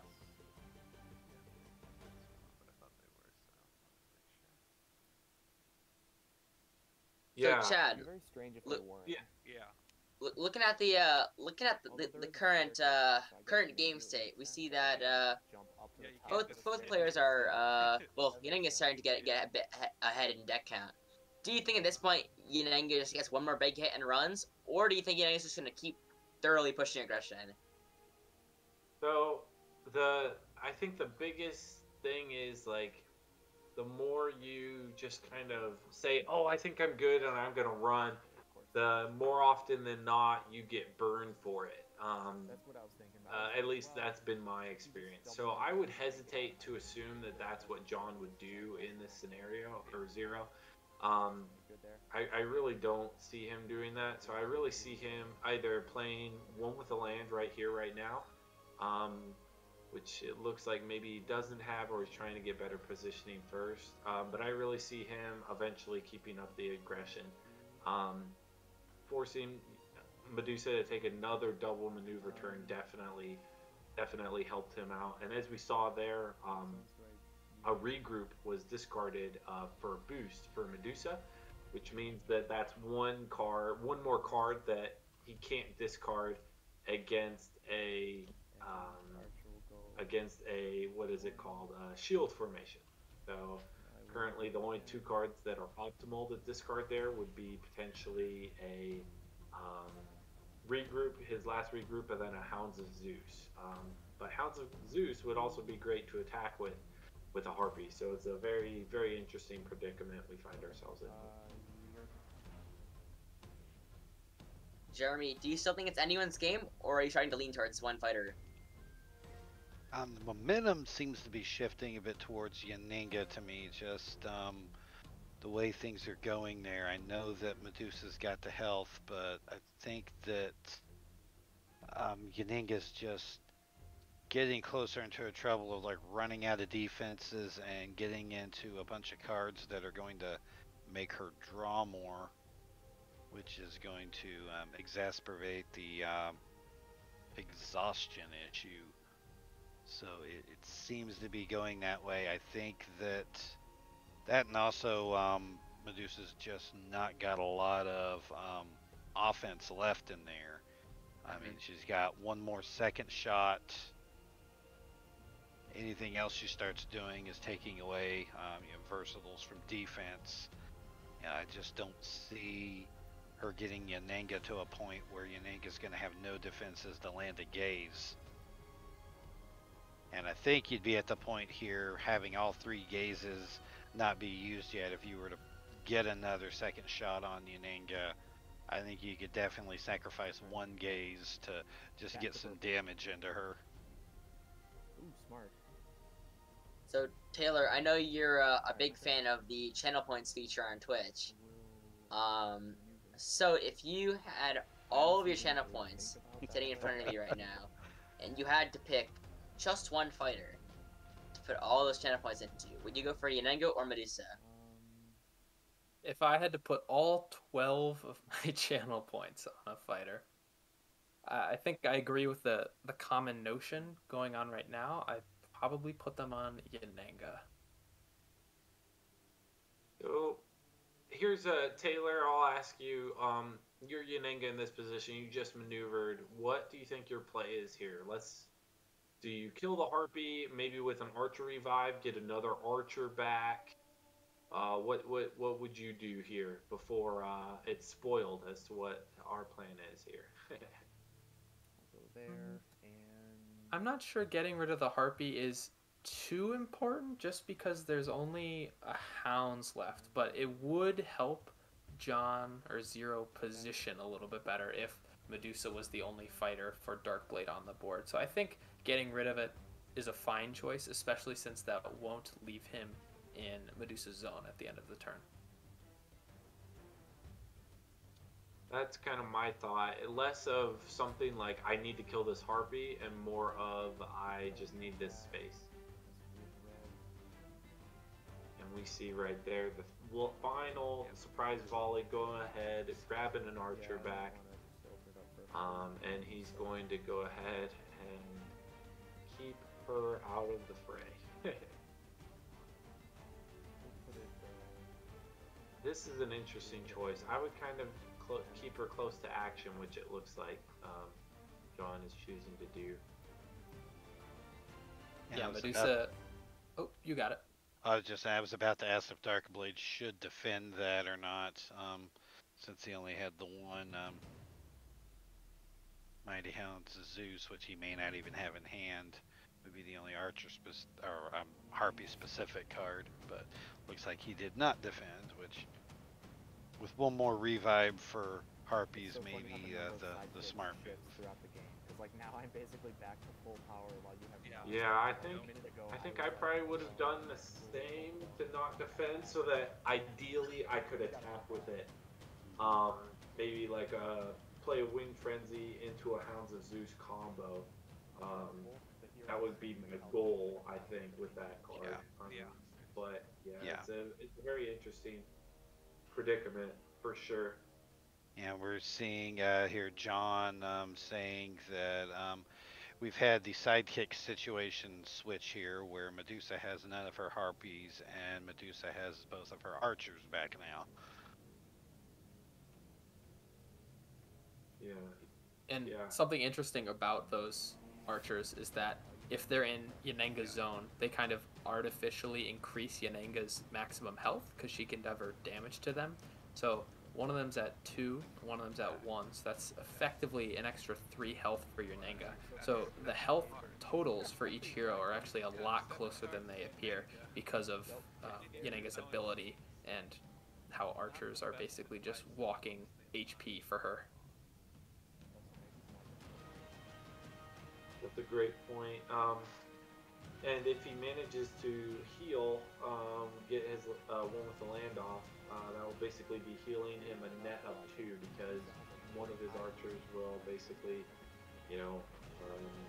one of his Archers will heal, and Yanenga himself, or Zero himself will also heal. So yeah, this is interesting. I think. I don't know. I'm pretty worried for Medusa because she has 3 cards. She only has 3 cards left in deck, and she has 2 snipes. Is that correct, Jeremy? 2 snipes left. Yeah, she has the 2 snipes, which draw cards, which are not good. You see exactly what she has here. And then Archer will attack Medusa. Yeah, that double maneuver turn for Darkblade probably hurt a lot. You know what it is. Yeah, we've got. Yeah, she's got the 2 snipes, the dash, and a hiss and slither in there. And those snipes drawing cards and not really being a good option at this point with only 3 left in your deck. And Yanenga still has both shield missions, right? Yeah. So, Medusa's in a sticky situation. Yeah, and we just saw Darkblade play his last hiss and slither, so really on defense he just has a dash and 2 snipes left. So, and especially with him approaching exhaustion, he only has 2 cards left in deck, and those snipes left. I think it's just a matter of time for Zero Skater. He just maybe needs to attack once or twice more, and then the exhaustion damage can probably finish Darkblade off, along with probably a single undefended hit. So, Taylor, I know you're a big advocate for hydration, and I've noticed that these players haven't been drinking that much water recently. Do you think dehydration will will come into play towards the end of this game? I certainly hope not. I know when I'm playing intense, close games, I can sometimes lose all connection with the outside world. That's not the game, and forget to drink water myself. But um, hopefully, I think both of these players have something handy nearby that if they got thirsty, they could just take a swig of. Hopefully, no one's like passing out or losing brain function due to dehydration. Hopefully not. Hopefully, I mean, hopefully you hate to see it. We don't no want guarantees. anyone taking like health problems for a game. Oh, it is just a game. Mhm. Yeah. So, Connor, what would you? Exactly. If you were in Zero shoes, are you going to run through the Heartbeat and run through Medusa? So. If I was in Just let me know. Zeroskatr shoes, I This is actually so. I would have definitely. Looks like I you think- can't run through both. I forgot Hounds of Zeus only. I thought it only moved you for 2. Yeah, I figured. I might be fine just not even going for either of them because they have to. Maybe I even just run a bunch of space, maybe behind my archer, just forcing them to maneuver, maybe even boost. Just completely ruins them because then they're either drawing cards or just making pointless attacks. Yeah, I think I have too much. On the flip, Chad, what do you think? What do you think Medusa has to do to win this? What does Medusa have to do to? Right now, undefended Gaze of Stone. Boom, dead. Outplayed. Good game. GGEZ. Yeah. In order to win this, I mean, I don't know. Maybe hit a point blank with your last second shot, boost it for 4, deal 5, so put him down to 4, and then hope he runs away. I think if John plays this correctly, I think he wins this. I really don't see Darkblade. John has 1, 2, 3, 4, 5, 6, 7 more defenses that he can use. So there's no possible way that he doesn't have defenses like in his hand right now or stuff like that. And I am not listening to the players right now, but because of the discussion, it looks like maybe they're discussing maybe how close it is or how close to over it is. I was just about to hop in and say, I think the players are talking about how Zero has probably won. Darkblade was saying that Zero still has the ammunition for one last combo turn that Darkblade can't really do anything about, so I think they kind of both know the direction that this match is going. It's just a matter of time. If there was any moment where I wish the audience could hear the players during the game, I think that like last minute or 2 of conversation would have been pretty good. Yeah. If we just moved into points differential territory. All about the health differential. Yeah. Well, I don't know. we'll see. Darkblade, he had a really rough health differential in the first game against Bigfoot, where I think Bigfoot ended with 16 health. So getting a nice, juicy, really close health differential here would be really nice to see on the score sheet. But like.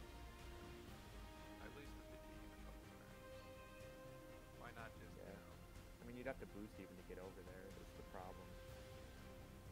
Yeah. You have to boost with a 2 value card, which means an attack, like something good. All your other, you don't have regroups, and you have snipes, which is only a 1, so you don't even make it there.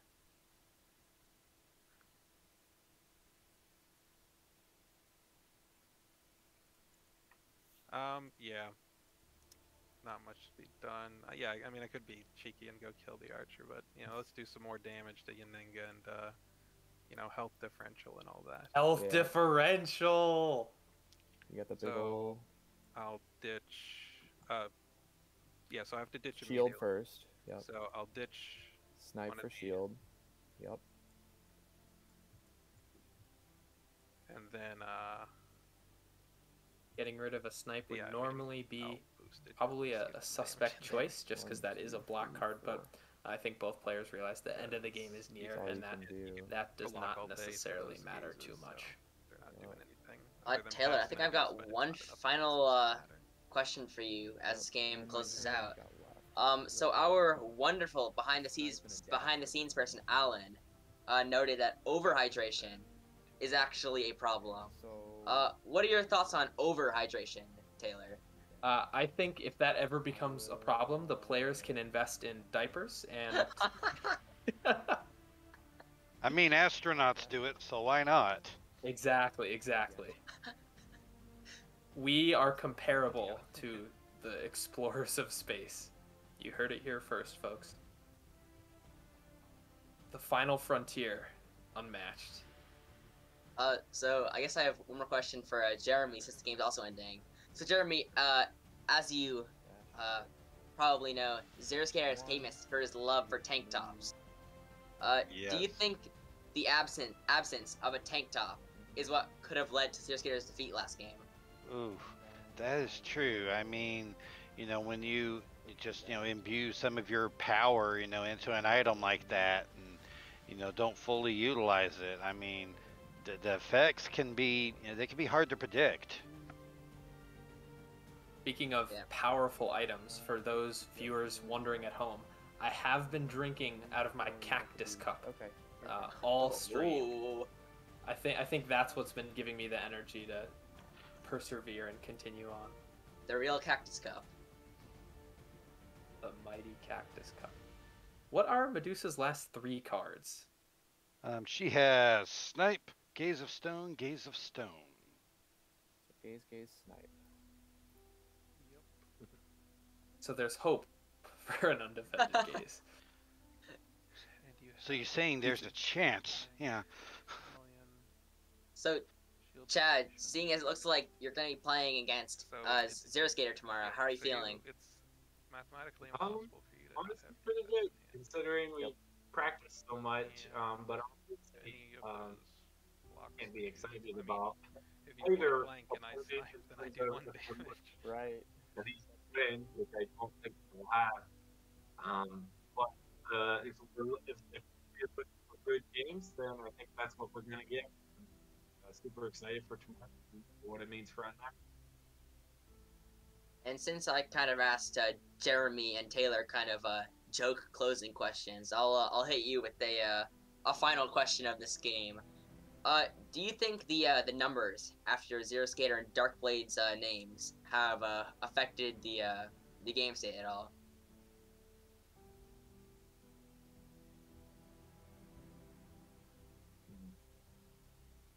Absolutely. I'll hop in and answer that. Oh. Sorry. Was that directed at me? I'm sorry. Oh, that was for Chad. You're good. Okay. Well, we're getting the combo turn. It's happening. It's happening. The combo. All right, I quit paying attention to this thing. All right. Yep, and now he's got no. Oh wait, he does have a defense. He's got a snipe apparently. And there he is officially out of everything. All out of cards. GG's. What a game. My hand. Let's listen into the players. Yeah. One with the land I just drew, and then last 2 cards. Skirmish and my last rain was the very bottom card. But wow, dude, well played overall in the match. I mean, that was a blast. I had a really good time. I definitely played that one better than the one against Jason. So some things I want to say, I guess, about this matchup in particular. Yeah. For one, I think you didn't need to ditch the claws because you could have just wait. I know it might be a long time, but you could have waited until you get the frenzy and then pull off the claws. Yeah. And that at least forces one more discard out of me, and I still did have like schemes, kind of junk, to throw away. So from my perspective, I'm trying to discard non-combat cards for the most part, right?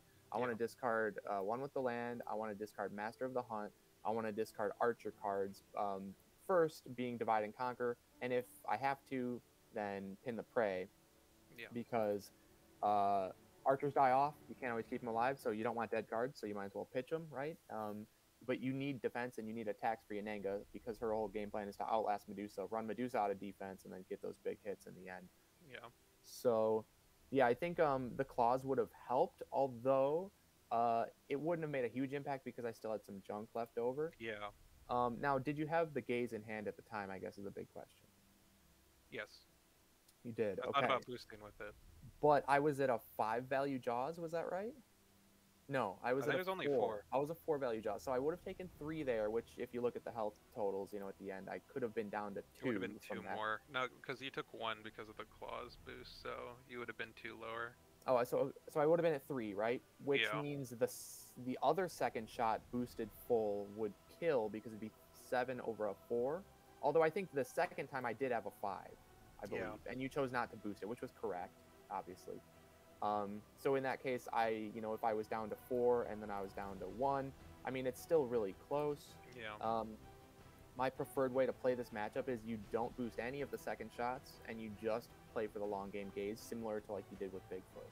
Yeah, that's what I was going to try to do, but it got to the middle game, and it was because, like you said, because of all the aggression you were able to put out, and not able to use many of the versatiles on offense on my end. You just had too much. Yep, and so the first turn... So I thought that at one point I was looking at it and I was like, I don't think I have even... So there we are. That is the conclusion of the second semifinals for the Winter of Champions tournament. zeroskatr12 prevailed, and he will be heading to the finals to face off against Chad tomorrow morning. That stream will be right here on this channel at 9 a.m. EST, I believe. There'll be more information on that later, and hopefully I'm right about that. So I'll ask Chad. Chad, right away, how do you feel about having to face Zero tomorrow? Yeah, well, I mean, so I was talking, my buddy was asking me the same question, and I guess I have a love-hate relationship with it. Obviously, it's Zero, very good player. He's definitely got a reputation. But I have practiced with him a ton. So I kind of get a benefit there from having practiced against him, but also he gets the same benefit of having practiced against me. So I think we'll get some good games and such in there. I mean, obviously, looking at this match and how both players played, I didn't want to play either player going into grand finals. So I think it'll definitely, whoever wins grand finals will definitely deserve it. That's just what I'll say. I think it'll be good games, and I don't really think anybody's just gonna win just on a fluke. I think whoever wins deserves that title. So I'm very excited, and hopefully I'll win. So Connor, that was but I guess less close than game 2 was, but were you surprised by that outcome at all? Zero Skating winning with Yanenga? I think from the very beginning of the stream, I had a lot of faith in zeroskatr, just knowing just kind of the level of player he is, and just Darkblade is also a phenomenal player, but I think zeroskatr just has like his tank top skills. Like he's just like, maybe if Darkblade wore a tank top, Darkblade would be equally as good, but so to make a long answer short, I'm not particularly surprised. I know zeroskatr is a really strong Yanenga player and a really good player overall, and yeah, I'm not surprised by the results. And Jeremy, I'll ask you the same question. Just, do you have any thoughts on that match? Any comments, or were you surprised at all? Well, I think it definitely goes back to what we were commenting on with the choice of the Sunnydale map, that it was kind of a fairly neutral map that didn't lean an advantage to either fighter, and that Zero Skater chose that basically just to rely on his skill to be able to beat Darkblade in this case, knowing that it was a neutral map, that the matchup was not particularly favored either way, and he felt that he would be able to do that. And knowing that we were just going off of Zero Skater relying on his skills and nothing else on it, then no, it doesn't really surprise me, because he is a really amazing player, and I think we saw that again today. Mm-hmm. So just all around, I think it was a really great match. I think that's something we can all probably agree on. And we're going to take a short break right now and then cut over to the player interviews. We'll interview both players and get some of their thoughts. We'll pick their brain a little bit. So don't go anywhere. Don't go anywhere. Don't leave. Stay in the stream, and we'll see you shortly with the player interviews. Okay, welcome back, everyone. Here we have Darkblade113 here for a nice interview. So Darkblade, what are your thoughts right now? How are you feeling immediately after the conclusion of that match? It's a lot. Those games were very intense, including the first one. Despite the health differential, I think that it was a little closer than it might seem on paper. I obviously got, I don't think I was too close to that after the middle game, especially once Huntsman went down. But I was still trying my best to get some damage through. But yeah, Zero was just calling the defenses so well, and I tried to play some mind games. He sniffed them out and put him pretty far ahead. I think the big one for me was the hoax. I could have used the eyes to cancel it, but I was too focused on trying to bait out a feint on his end and get some damage over the ears, and him taking that risk paid off a lot. So that was great. And then I think my favorite game was the second one, just because I was looking forward to that matchup. Going in, I knew I wasn't going to steal Yen from him, and I wanted to try to beat him with red, preferably into the Yen matchup, and see if I could pull something crazy off. And yeah, there were some really weird spots in that game that I don't think I've ever encountered playing red before, and she's probably my most played fighter. And yeah, that was just so much fun. And then going to the Medusa matchup, I had a bit of experience with it against Jason in the top 8. Actually, the lineups for this set were the same as my top 8 match, but the games went a lot differently because play styles are different. The map picks ended up being a bit different, and the Yen Medusa one I had more experience with, so there was still a lot of stuff that I have to learn for that matchup, probably to be able to secure it more favorably. But I learned a lot in the top 8 one, and then going into this one I was more confident, especially with like my positioning and movement. I didn't have to think about it as much.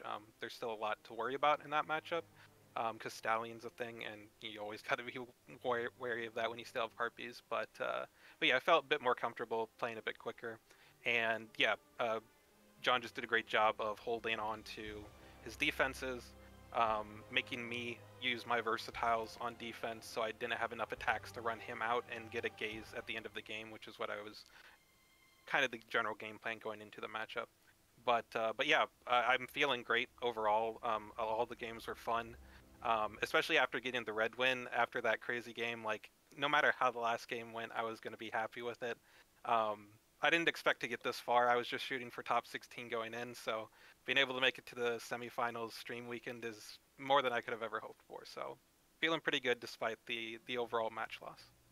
Yeah, congratulations. Making the top 4, the semifinals, out of a tournament of over 100 people is no easy task, and you've clearly proven your worth as a great player in this community. Thank you. I do have a question about the pick ban, though, because Zero picked Yananga, and I know that Bloody Mary is one of your favorite heroes to play. So we were all expecting her to come out when we found out that Zero picked Yananga, but you didn't pick her. Can you just maybe walk us through Yeah. the pick ban in general and your decisions?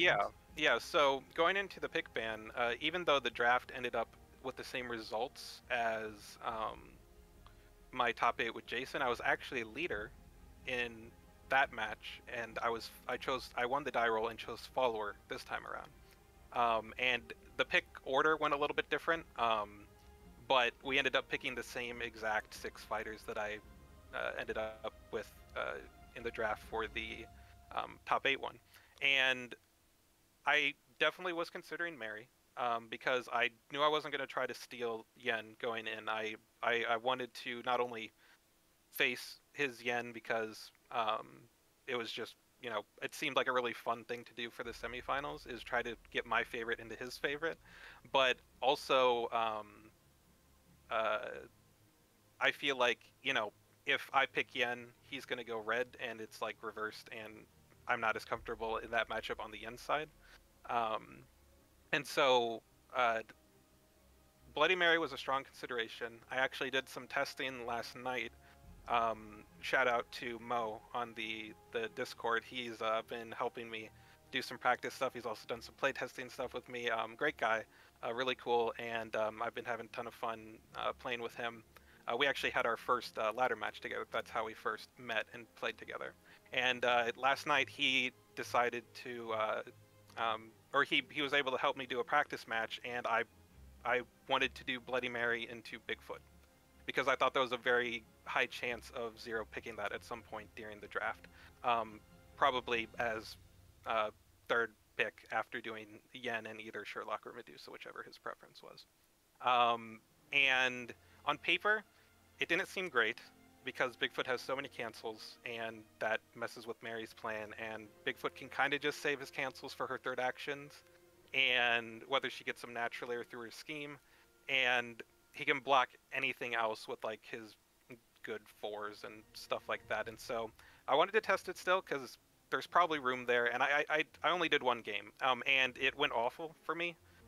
So I was not confident bringing it in. I'm not convinced that it's like unwinnable or even necessarily too bad, but I'd need to do a lot more practice and testing to be confident picking her into Bigfoot. And so as soon as he picked Bigfoot, Bloody Mary would have been my last pick if I did take her, and I just wasn't comfortable doing it in a Bigfoot. So I picked the Wukong to pretty much force the ban on Wukong and go with matchups I was more comfortable with. Well, I'll have to grill Zero for picking Bigfoot and denying us the matchup we wanted to see. Yeah. Chad, I still considered it and maybe like banning Bigfoot, but then I left Sherlock open, and I also didn't practice much against that. So yeah, that Sherlock Mary matchup could be a little rough. Yeah, it seemed probably worse, honestly. So yeah. Chad, do you have any thoughts for Darkblade? Yeah, well, just mainly that second game. If you watch the VOD back, you'll hear me. I was very confused about your huntsman positioning for a lot of that game, but it ended up really, really paying off for you. So just if you could walk me through, sometimes you were leaving him in Yanenga's zone and other times, and he was at like 3 health or 2 health, and I was just so confused, but obviously you won and you knew what you were doing, and you're a much better red player than me. So I would just love to hear your thoughts on that. Yeah. So the positioning was really important. I mean, in the second and third matches, but especially the second match, like there was so much positional stuff I was having to try to keep track of, and a lot of it probably would be less confusing if like my hand was visible, because that was part of it, just how my hand shook out. There were times where I was confident between the symbols and the cards I had in hand that I could defend an attack towards Huntsman, and then there were other times where I only had stuff for red, so that was when I kind of kept him further away and only put him in range if Yen boosted into my zone, which if she had and he died, then it was unfortunate because I still had some cards. Even though I'd gotten the heals out of the way early and gotten good value out of those, I still wanted those axes, because if I attack with Long Have I Sought You and adjacent to Yen, it's at least 2 damage, unless I'm in a multi-zone, because then Jaws would block more, but I would only probably attack if I wasn't in a multi-zone with it. And I don't think there's anywhere on that map that he can like force me to be in like a triple zone. I think maybe a double, but that's the best, and even that I don't know.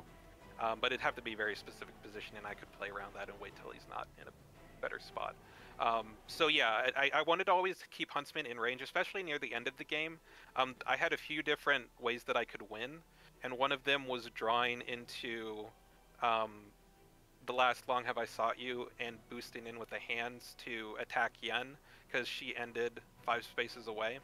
And so I needed those 2 specific cards, and we even talked about it afterwards, and he took that risk because I needed both cards. It was the only 3 boost I had left was the hands, so I needed that and the Long Have I Sought You to be able to kill him, and I had one but not the other. And it just really came down to lining up those symbols at the end. So yeah, most of the positioning in the early game, I wanted to be super aggressive because I believe my opening hand had all 3 stones, and so I wanted to try to use those more offensively, and either actually attacking with them, or just because I think I attacked with one, or just trying to line up so I could defend with them and yank more cards out of Yen's hand to keep hand advantage, especially if I could get some draws off of like Wolf's Skin as well.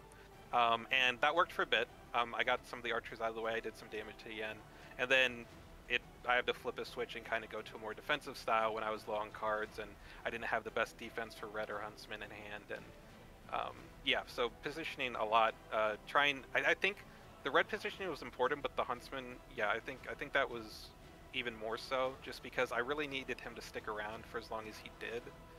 To always keep, the threat of his attacks up, as well as, protecting Red if he could block off some passageways to stop Yen from boosting in or what have you. Yeah, excellent. Jeremy, you have a question for Darkblade? Yes, well, I was going to address there on your second game again, that on one game during this tournament, I was able to get Little Red, and where I was going to be playing Little Red, and where I was going to be having map pick, and where Sarpedon was not one of those maps that was banned, and I was so excited about it. And I go and I draw my hand, and I mulligan, and I draw my hand again, and the thing is not there. Was that? I mean, that's just. Oh man, that's just like so disappointing to be able to get the setup for that and know that you're there for it, and not be able to do that. Was that your main reasoning for picking Sarpedon, or did you have some other strategies and tech to utilize that map? Yeah, so the 2 maps that I was considering picking for Game 2 were either Sarpedon or Heorot, because both of those allow you to do the thing. But I ended up going to Sarpedon because it's easier to do, obviously, on that map. Plus, Yen can actually split up the archers in one inside, one outside, and you can't get both archers and Yen. You can get one archer, one and Yen, Yeah. but not both. And so I went with Sarpedon because if I can open with that, obviously that's huge. And puts me at a very good advantage from the get-go, taking away all the utility of the archers until he can get either surprise attacks off or defend with his shield formations. And even those, like I can stop those at the very least. But I did mulligan for it. My opening hand, I actually think I showed it to John, so the stream probably saw it too. But my initial hand was 3 baskets, an eyes, and I think a Long Have I Sought You.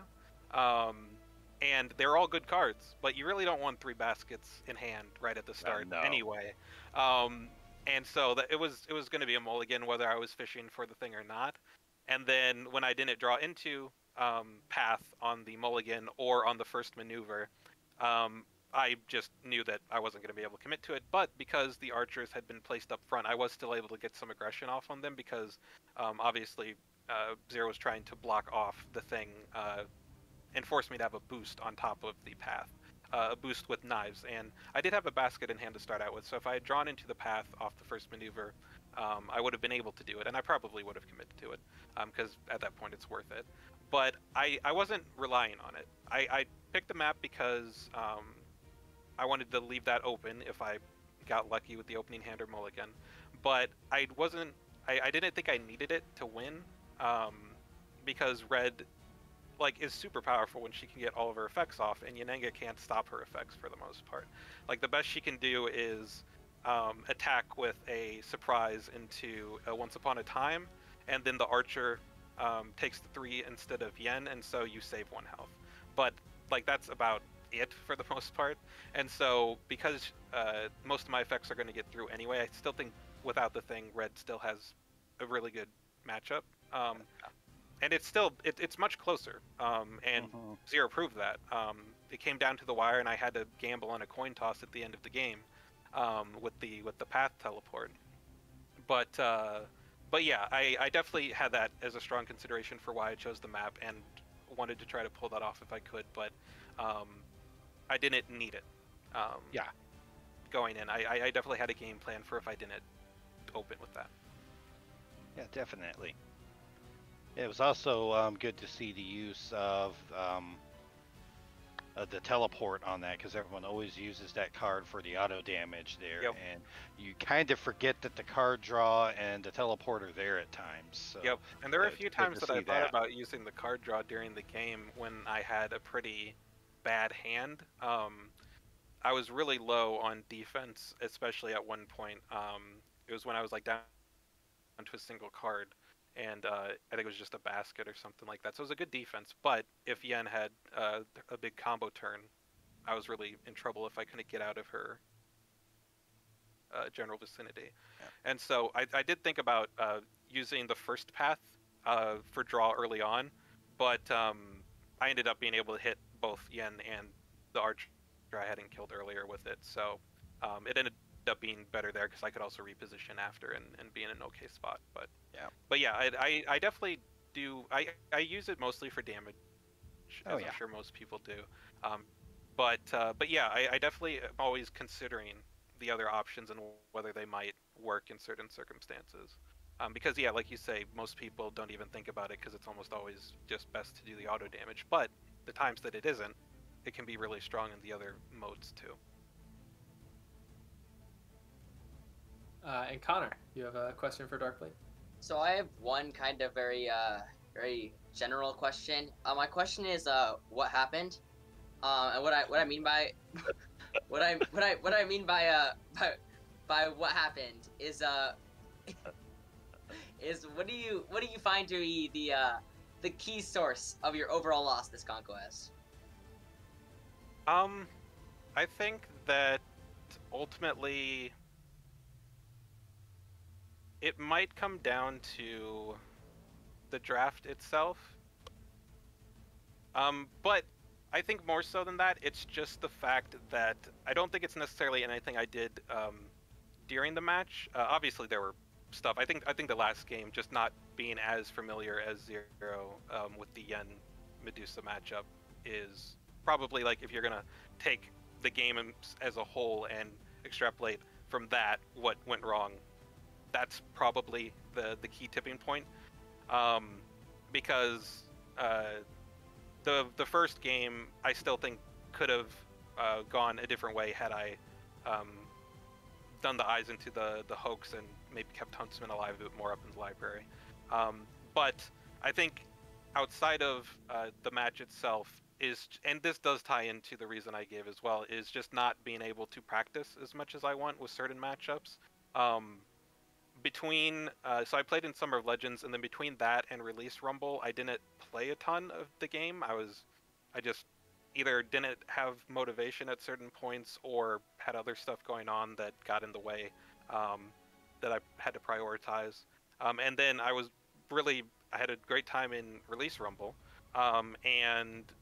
but then between that and Winter of Champions, there wasn't like a ton of organized tournament stuff. And so again, I kind of just got out of playing a bit and didn't have a ton of practice coming into this tourney. But as the weeks went on and I played more games and got more familiar with the current meta, I felt more comfortable, but I still haven't been able to like buckle down and really like practice certain matchups a ton or ones that I've been interested in. And so I think it's just not being able to play as many games as I'd want. And now that League and the ladder exists, I think that I'm really going to push to do more for that, especially preparing for the next tourney, because especially with all of the new sets coming out. Like I just got my Marvel sets the other day from Restoration. They finally came through. There's just so much going on right now that it's going to keep me involved, and ladder being like a nice mix between casual and competitive, to encourage more play, and people have a place to congregate and not just have to find random people or find games with friends when you're both available. There's always people actively looking for matches on ladder, and so yeah, I would say that just not being able to play or practice as much as I would want, and that's going to be the thing that I kind of really drill down on going forward, and looking to be more prepared with certain matchups for the next tourney. Although with all the new fighters, we'll see if that's even possible. But it's gonna be really interesting to see. So I'm really excited. The meta was so much different from Summer of Legends to now, and with so many new fighters, probably I mean at least half a dozen which are out now, but probably close to double that by the next big tourney. It's gonna be anyone's guess how that'll shake out, but I'm looking forward to it for sure. Yeah, man, that's a oh, go for it, Taylor. You got it. I was gonna say that's a great answer to my what happened. I'm not sure if you've been following the League Discord server. Yep. Oh, you have. So you know about the. Oh yeah, I know. I shouldn't have sugarcoated it then. I should have just been like, "What happened?" and then stopped talking. Yeah, I didn't want to come off like I was being rude to you. No, I was on the same page. I'm well aware. Oh yeah. I must say it's an honor, because this is the first time it has been directed towards me. So Yeah, I am glad to have been able to respond, and not just in a text format, but over voice and yeah. You're the first live what happened. So congratulations. Yes, I have that going for me. That's awesome. And if I'm correct, I think zeroskatr is the only player who has not received a what happened, since he does not have a match loss, which means Chad, you have to be the people's champion, defeat zeroskatr tomorrow so he can finally answer the question. Yes. Give the people what they want. Give the people what they want. So I'm glad to hear that ladder is giving you more motivation to play, because honestly I feel the same way. I think it's just such a useful resource, and hopefully making a final stream for the first time gives you even more motivation, because you've been just so close. You've been on the precipice so far. Yep, I was literally 1 health away from making top 8 on game 3 for Summer of Legends. Joshua beat me on the map we just played. Actually, it was on Sunnydale with his Robin Hood, and it was 1 health, and there were some really weird things in that game too that could have gone either way, and so yeah, and then yeah, I actually faced you, as you know, during the top 16 of the release rumble for Battle Legends 2, and couldn't quite get there in that game. Really fun matches, but still learning the fighters, and we kind of ended up with more of a coin flip for the first matchup, and that went your way, so that put you ahead. But there were still very close games, and I think it could have gone either way. But you won that one out, and yeah, finally for this one, my goal going in was to get the foil, and I needed to redeem the red foil and get her bling for her deck. And yeah, as soon as I won game 1 of my round 7 match in Swiss, I believe I was guaranteed top 16. So there it was just kind of anything I got past that I was very happy with, and ended up getting further than I thought. So that, yeah, that's been awesome. But finally getting past that hump was very nice this tournament. Yeah, awesome. Congratulations. And you actually stole my next question. I was going to ask what foil you'd get. Yeah, so before so that would be the one that I would have gone for Summer of Legends too. But before knowing exactly what foil it was, because I found out recently that it had been confirmed that it's eyes. But before that, I still would probably pick red, regardless of what card it was. But I felt like eyes made the most sense. Like the foil petals would just look so good. And yeah, as soon as I found out that was indeed the card, like it went from a probably a 95% chance I choose red to a 100%. Like, there's no way I don't. So yeah, it's definitely going to be red. Well, you'll love to see it, especially after you got that really close game 2 win today. That Oh, was yeah. that was Oh, yeah. such an awesome win. Yeah, going into this match, I wanted to try to take it to game 3. And like I said, I really wanted to see the Yen red matchup. Not even because I think like it's like a super high percentage one for me. I think it's pretty even, especially if the thing doesn't happen. But just to have that be in the semifinals match, and first time playing Zero, we duke it out with our favorites and see who comes out on top. And yeah, so he got the overall match, but I was very happy to take it to game 3 and also get a win with red at some point. Mm-hmm. If you can't win the game, it's all about the health differential. Yeah, so. Yes. That's why I thought about, pathing Bigfoot at the end of the first game, just so he wasn't full health still, And I also did the little play at the end of our Medusa one where I turned that poor archer to stone because I was like, I can't win anyway. Might as well take him out with me if the skirmish isn't in hand. It wasn't, so I'm taking him home as a statue that I'll put on my lawn. Interesting choice of decoration there. Chad, do you have any final thoughts for Darkblade? No, I don't think so. This is my first time like seeing you play, or even we haven't played. So yeah, it was really fun to see you play. I as we saw and heard during my commentary, I was questioning a bunch of your decisions, and I mean, you proved me wrong. Mainly game 2 is what I'm talking about. And you played that so well, so excellently. So I definitely shut up for game 3. I'm like, this guy knows what he's doing. So I was just saying, hey, I'm very impressed. Obviously, Zero is an extremely talented player, so very happy to see someone not get 2-0'd. Give him another loss. Super happy for that. So just well done. Hope to see you in the stream again next tourney. Yeah, hopefully. I'm definitely going to shoot for it. Yeah, you should take pride in the fact that you are one of 3 people to give Zero Skater a loss this tournament. So yes, I will definitely take that. Jeremy, you got any final thoughts for Darkblade? No, I don't have anything else there. Just it was a good game. It was a good match that gave us some entertaining games in there. So it was really great to see that, and we hope to see you around in future events. For sure. I don't even know if I should go to Connor after he asked that question, but Connor, do you have any final thoughts for Darkblade? In all seriousness, Darkblade, I think you played that really well. You made a lot of really impressive plays. Zero Skater is a super tough opponent. He's already won a tournament, so obviously he's a super tough matchup. I definitely hope to see you come back and win the next one. Sure. Do my best. The Darkblade, thank you for being a great player. It was a pleasure to commentate you today. And do you have any last words for the audience? I've probably got some friends and family still stick around, so thanks to all of them for checking this out. Most of them don't play the game or know much about it. I had a friend that I told about my top 8 because I streamed that first time streaming, and he checked it out and had no idea what was going on, but he asked some questions in chat, and everyone was great and explained some stuff to him, and he still didn't fully get it, of course, because he hasn't seen the rules, but yeah, just the fact that people can come in like that and be new to the game and be welcomed, like, that's one of the best parts about this community, because I never had any issues when I was getting into the competitive scene. It was very accessible. There's a lot of great resources out there, and yeah, everyone's just been awesome.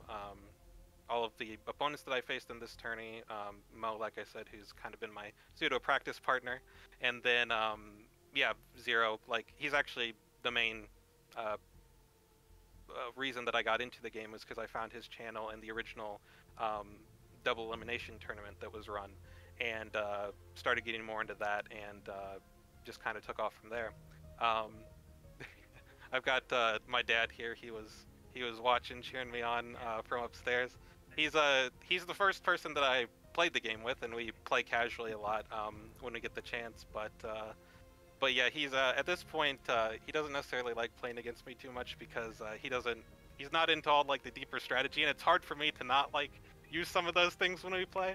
So usually, you know, we just pick whatever fighters. Like the buff you said is actually a favorite of ours. It was the set that got me to get the game because I'm a huge fan of the show, and so we play those fighters, and those matchups are a lot more fun when, you know, players are on different skill levels, just because, you know, the lower power fighters just have less of the, like, you know, Sherlock into whoever, really. Like if you know how to play Sherlock and you're playing against someone who just plays for fun, it's not pretty. It's not even fun for the Sherlock player, I would say. Yeah. So yeah, we have a ton of fun with the game, and yeah, it's been great. Interesting comment about your friends and family watching, because like I mentioned earlier, well, you wouldn't know this. I said my parents were watching when I showed the how to play video, and I think I made some snarky comment about them not understanding anything. Yeah. And my mom texted me. She goes, "Hey, what do you mean my parents are watching and they have no clue? I've studied that video, boy." That's great. So yes, Awesome. I got that. So thank you so much for participating in this great tournament. It was a pleasure to have you. And I hope you can enjoy tuning in to watch the grand finals tomorrow. Honestly, that's one of the things that is like one of the upsides of not winning the match today is I just get to chill and enjoy the grand finals tomorrow. I don't have to like stress about how completely different the pick and ban would be for best of 5, and you know, playing even more Unmatched when I've already done so much like this week/weekend, and some really crazy, intense, exhausting games like across the board.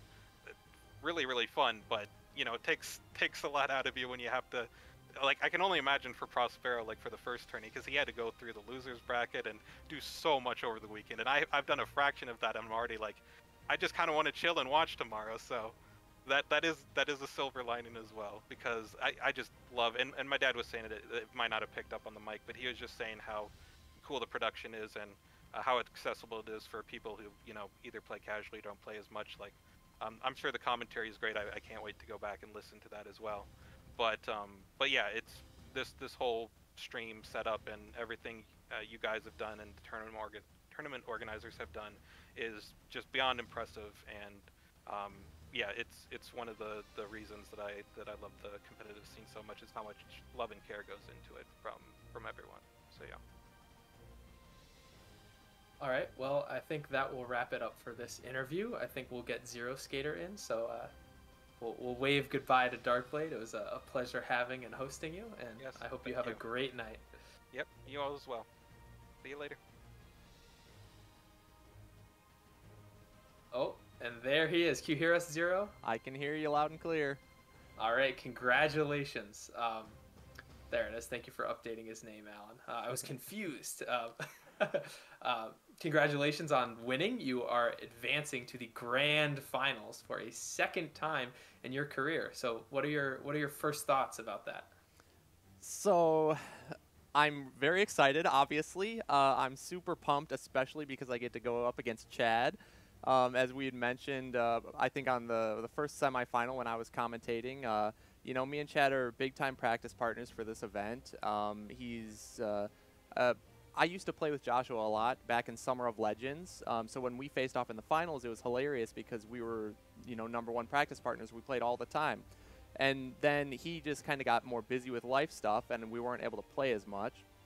So Winter of Champions rolls around, and then I started playing with Chad a lot more, and we've been grinding practice matches and whatnot together. So it's just going to be, I'm really excited to be playing the grand finals against Chad, of all people. So I really don't care who wins. I'll be happy either way. It's just going to be a fun time with an interesting format that we haven't really experienced much of. So anything can happen, but yeah, I'm super excited about it, but also a part of me wants to lose so that we can crown a new champion and I don't go back-to-back. But yeah, super happy. I think you mean you want to lose so that you can finally get asked a certain question, right? Oh, I would be honored to get the question. Chad, what do you have to say about Zero being excited to play you tomorrow? Are you ready to destroy him? Yeah, I mean, John, it was...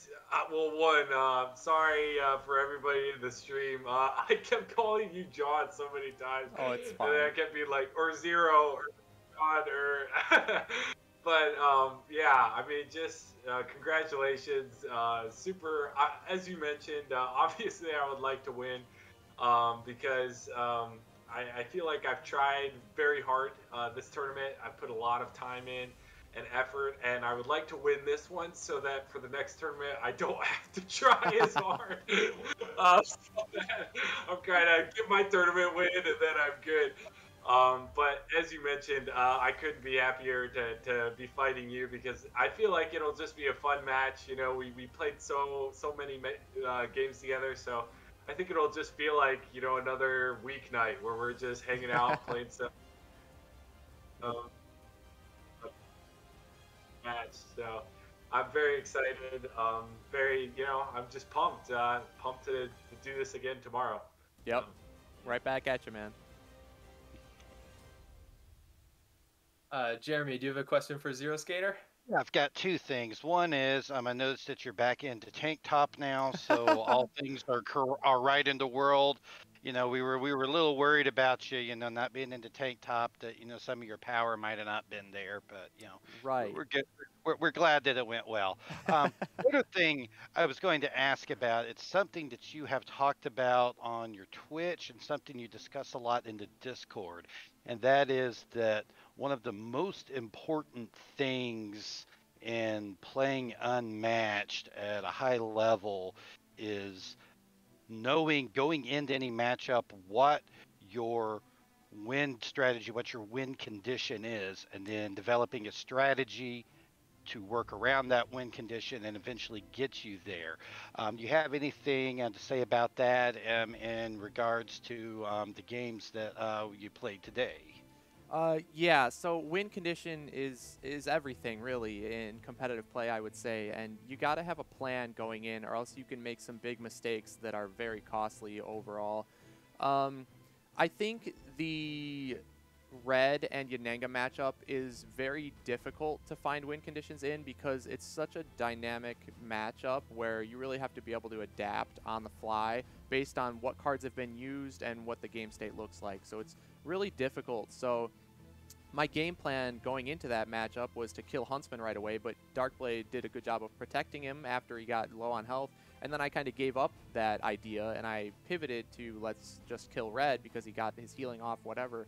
But then the Huntsman did end up being a problem in the end because he still got that big damage in with the Long If I Sought You.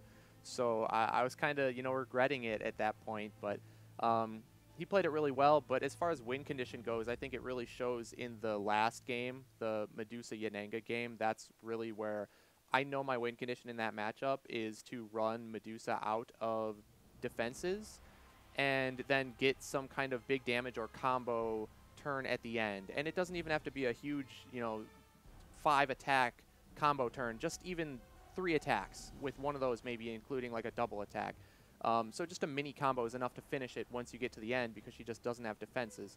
So my whole game plan, my whole win condition was to run her out of defense. And I think a lot of people might have been surprised by the way I played that matchup at first because I took a lot of ping damage.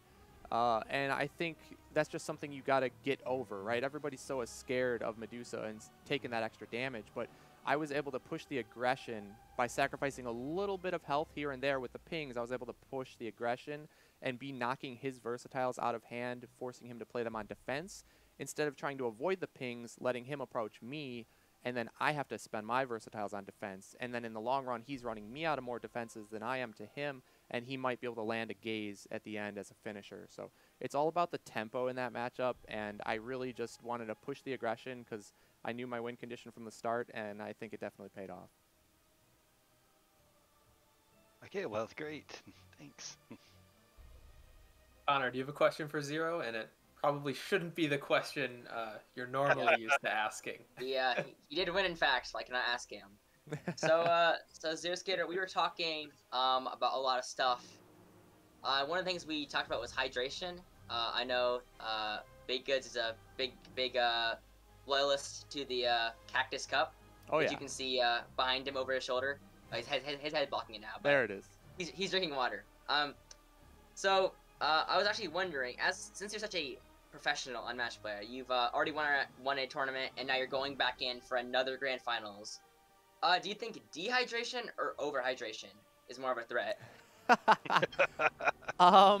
I think overhydration is more of a threat because then you have to use the bathroom a lot more, and if you're in the middle of a game, you don't necessarily want to just get up in the middle of the stream and make everybody wait.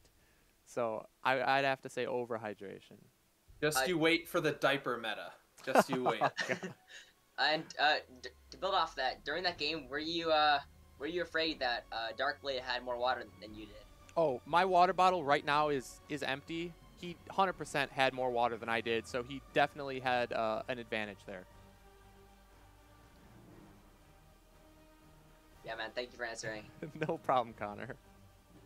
And speaking about the more like outside of the game issues, are you at all concerned that we're ending now close to what 9 o'clock CST where you are? Are you at all concerned that you only have 12 hours before your next match with Chad? Oh yeah, because I have to get a refill on my water. I need to hydrate. I need to eat something, and then I need to do at least a little bit of prep work, and then I'm gonna have to get to sleep. So, yeah, I'm definitely gonna be running on fumes tomorrow. But again, it's the pressure's kind of off at this point. It's just gonna be a fun time. So I'm still looking forward to it.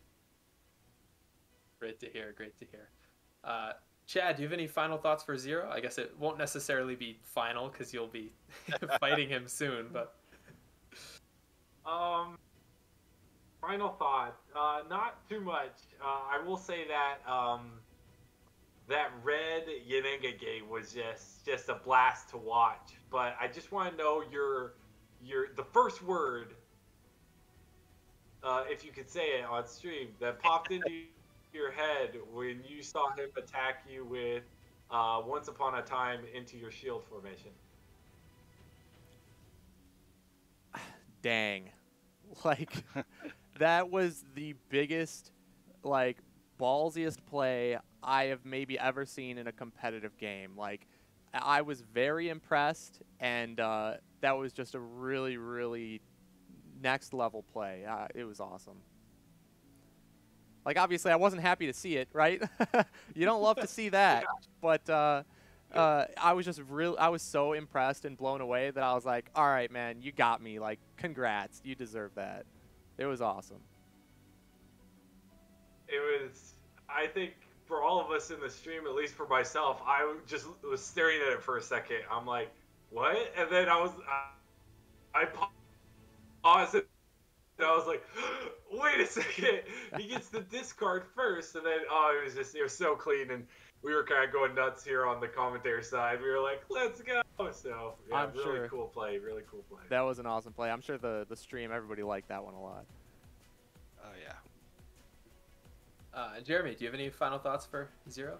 No, I don't have anything else there. Just, congratulations, Johnny, for getting this far into it. And we're definitely all looking forward to tomorrow, to seeing both of y'all, both of you here on that tomorrow, where we know that can turn into a bit of a marathon game. But, we're ready to stick through that and, see that game. Can't wait. It's going to be a blast. And, yeah, I'm really looking forward to it. And Connor, final thoughts for John? Yeah, man, well played. Since the beginning of the stream, I was saying you're gonna win, and it came true. So, good job. Barely, but I pulled through here. I was a little concerned based on the pick ban, but after I made that crucial hoax play in the Bigfoot Red game, and it wasn't the eyes like I was worried about, and I went through and then I smashed Huntsman with the log, and he took it. I was like, all right, this matchup, I don't have to worry anymore. Things went really well for me there, and they just continued to go well. And then I felt a lot better based on that. And then it was a huge sigh of relief when I didn't get hit by the thing immediately, turn 1 on Sarpedon with Yanenga Little Red. So from then, I was like, all right, things are just going so good, so perfectly. I got this. I was thinking I might even get a 2-0 here. But no, he played that matchup so well and made a lot of really good calls like that shield formation Once Upon a Time play, and he pulled out the win in the end. But yeah, it was just really fun overall. So it was not an easy match, that's for sure. And John, any just last words you want to say to the stream? Also, be sure to give yourself a shout out. Yeah, so anybody watching, if you want to see me stream games, I do so on Twitch. It's just twitch.tv/zeroskatr12. I also make some YouTube videos of unmatched content, things like uploading my tournament streamed games into a clipped and condensed form so it's easier to watch. A lot nicer on the time there. Some strategy stuff, deck reviews, and just various unmatched content. So check me out on YouTube as well if you're interested. Just look up zeroskatr12 on YouTube. But other than that, I mean, I just want to thank all of you guys commentating because, you know, I'm sure everybody had a blast watching, and I can't wait to go back and see what all you guys were saying during our games.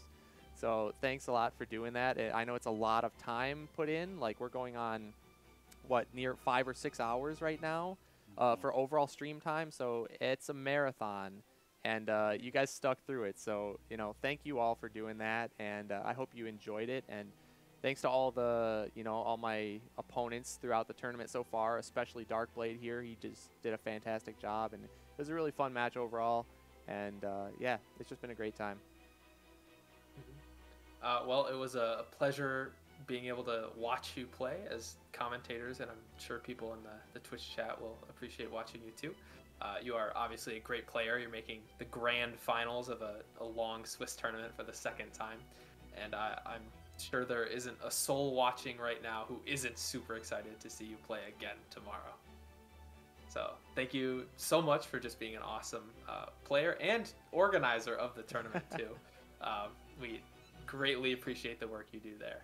Yeah. I guess we're all excited to see you tomorrow as well. Definitely, I'm excited to play, and I guess before I'll let you, you know, wrap things up, but I do want to say thank you to the other TOs, Noah, Gary, Joshua. You guys are just an awesome team to work with in terms of organizing these events. There's a lot that goes in behind the scenes, a lot of work, and a lot of annoying, tedious things that, you know, you wouldn't really necessarily think about dealing with as a TO, but it's got to be done by somebody, and so I couldn't do it alone. I'm really thankful to have those guys, you know, doing this with me. And thanks to Alan over here who runs the stream.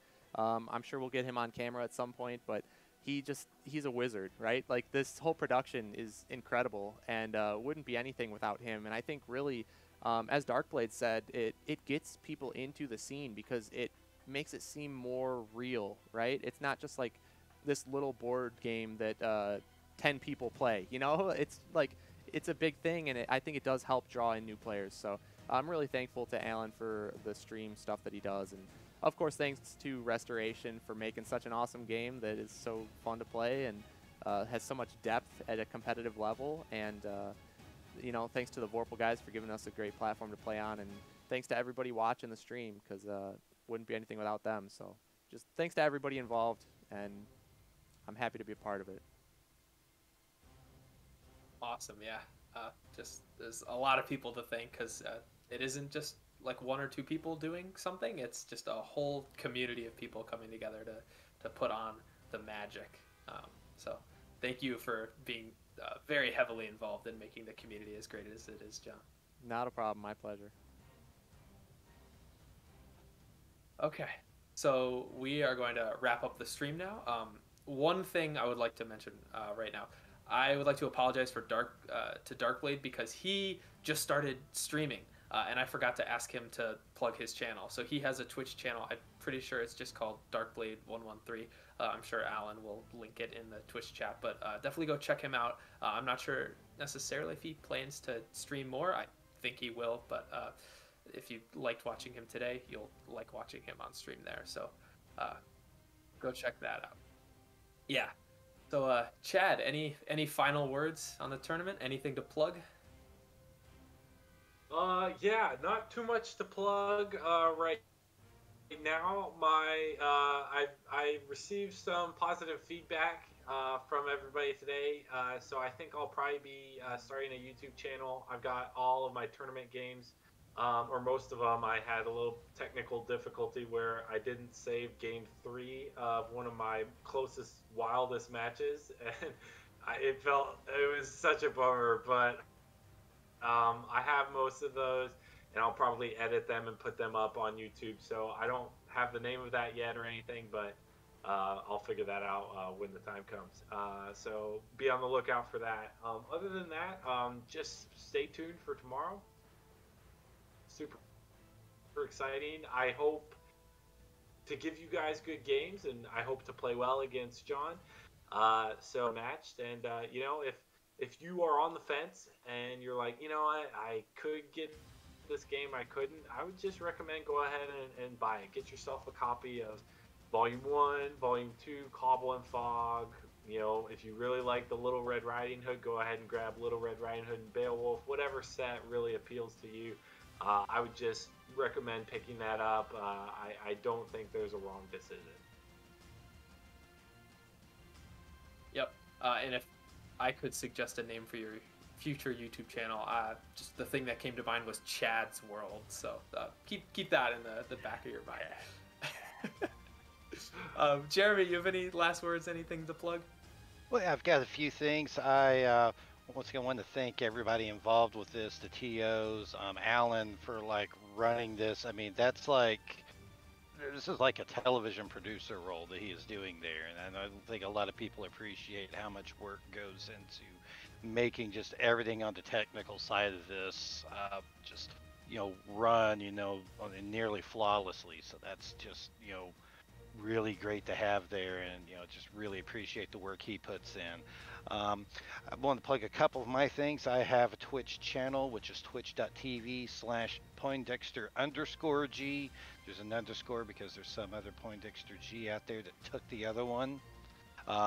And on YouTube, my channel is named To The Tabletop with an exclamation point at the end, where I put a lot of my streamed games on there and also answer the important questions like how much damage can Bruce Lee do in a turn, and why does Willow have the best artwork in the game. And also for anyone else, just kind of a general plug to Restoration. We know that they just had the first 2 Marvel sets have just released on their website, and the street date for that to show up on retail is coming up soon. So anyone interested in that, definitely take a look for that, because those are some great sets that are coming out, and they're really going to change the meta and the Unmatched world as they come into future tournaments. Yeah, for sure. Big shout out to Restoration Games for sponsoring this event. If you enjoyed anything about this live stream today at all, I would highly recommend going and just getting a box or 2 of Unmatched. Usually it hooks you in, and then usually you end up buying every single other box. So it usually doesn't matter which one you start with. You just got to start playing. And Connor, any last words for today? Anything to plug? Yeah, I'd like to, first I'd like to thank tournament organizers and Alan. They definitely are what's keeping the tournaments in such high quality and not from crumbling. I'd also like to thank you 3. You were very, very fun fellow commentators to commentate with, besides Baked Goods. The only thing I have to plug is if anyone in the Twitch chat really wants to disrespect losing players at Unmatched, you can go ahead to TeePublic, look up Hat Chowder, and get yourself some nice What Happened merch. And that way you can disrespect your opponent without even have to speak. So, yeah. Yes, it would be nice if some people spoke less. But anyway, my name is Baked Goods. I've been part of the wonderful commentary team today. You can find me on YouTube. I am Baked Goods. My profile picture is a cow with human teeth. I make videos about Unmatched and strategy, and I post my tournament gameplays there and all sorts of other nonsense. I'm also on Instagram at bakedgoods_unmatched, because at Baked Goods was already taken. Who knew that a very common cooking term would be a popular username on Instagram? So anyways, that's going to be it for tonight's stream. The grand finals of Chidicular versus zeroskatr12 will start tomorrow at 9 a.m. Eastern. And all 5 games, if it goes to 5 games, won't be in a row. There'll be a break in between. So if you're able to catch any of that or all of that, we'd love to have you again. Hopefully you enjoyed the stream today. And I think that will do it for right now. So thank you for watching, and good night. Like, subscribe, and yeet, as I normally say. But goodbye, everyone. They can't like on Twitch.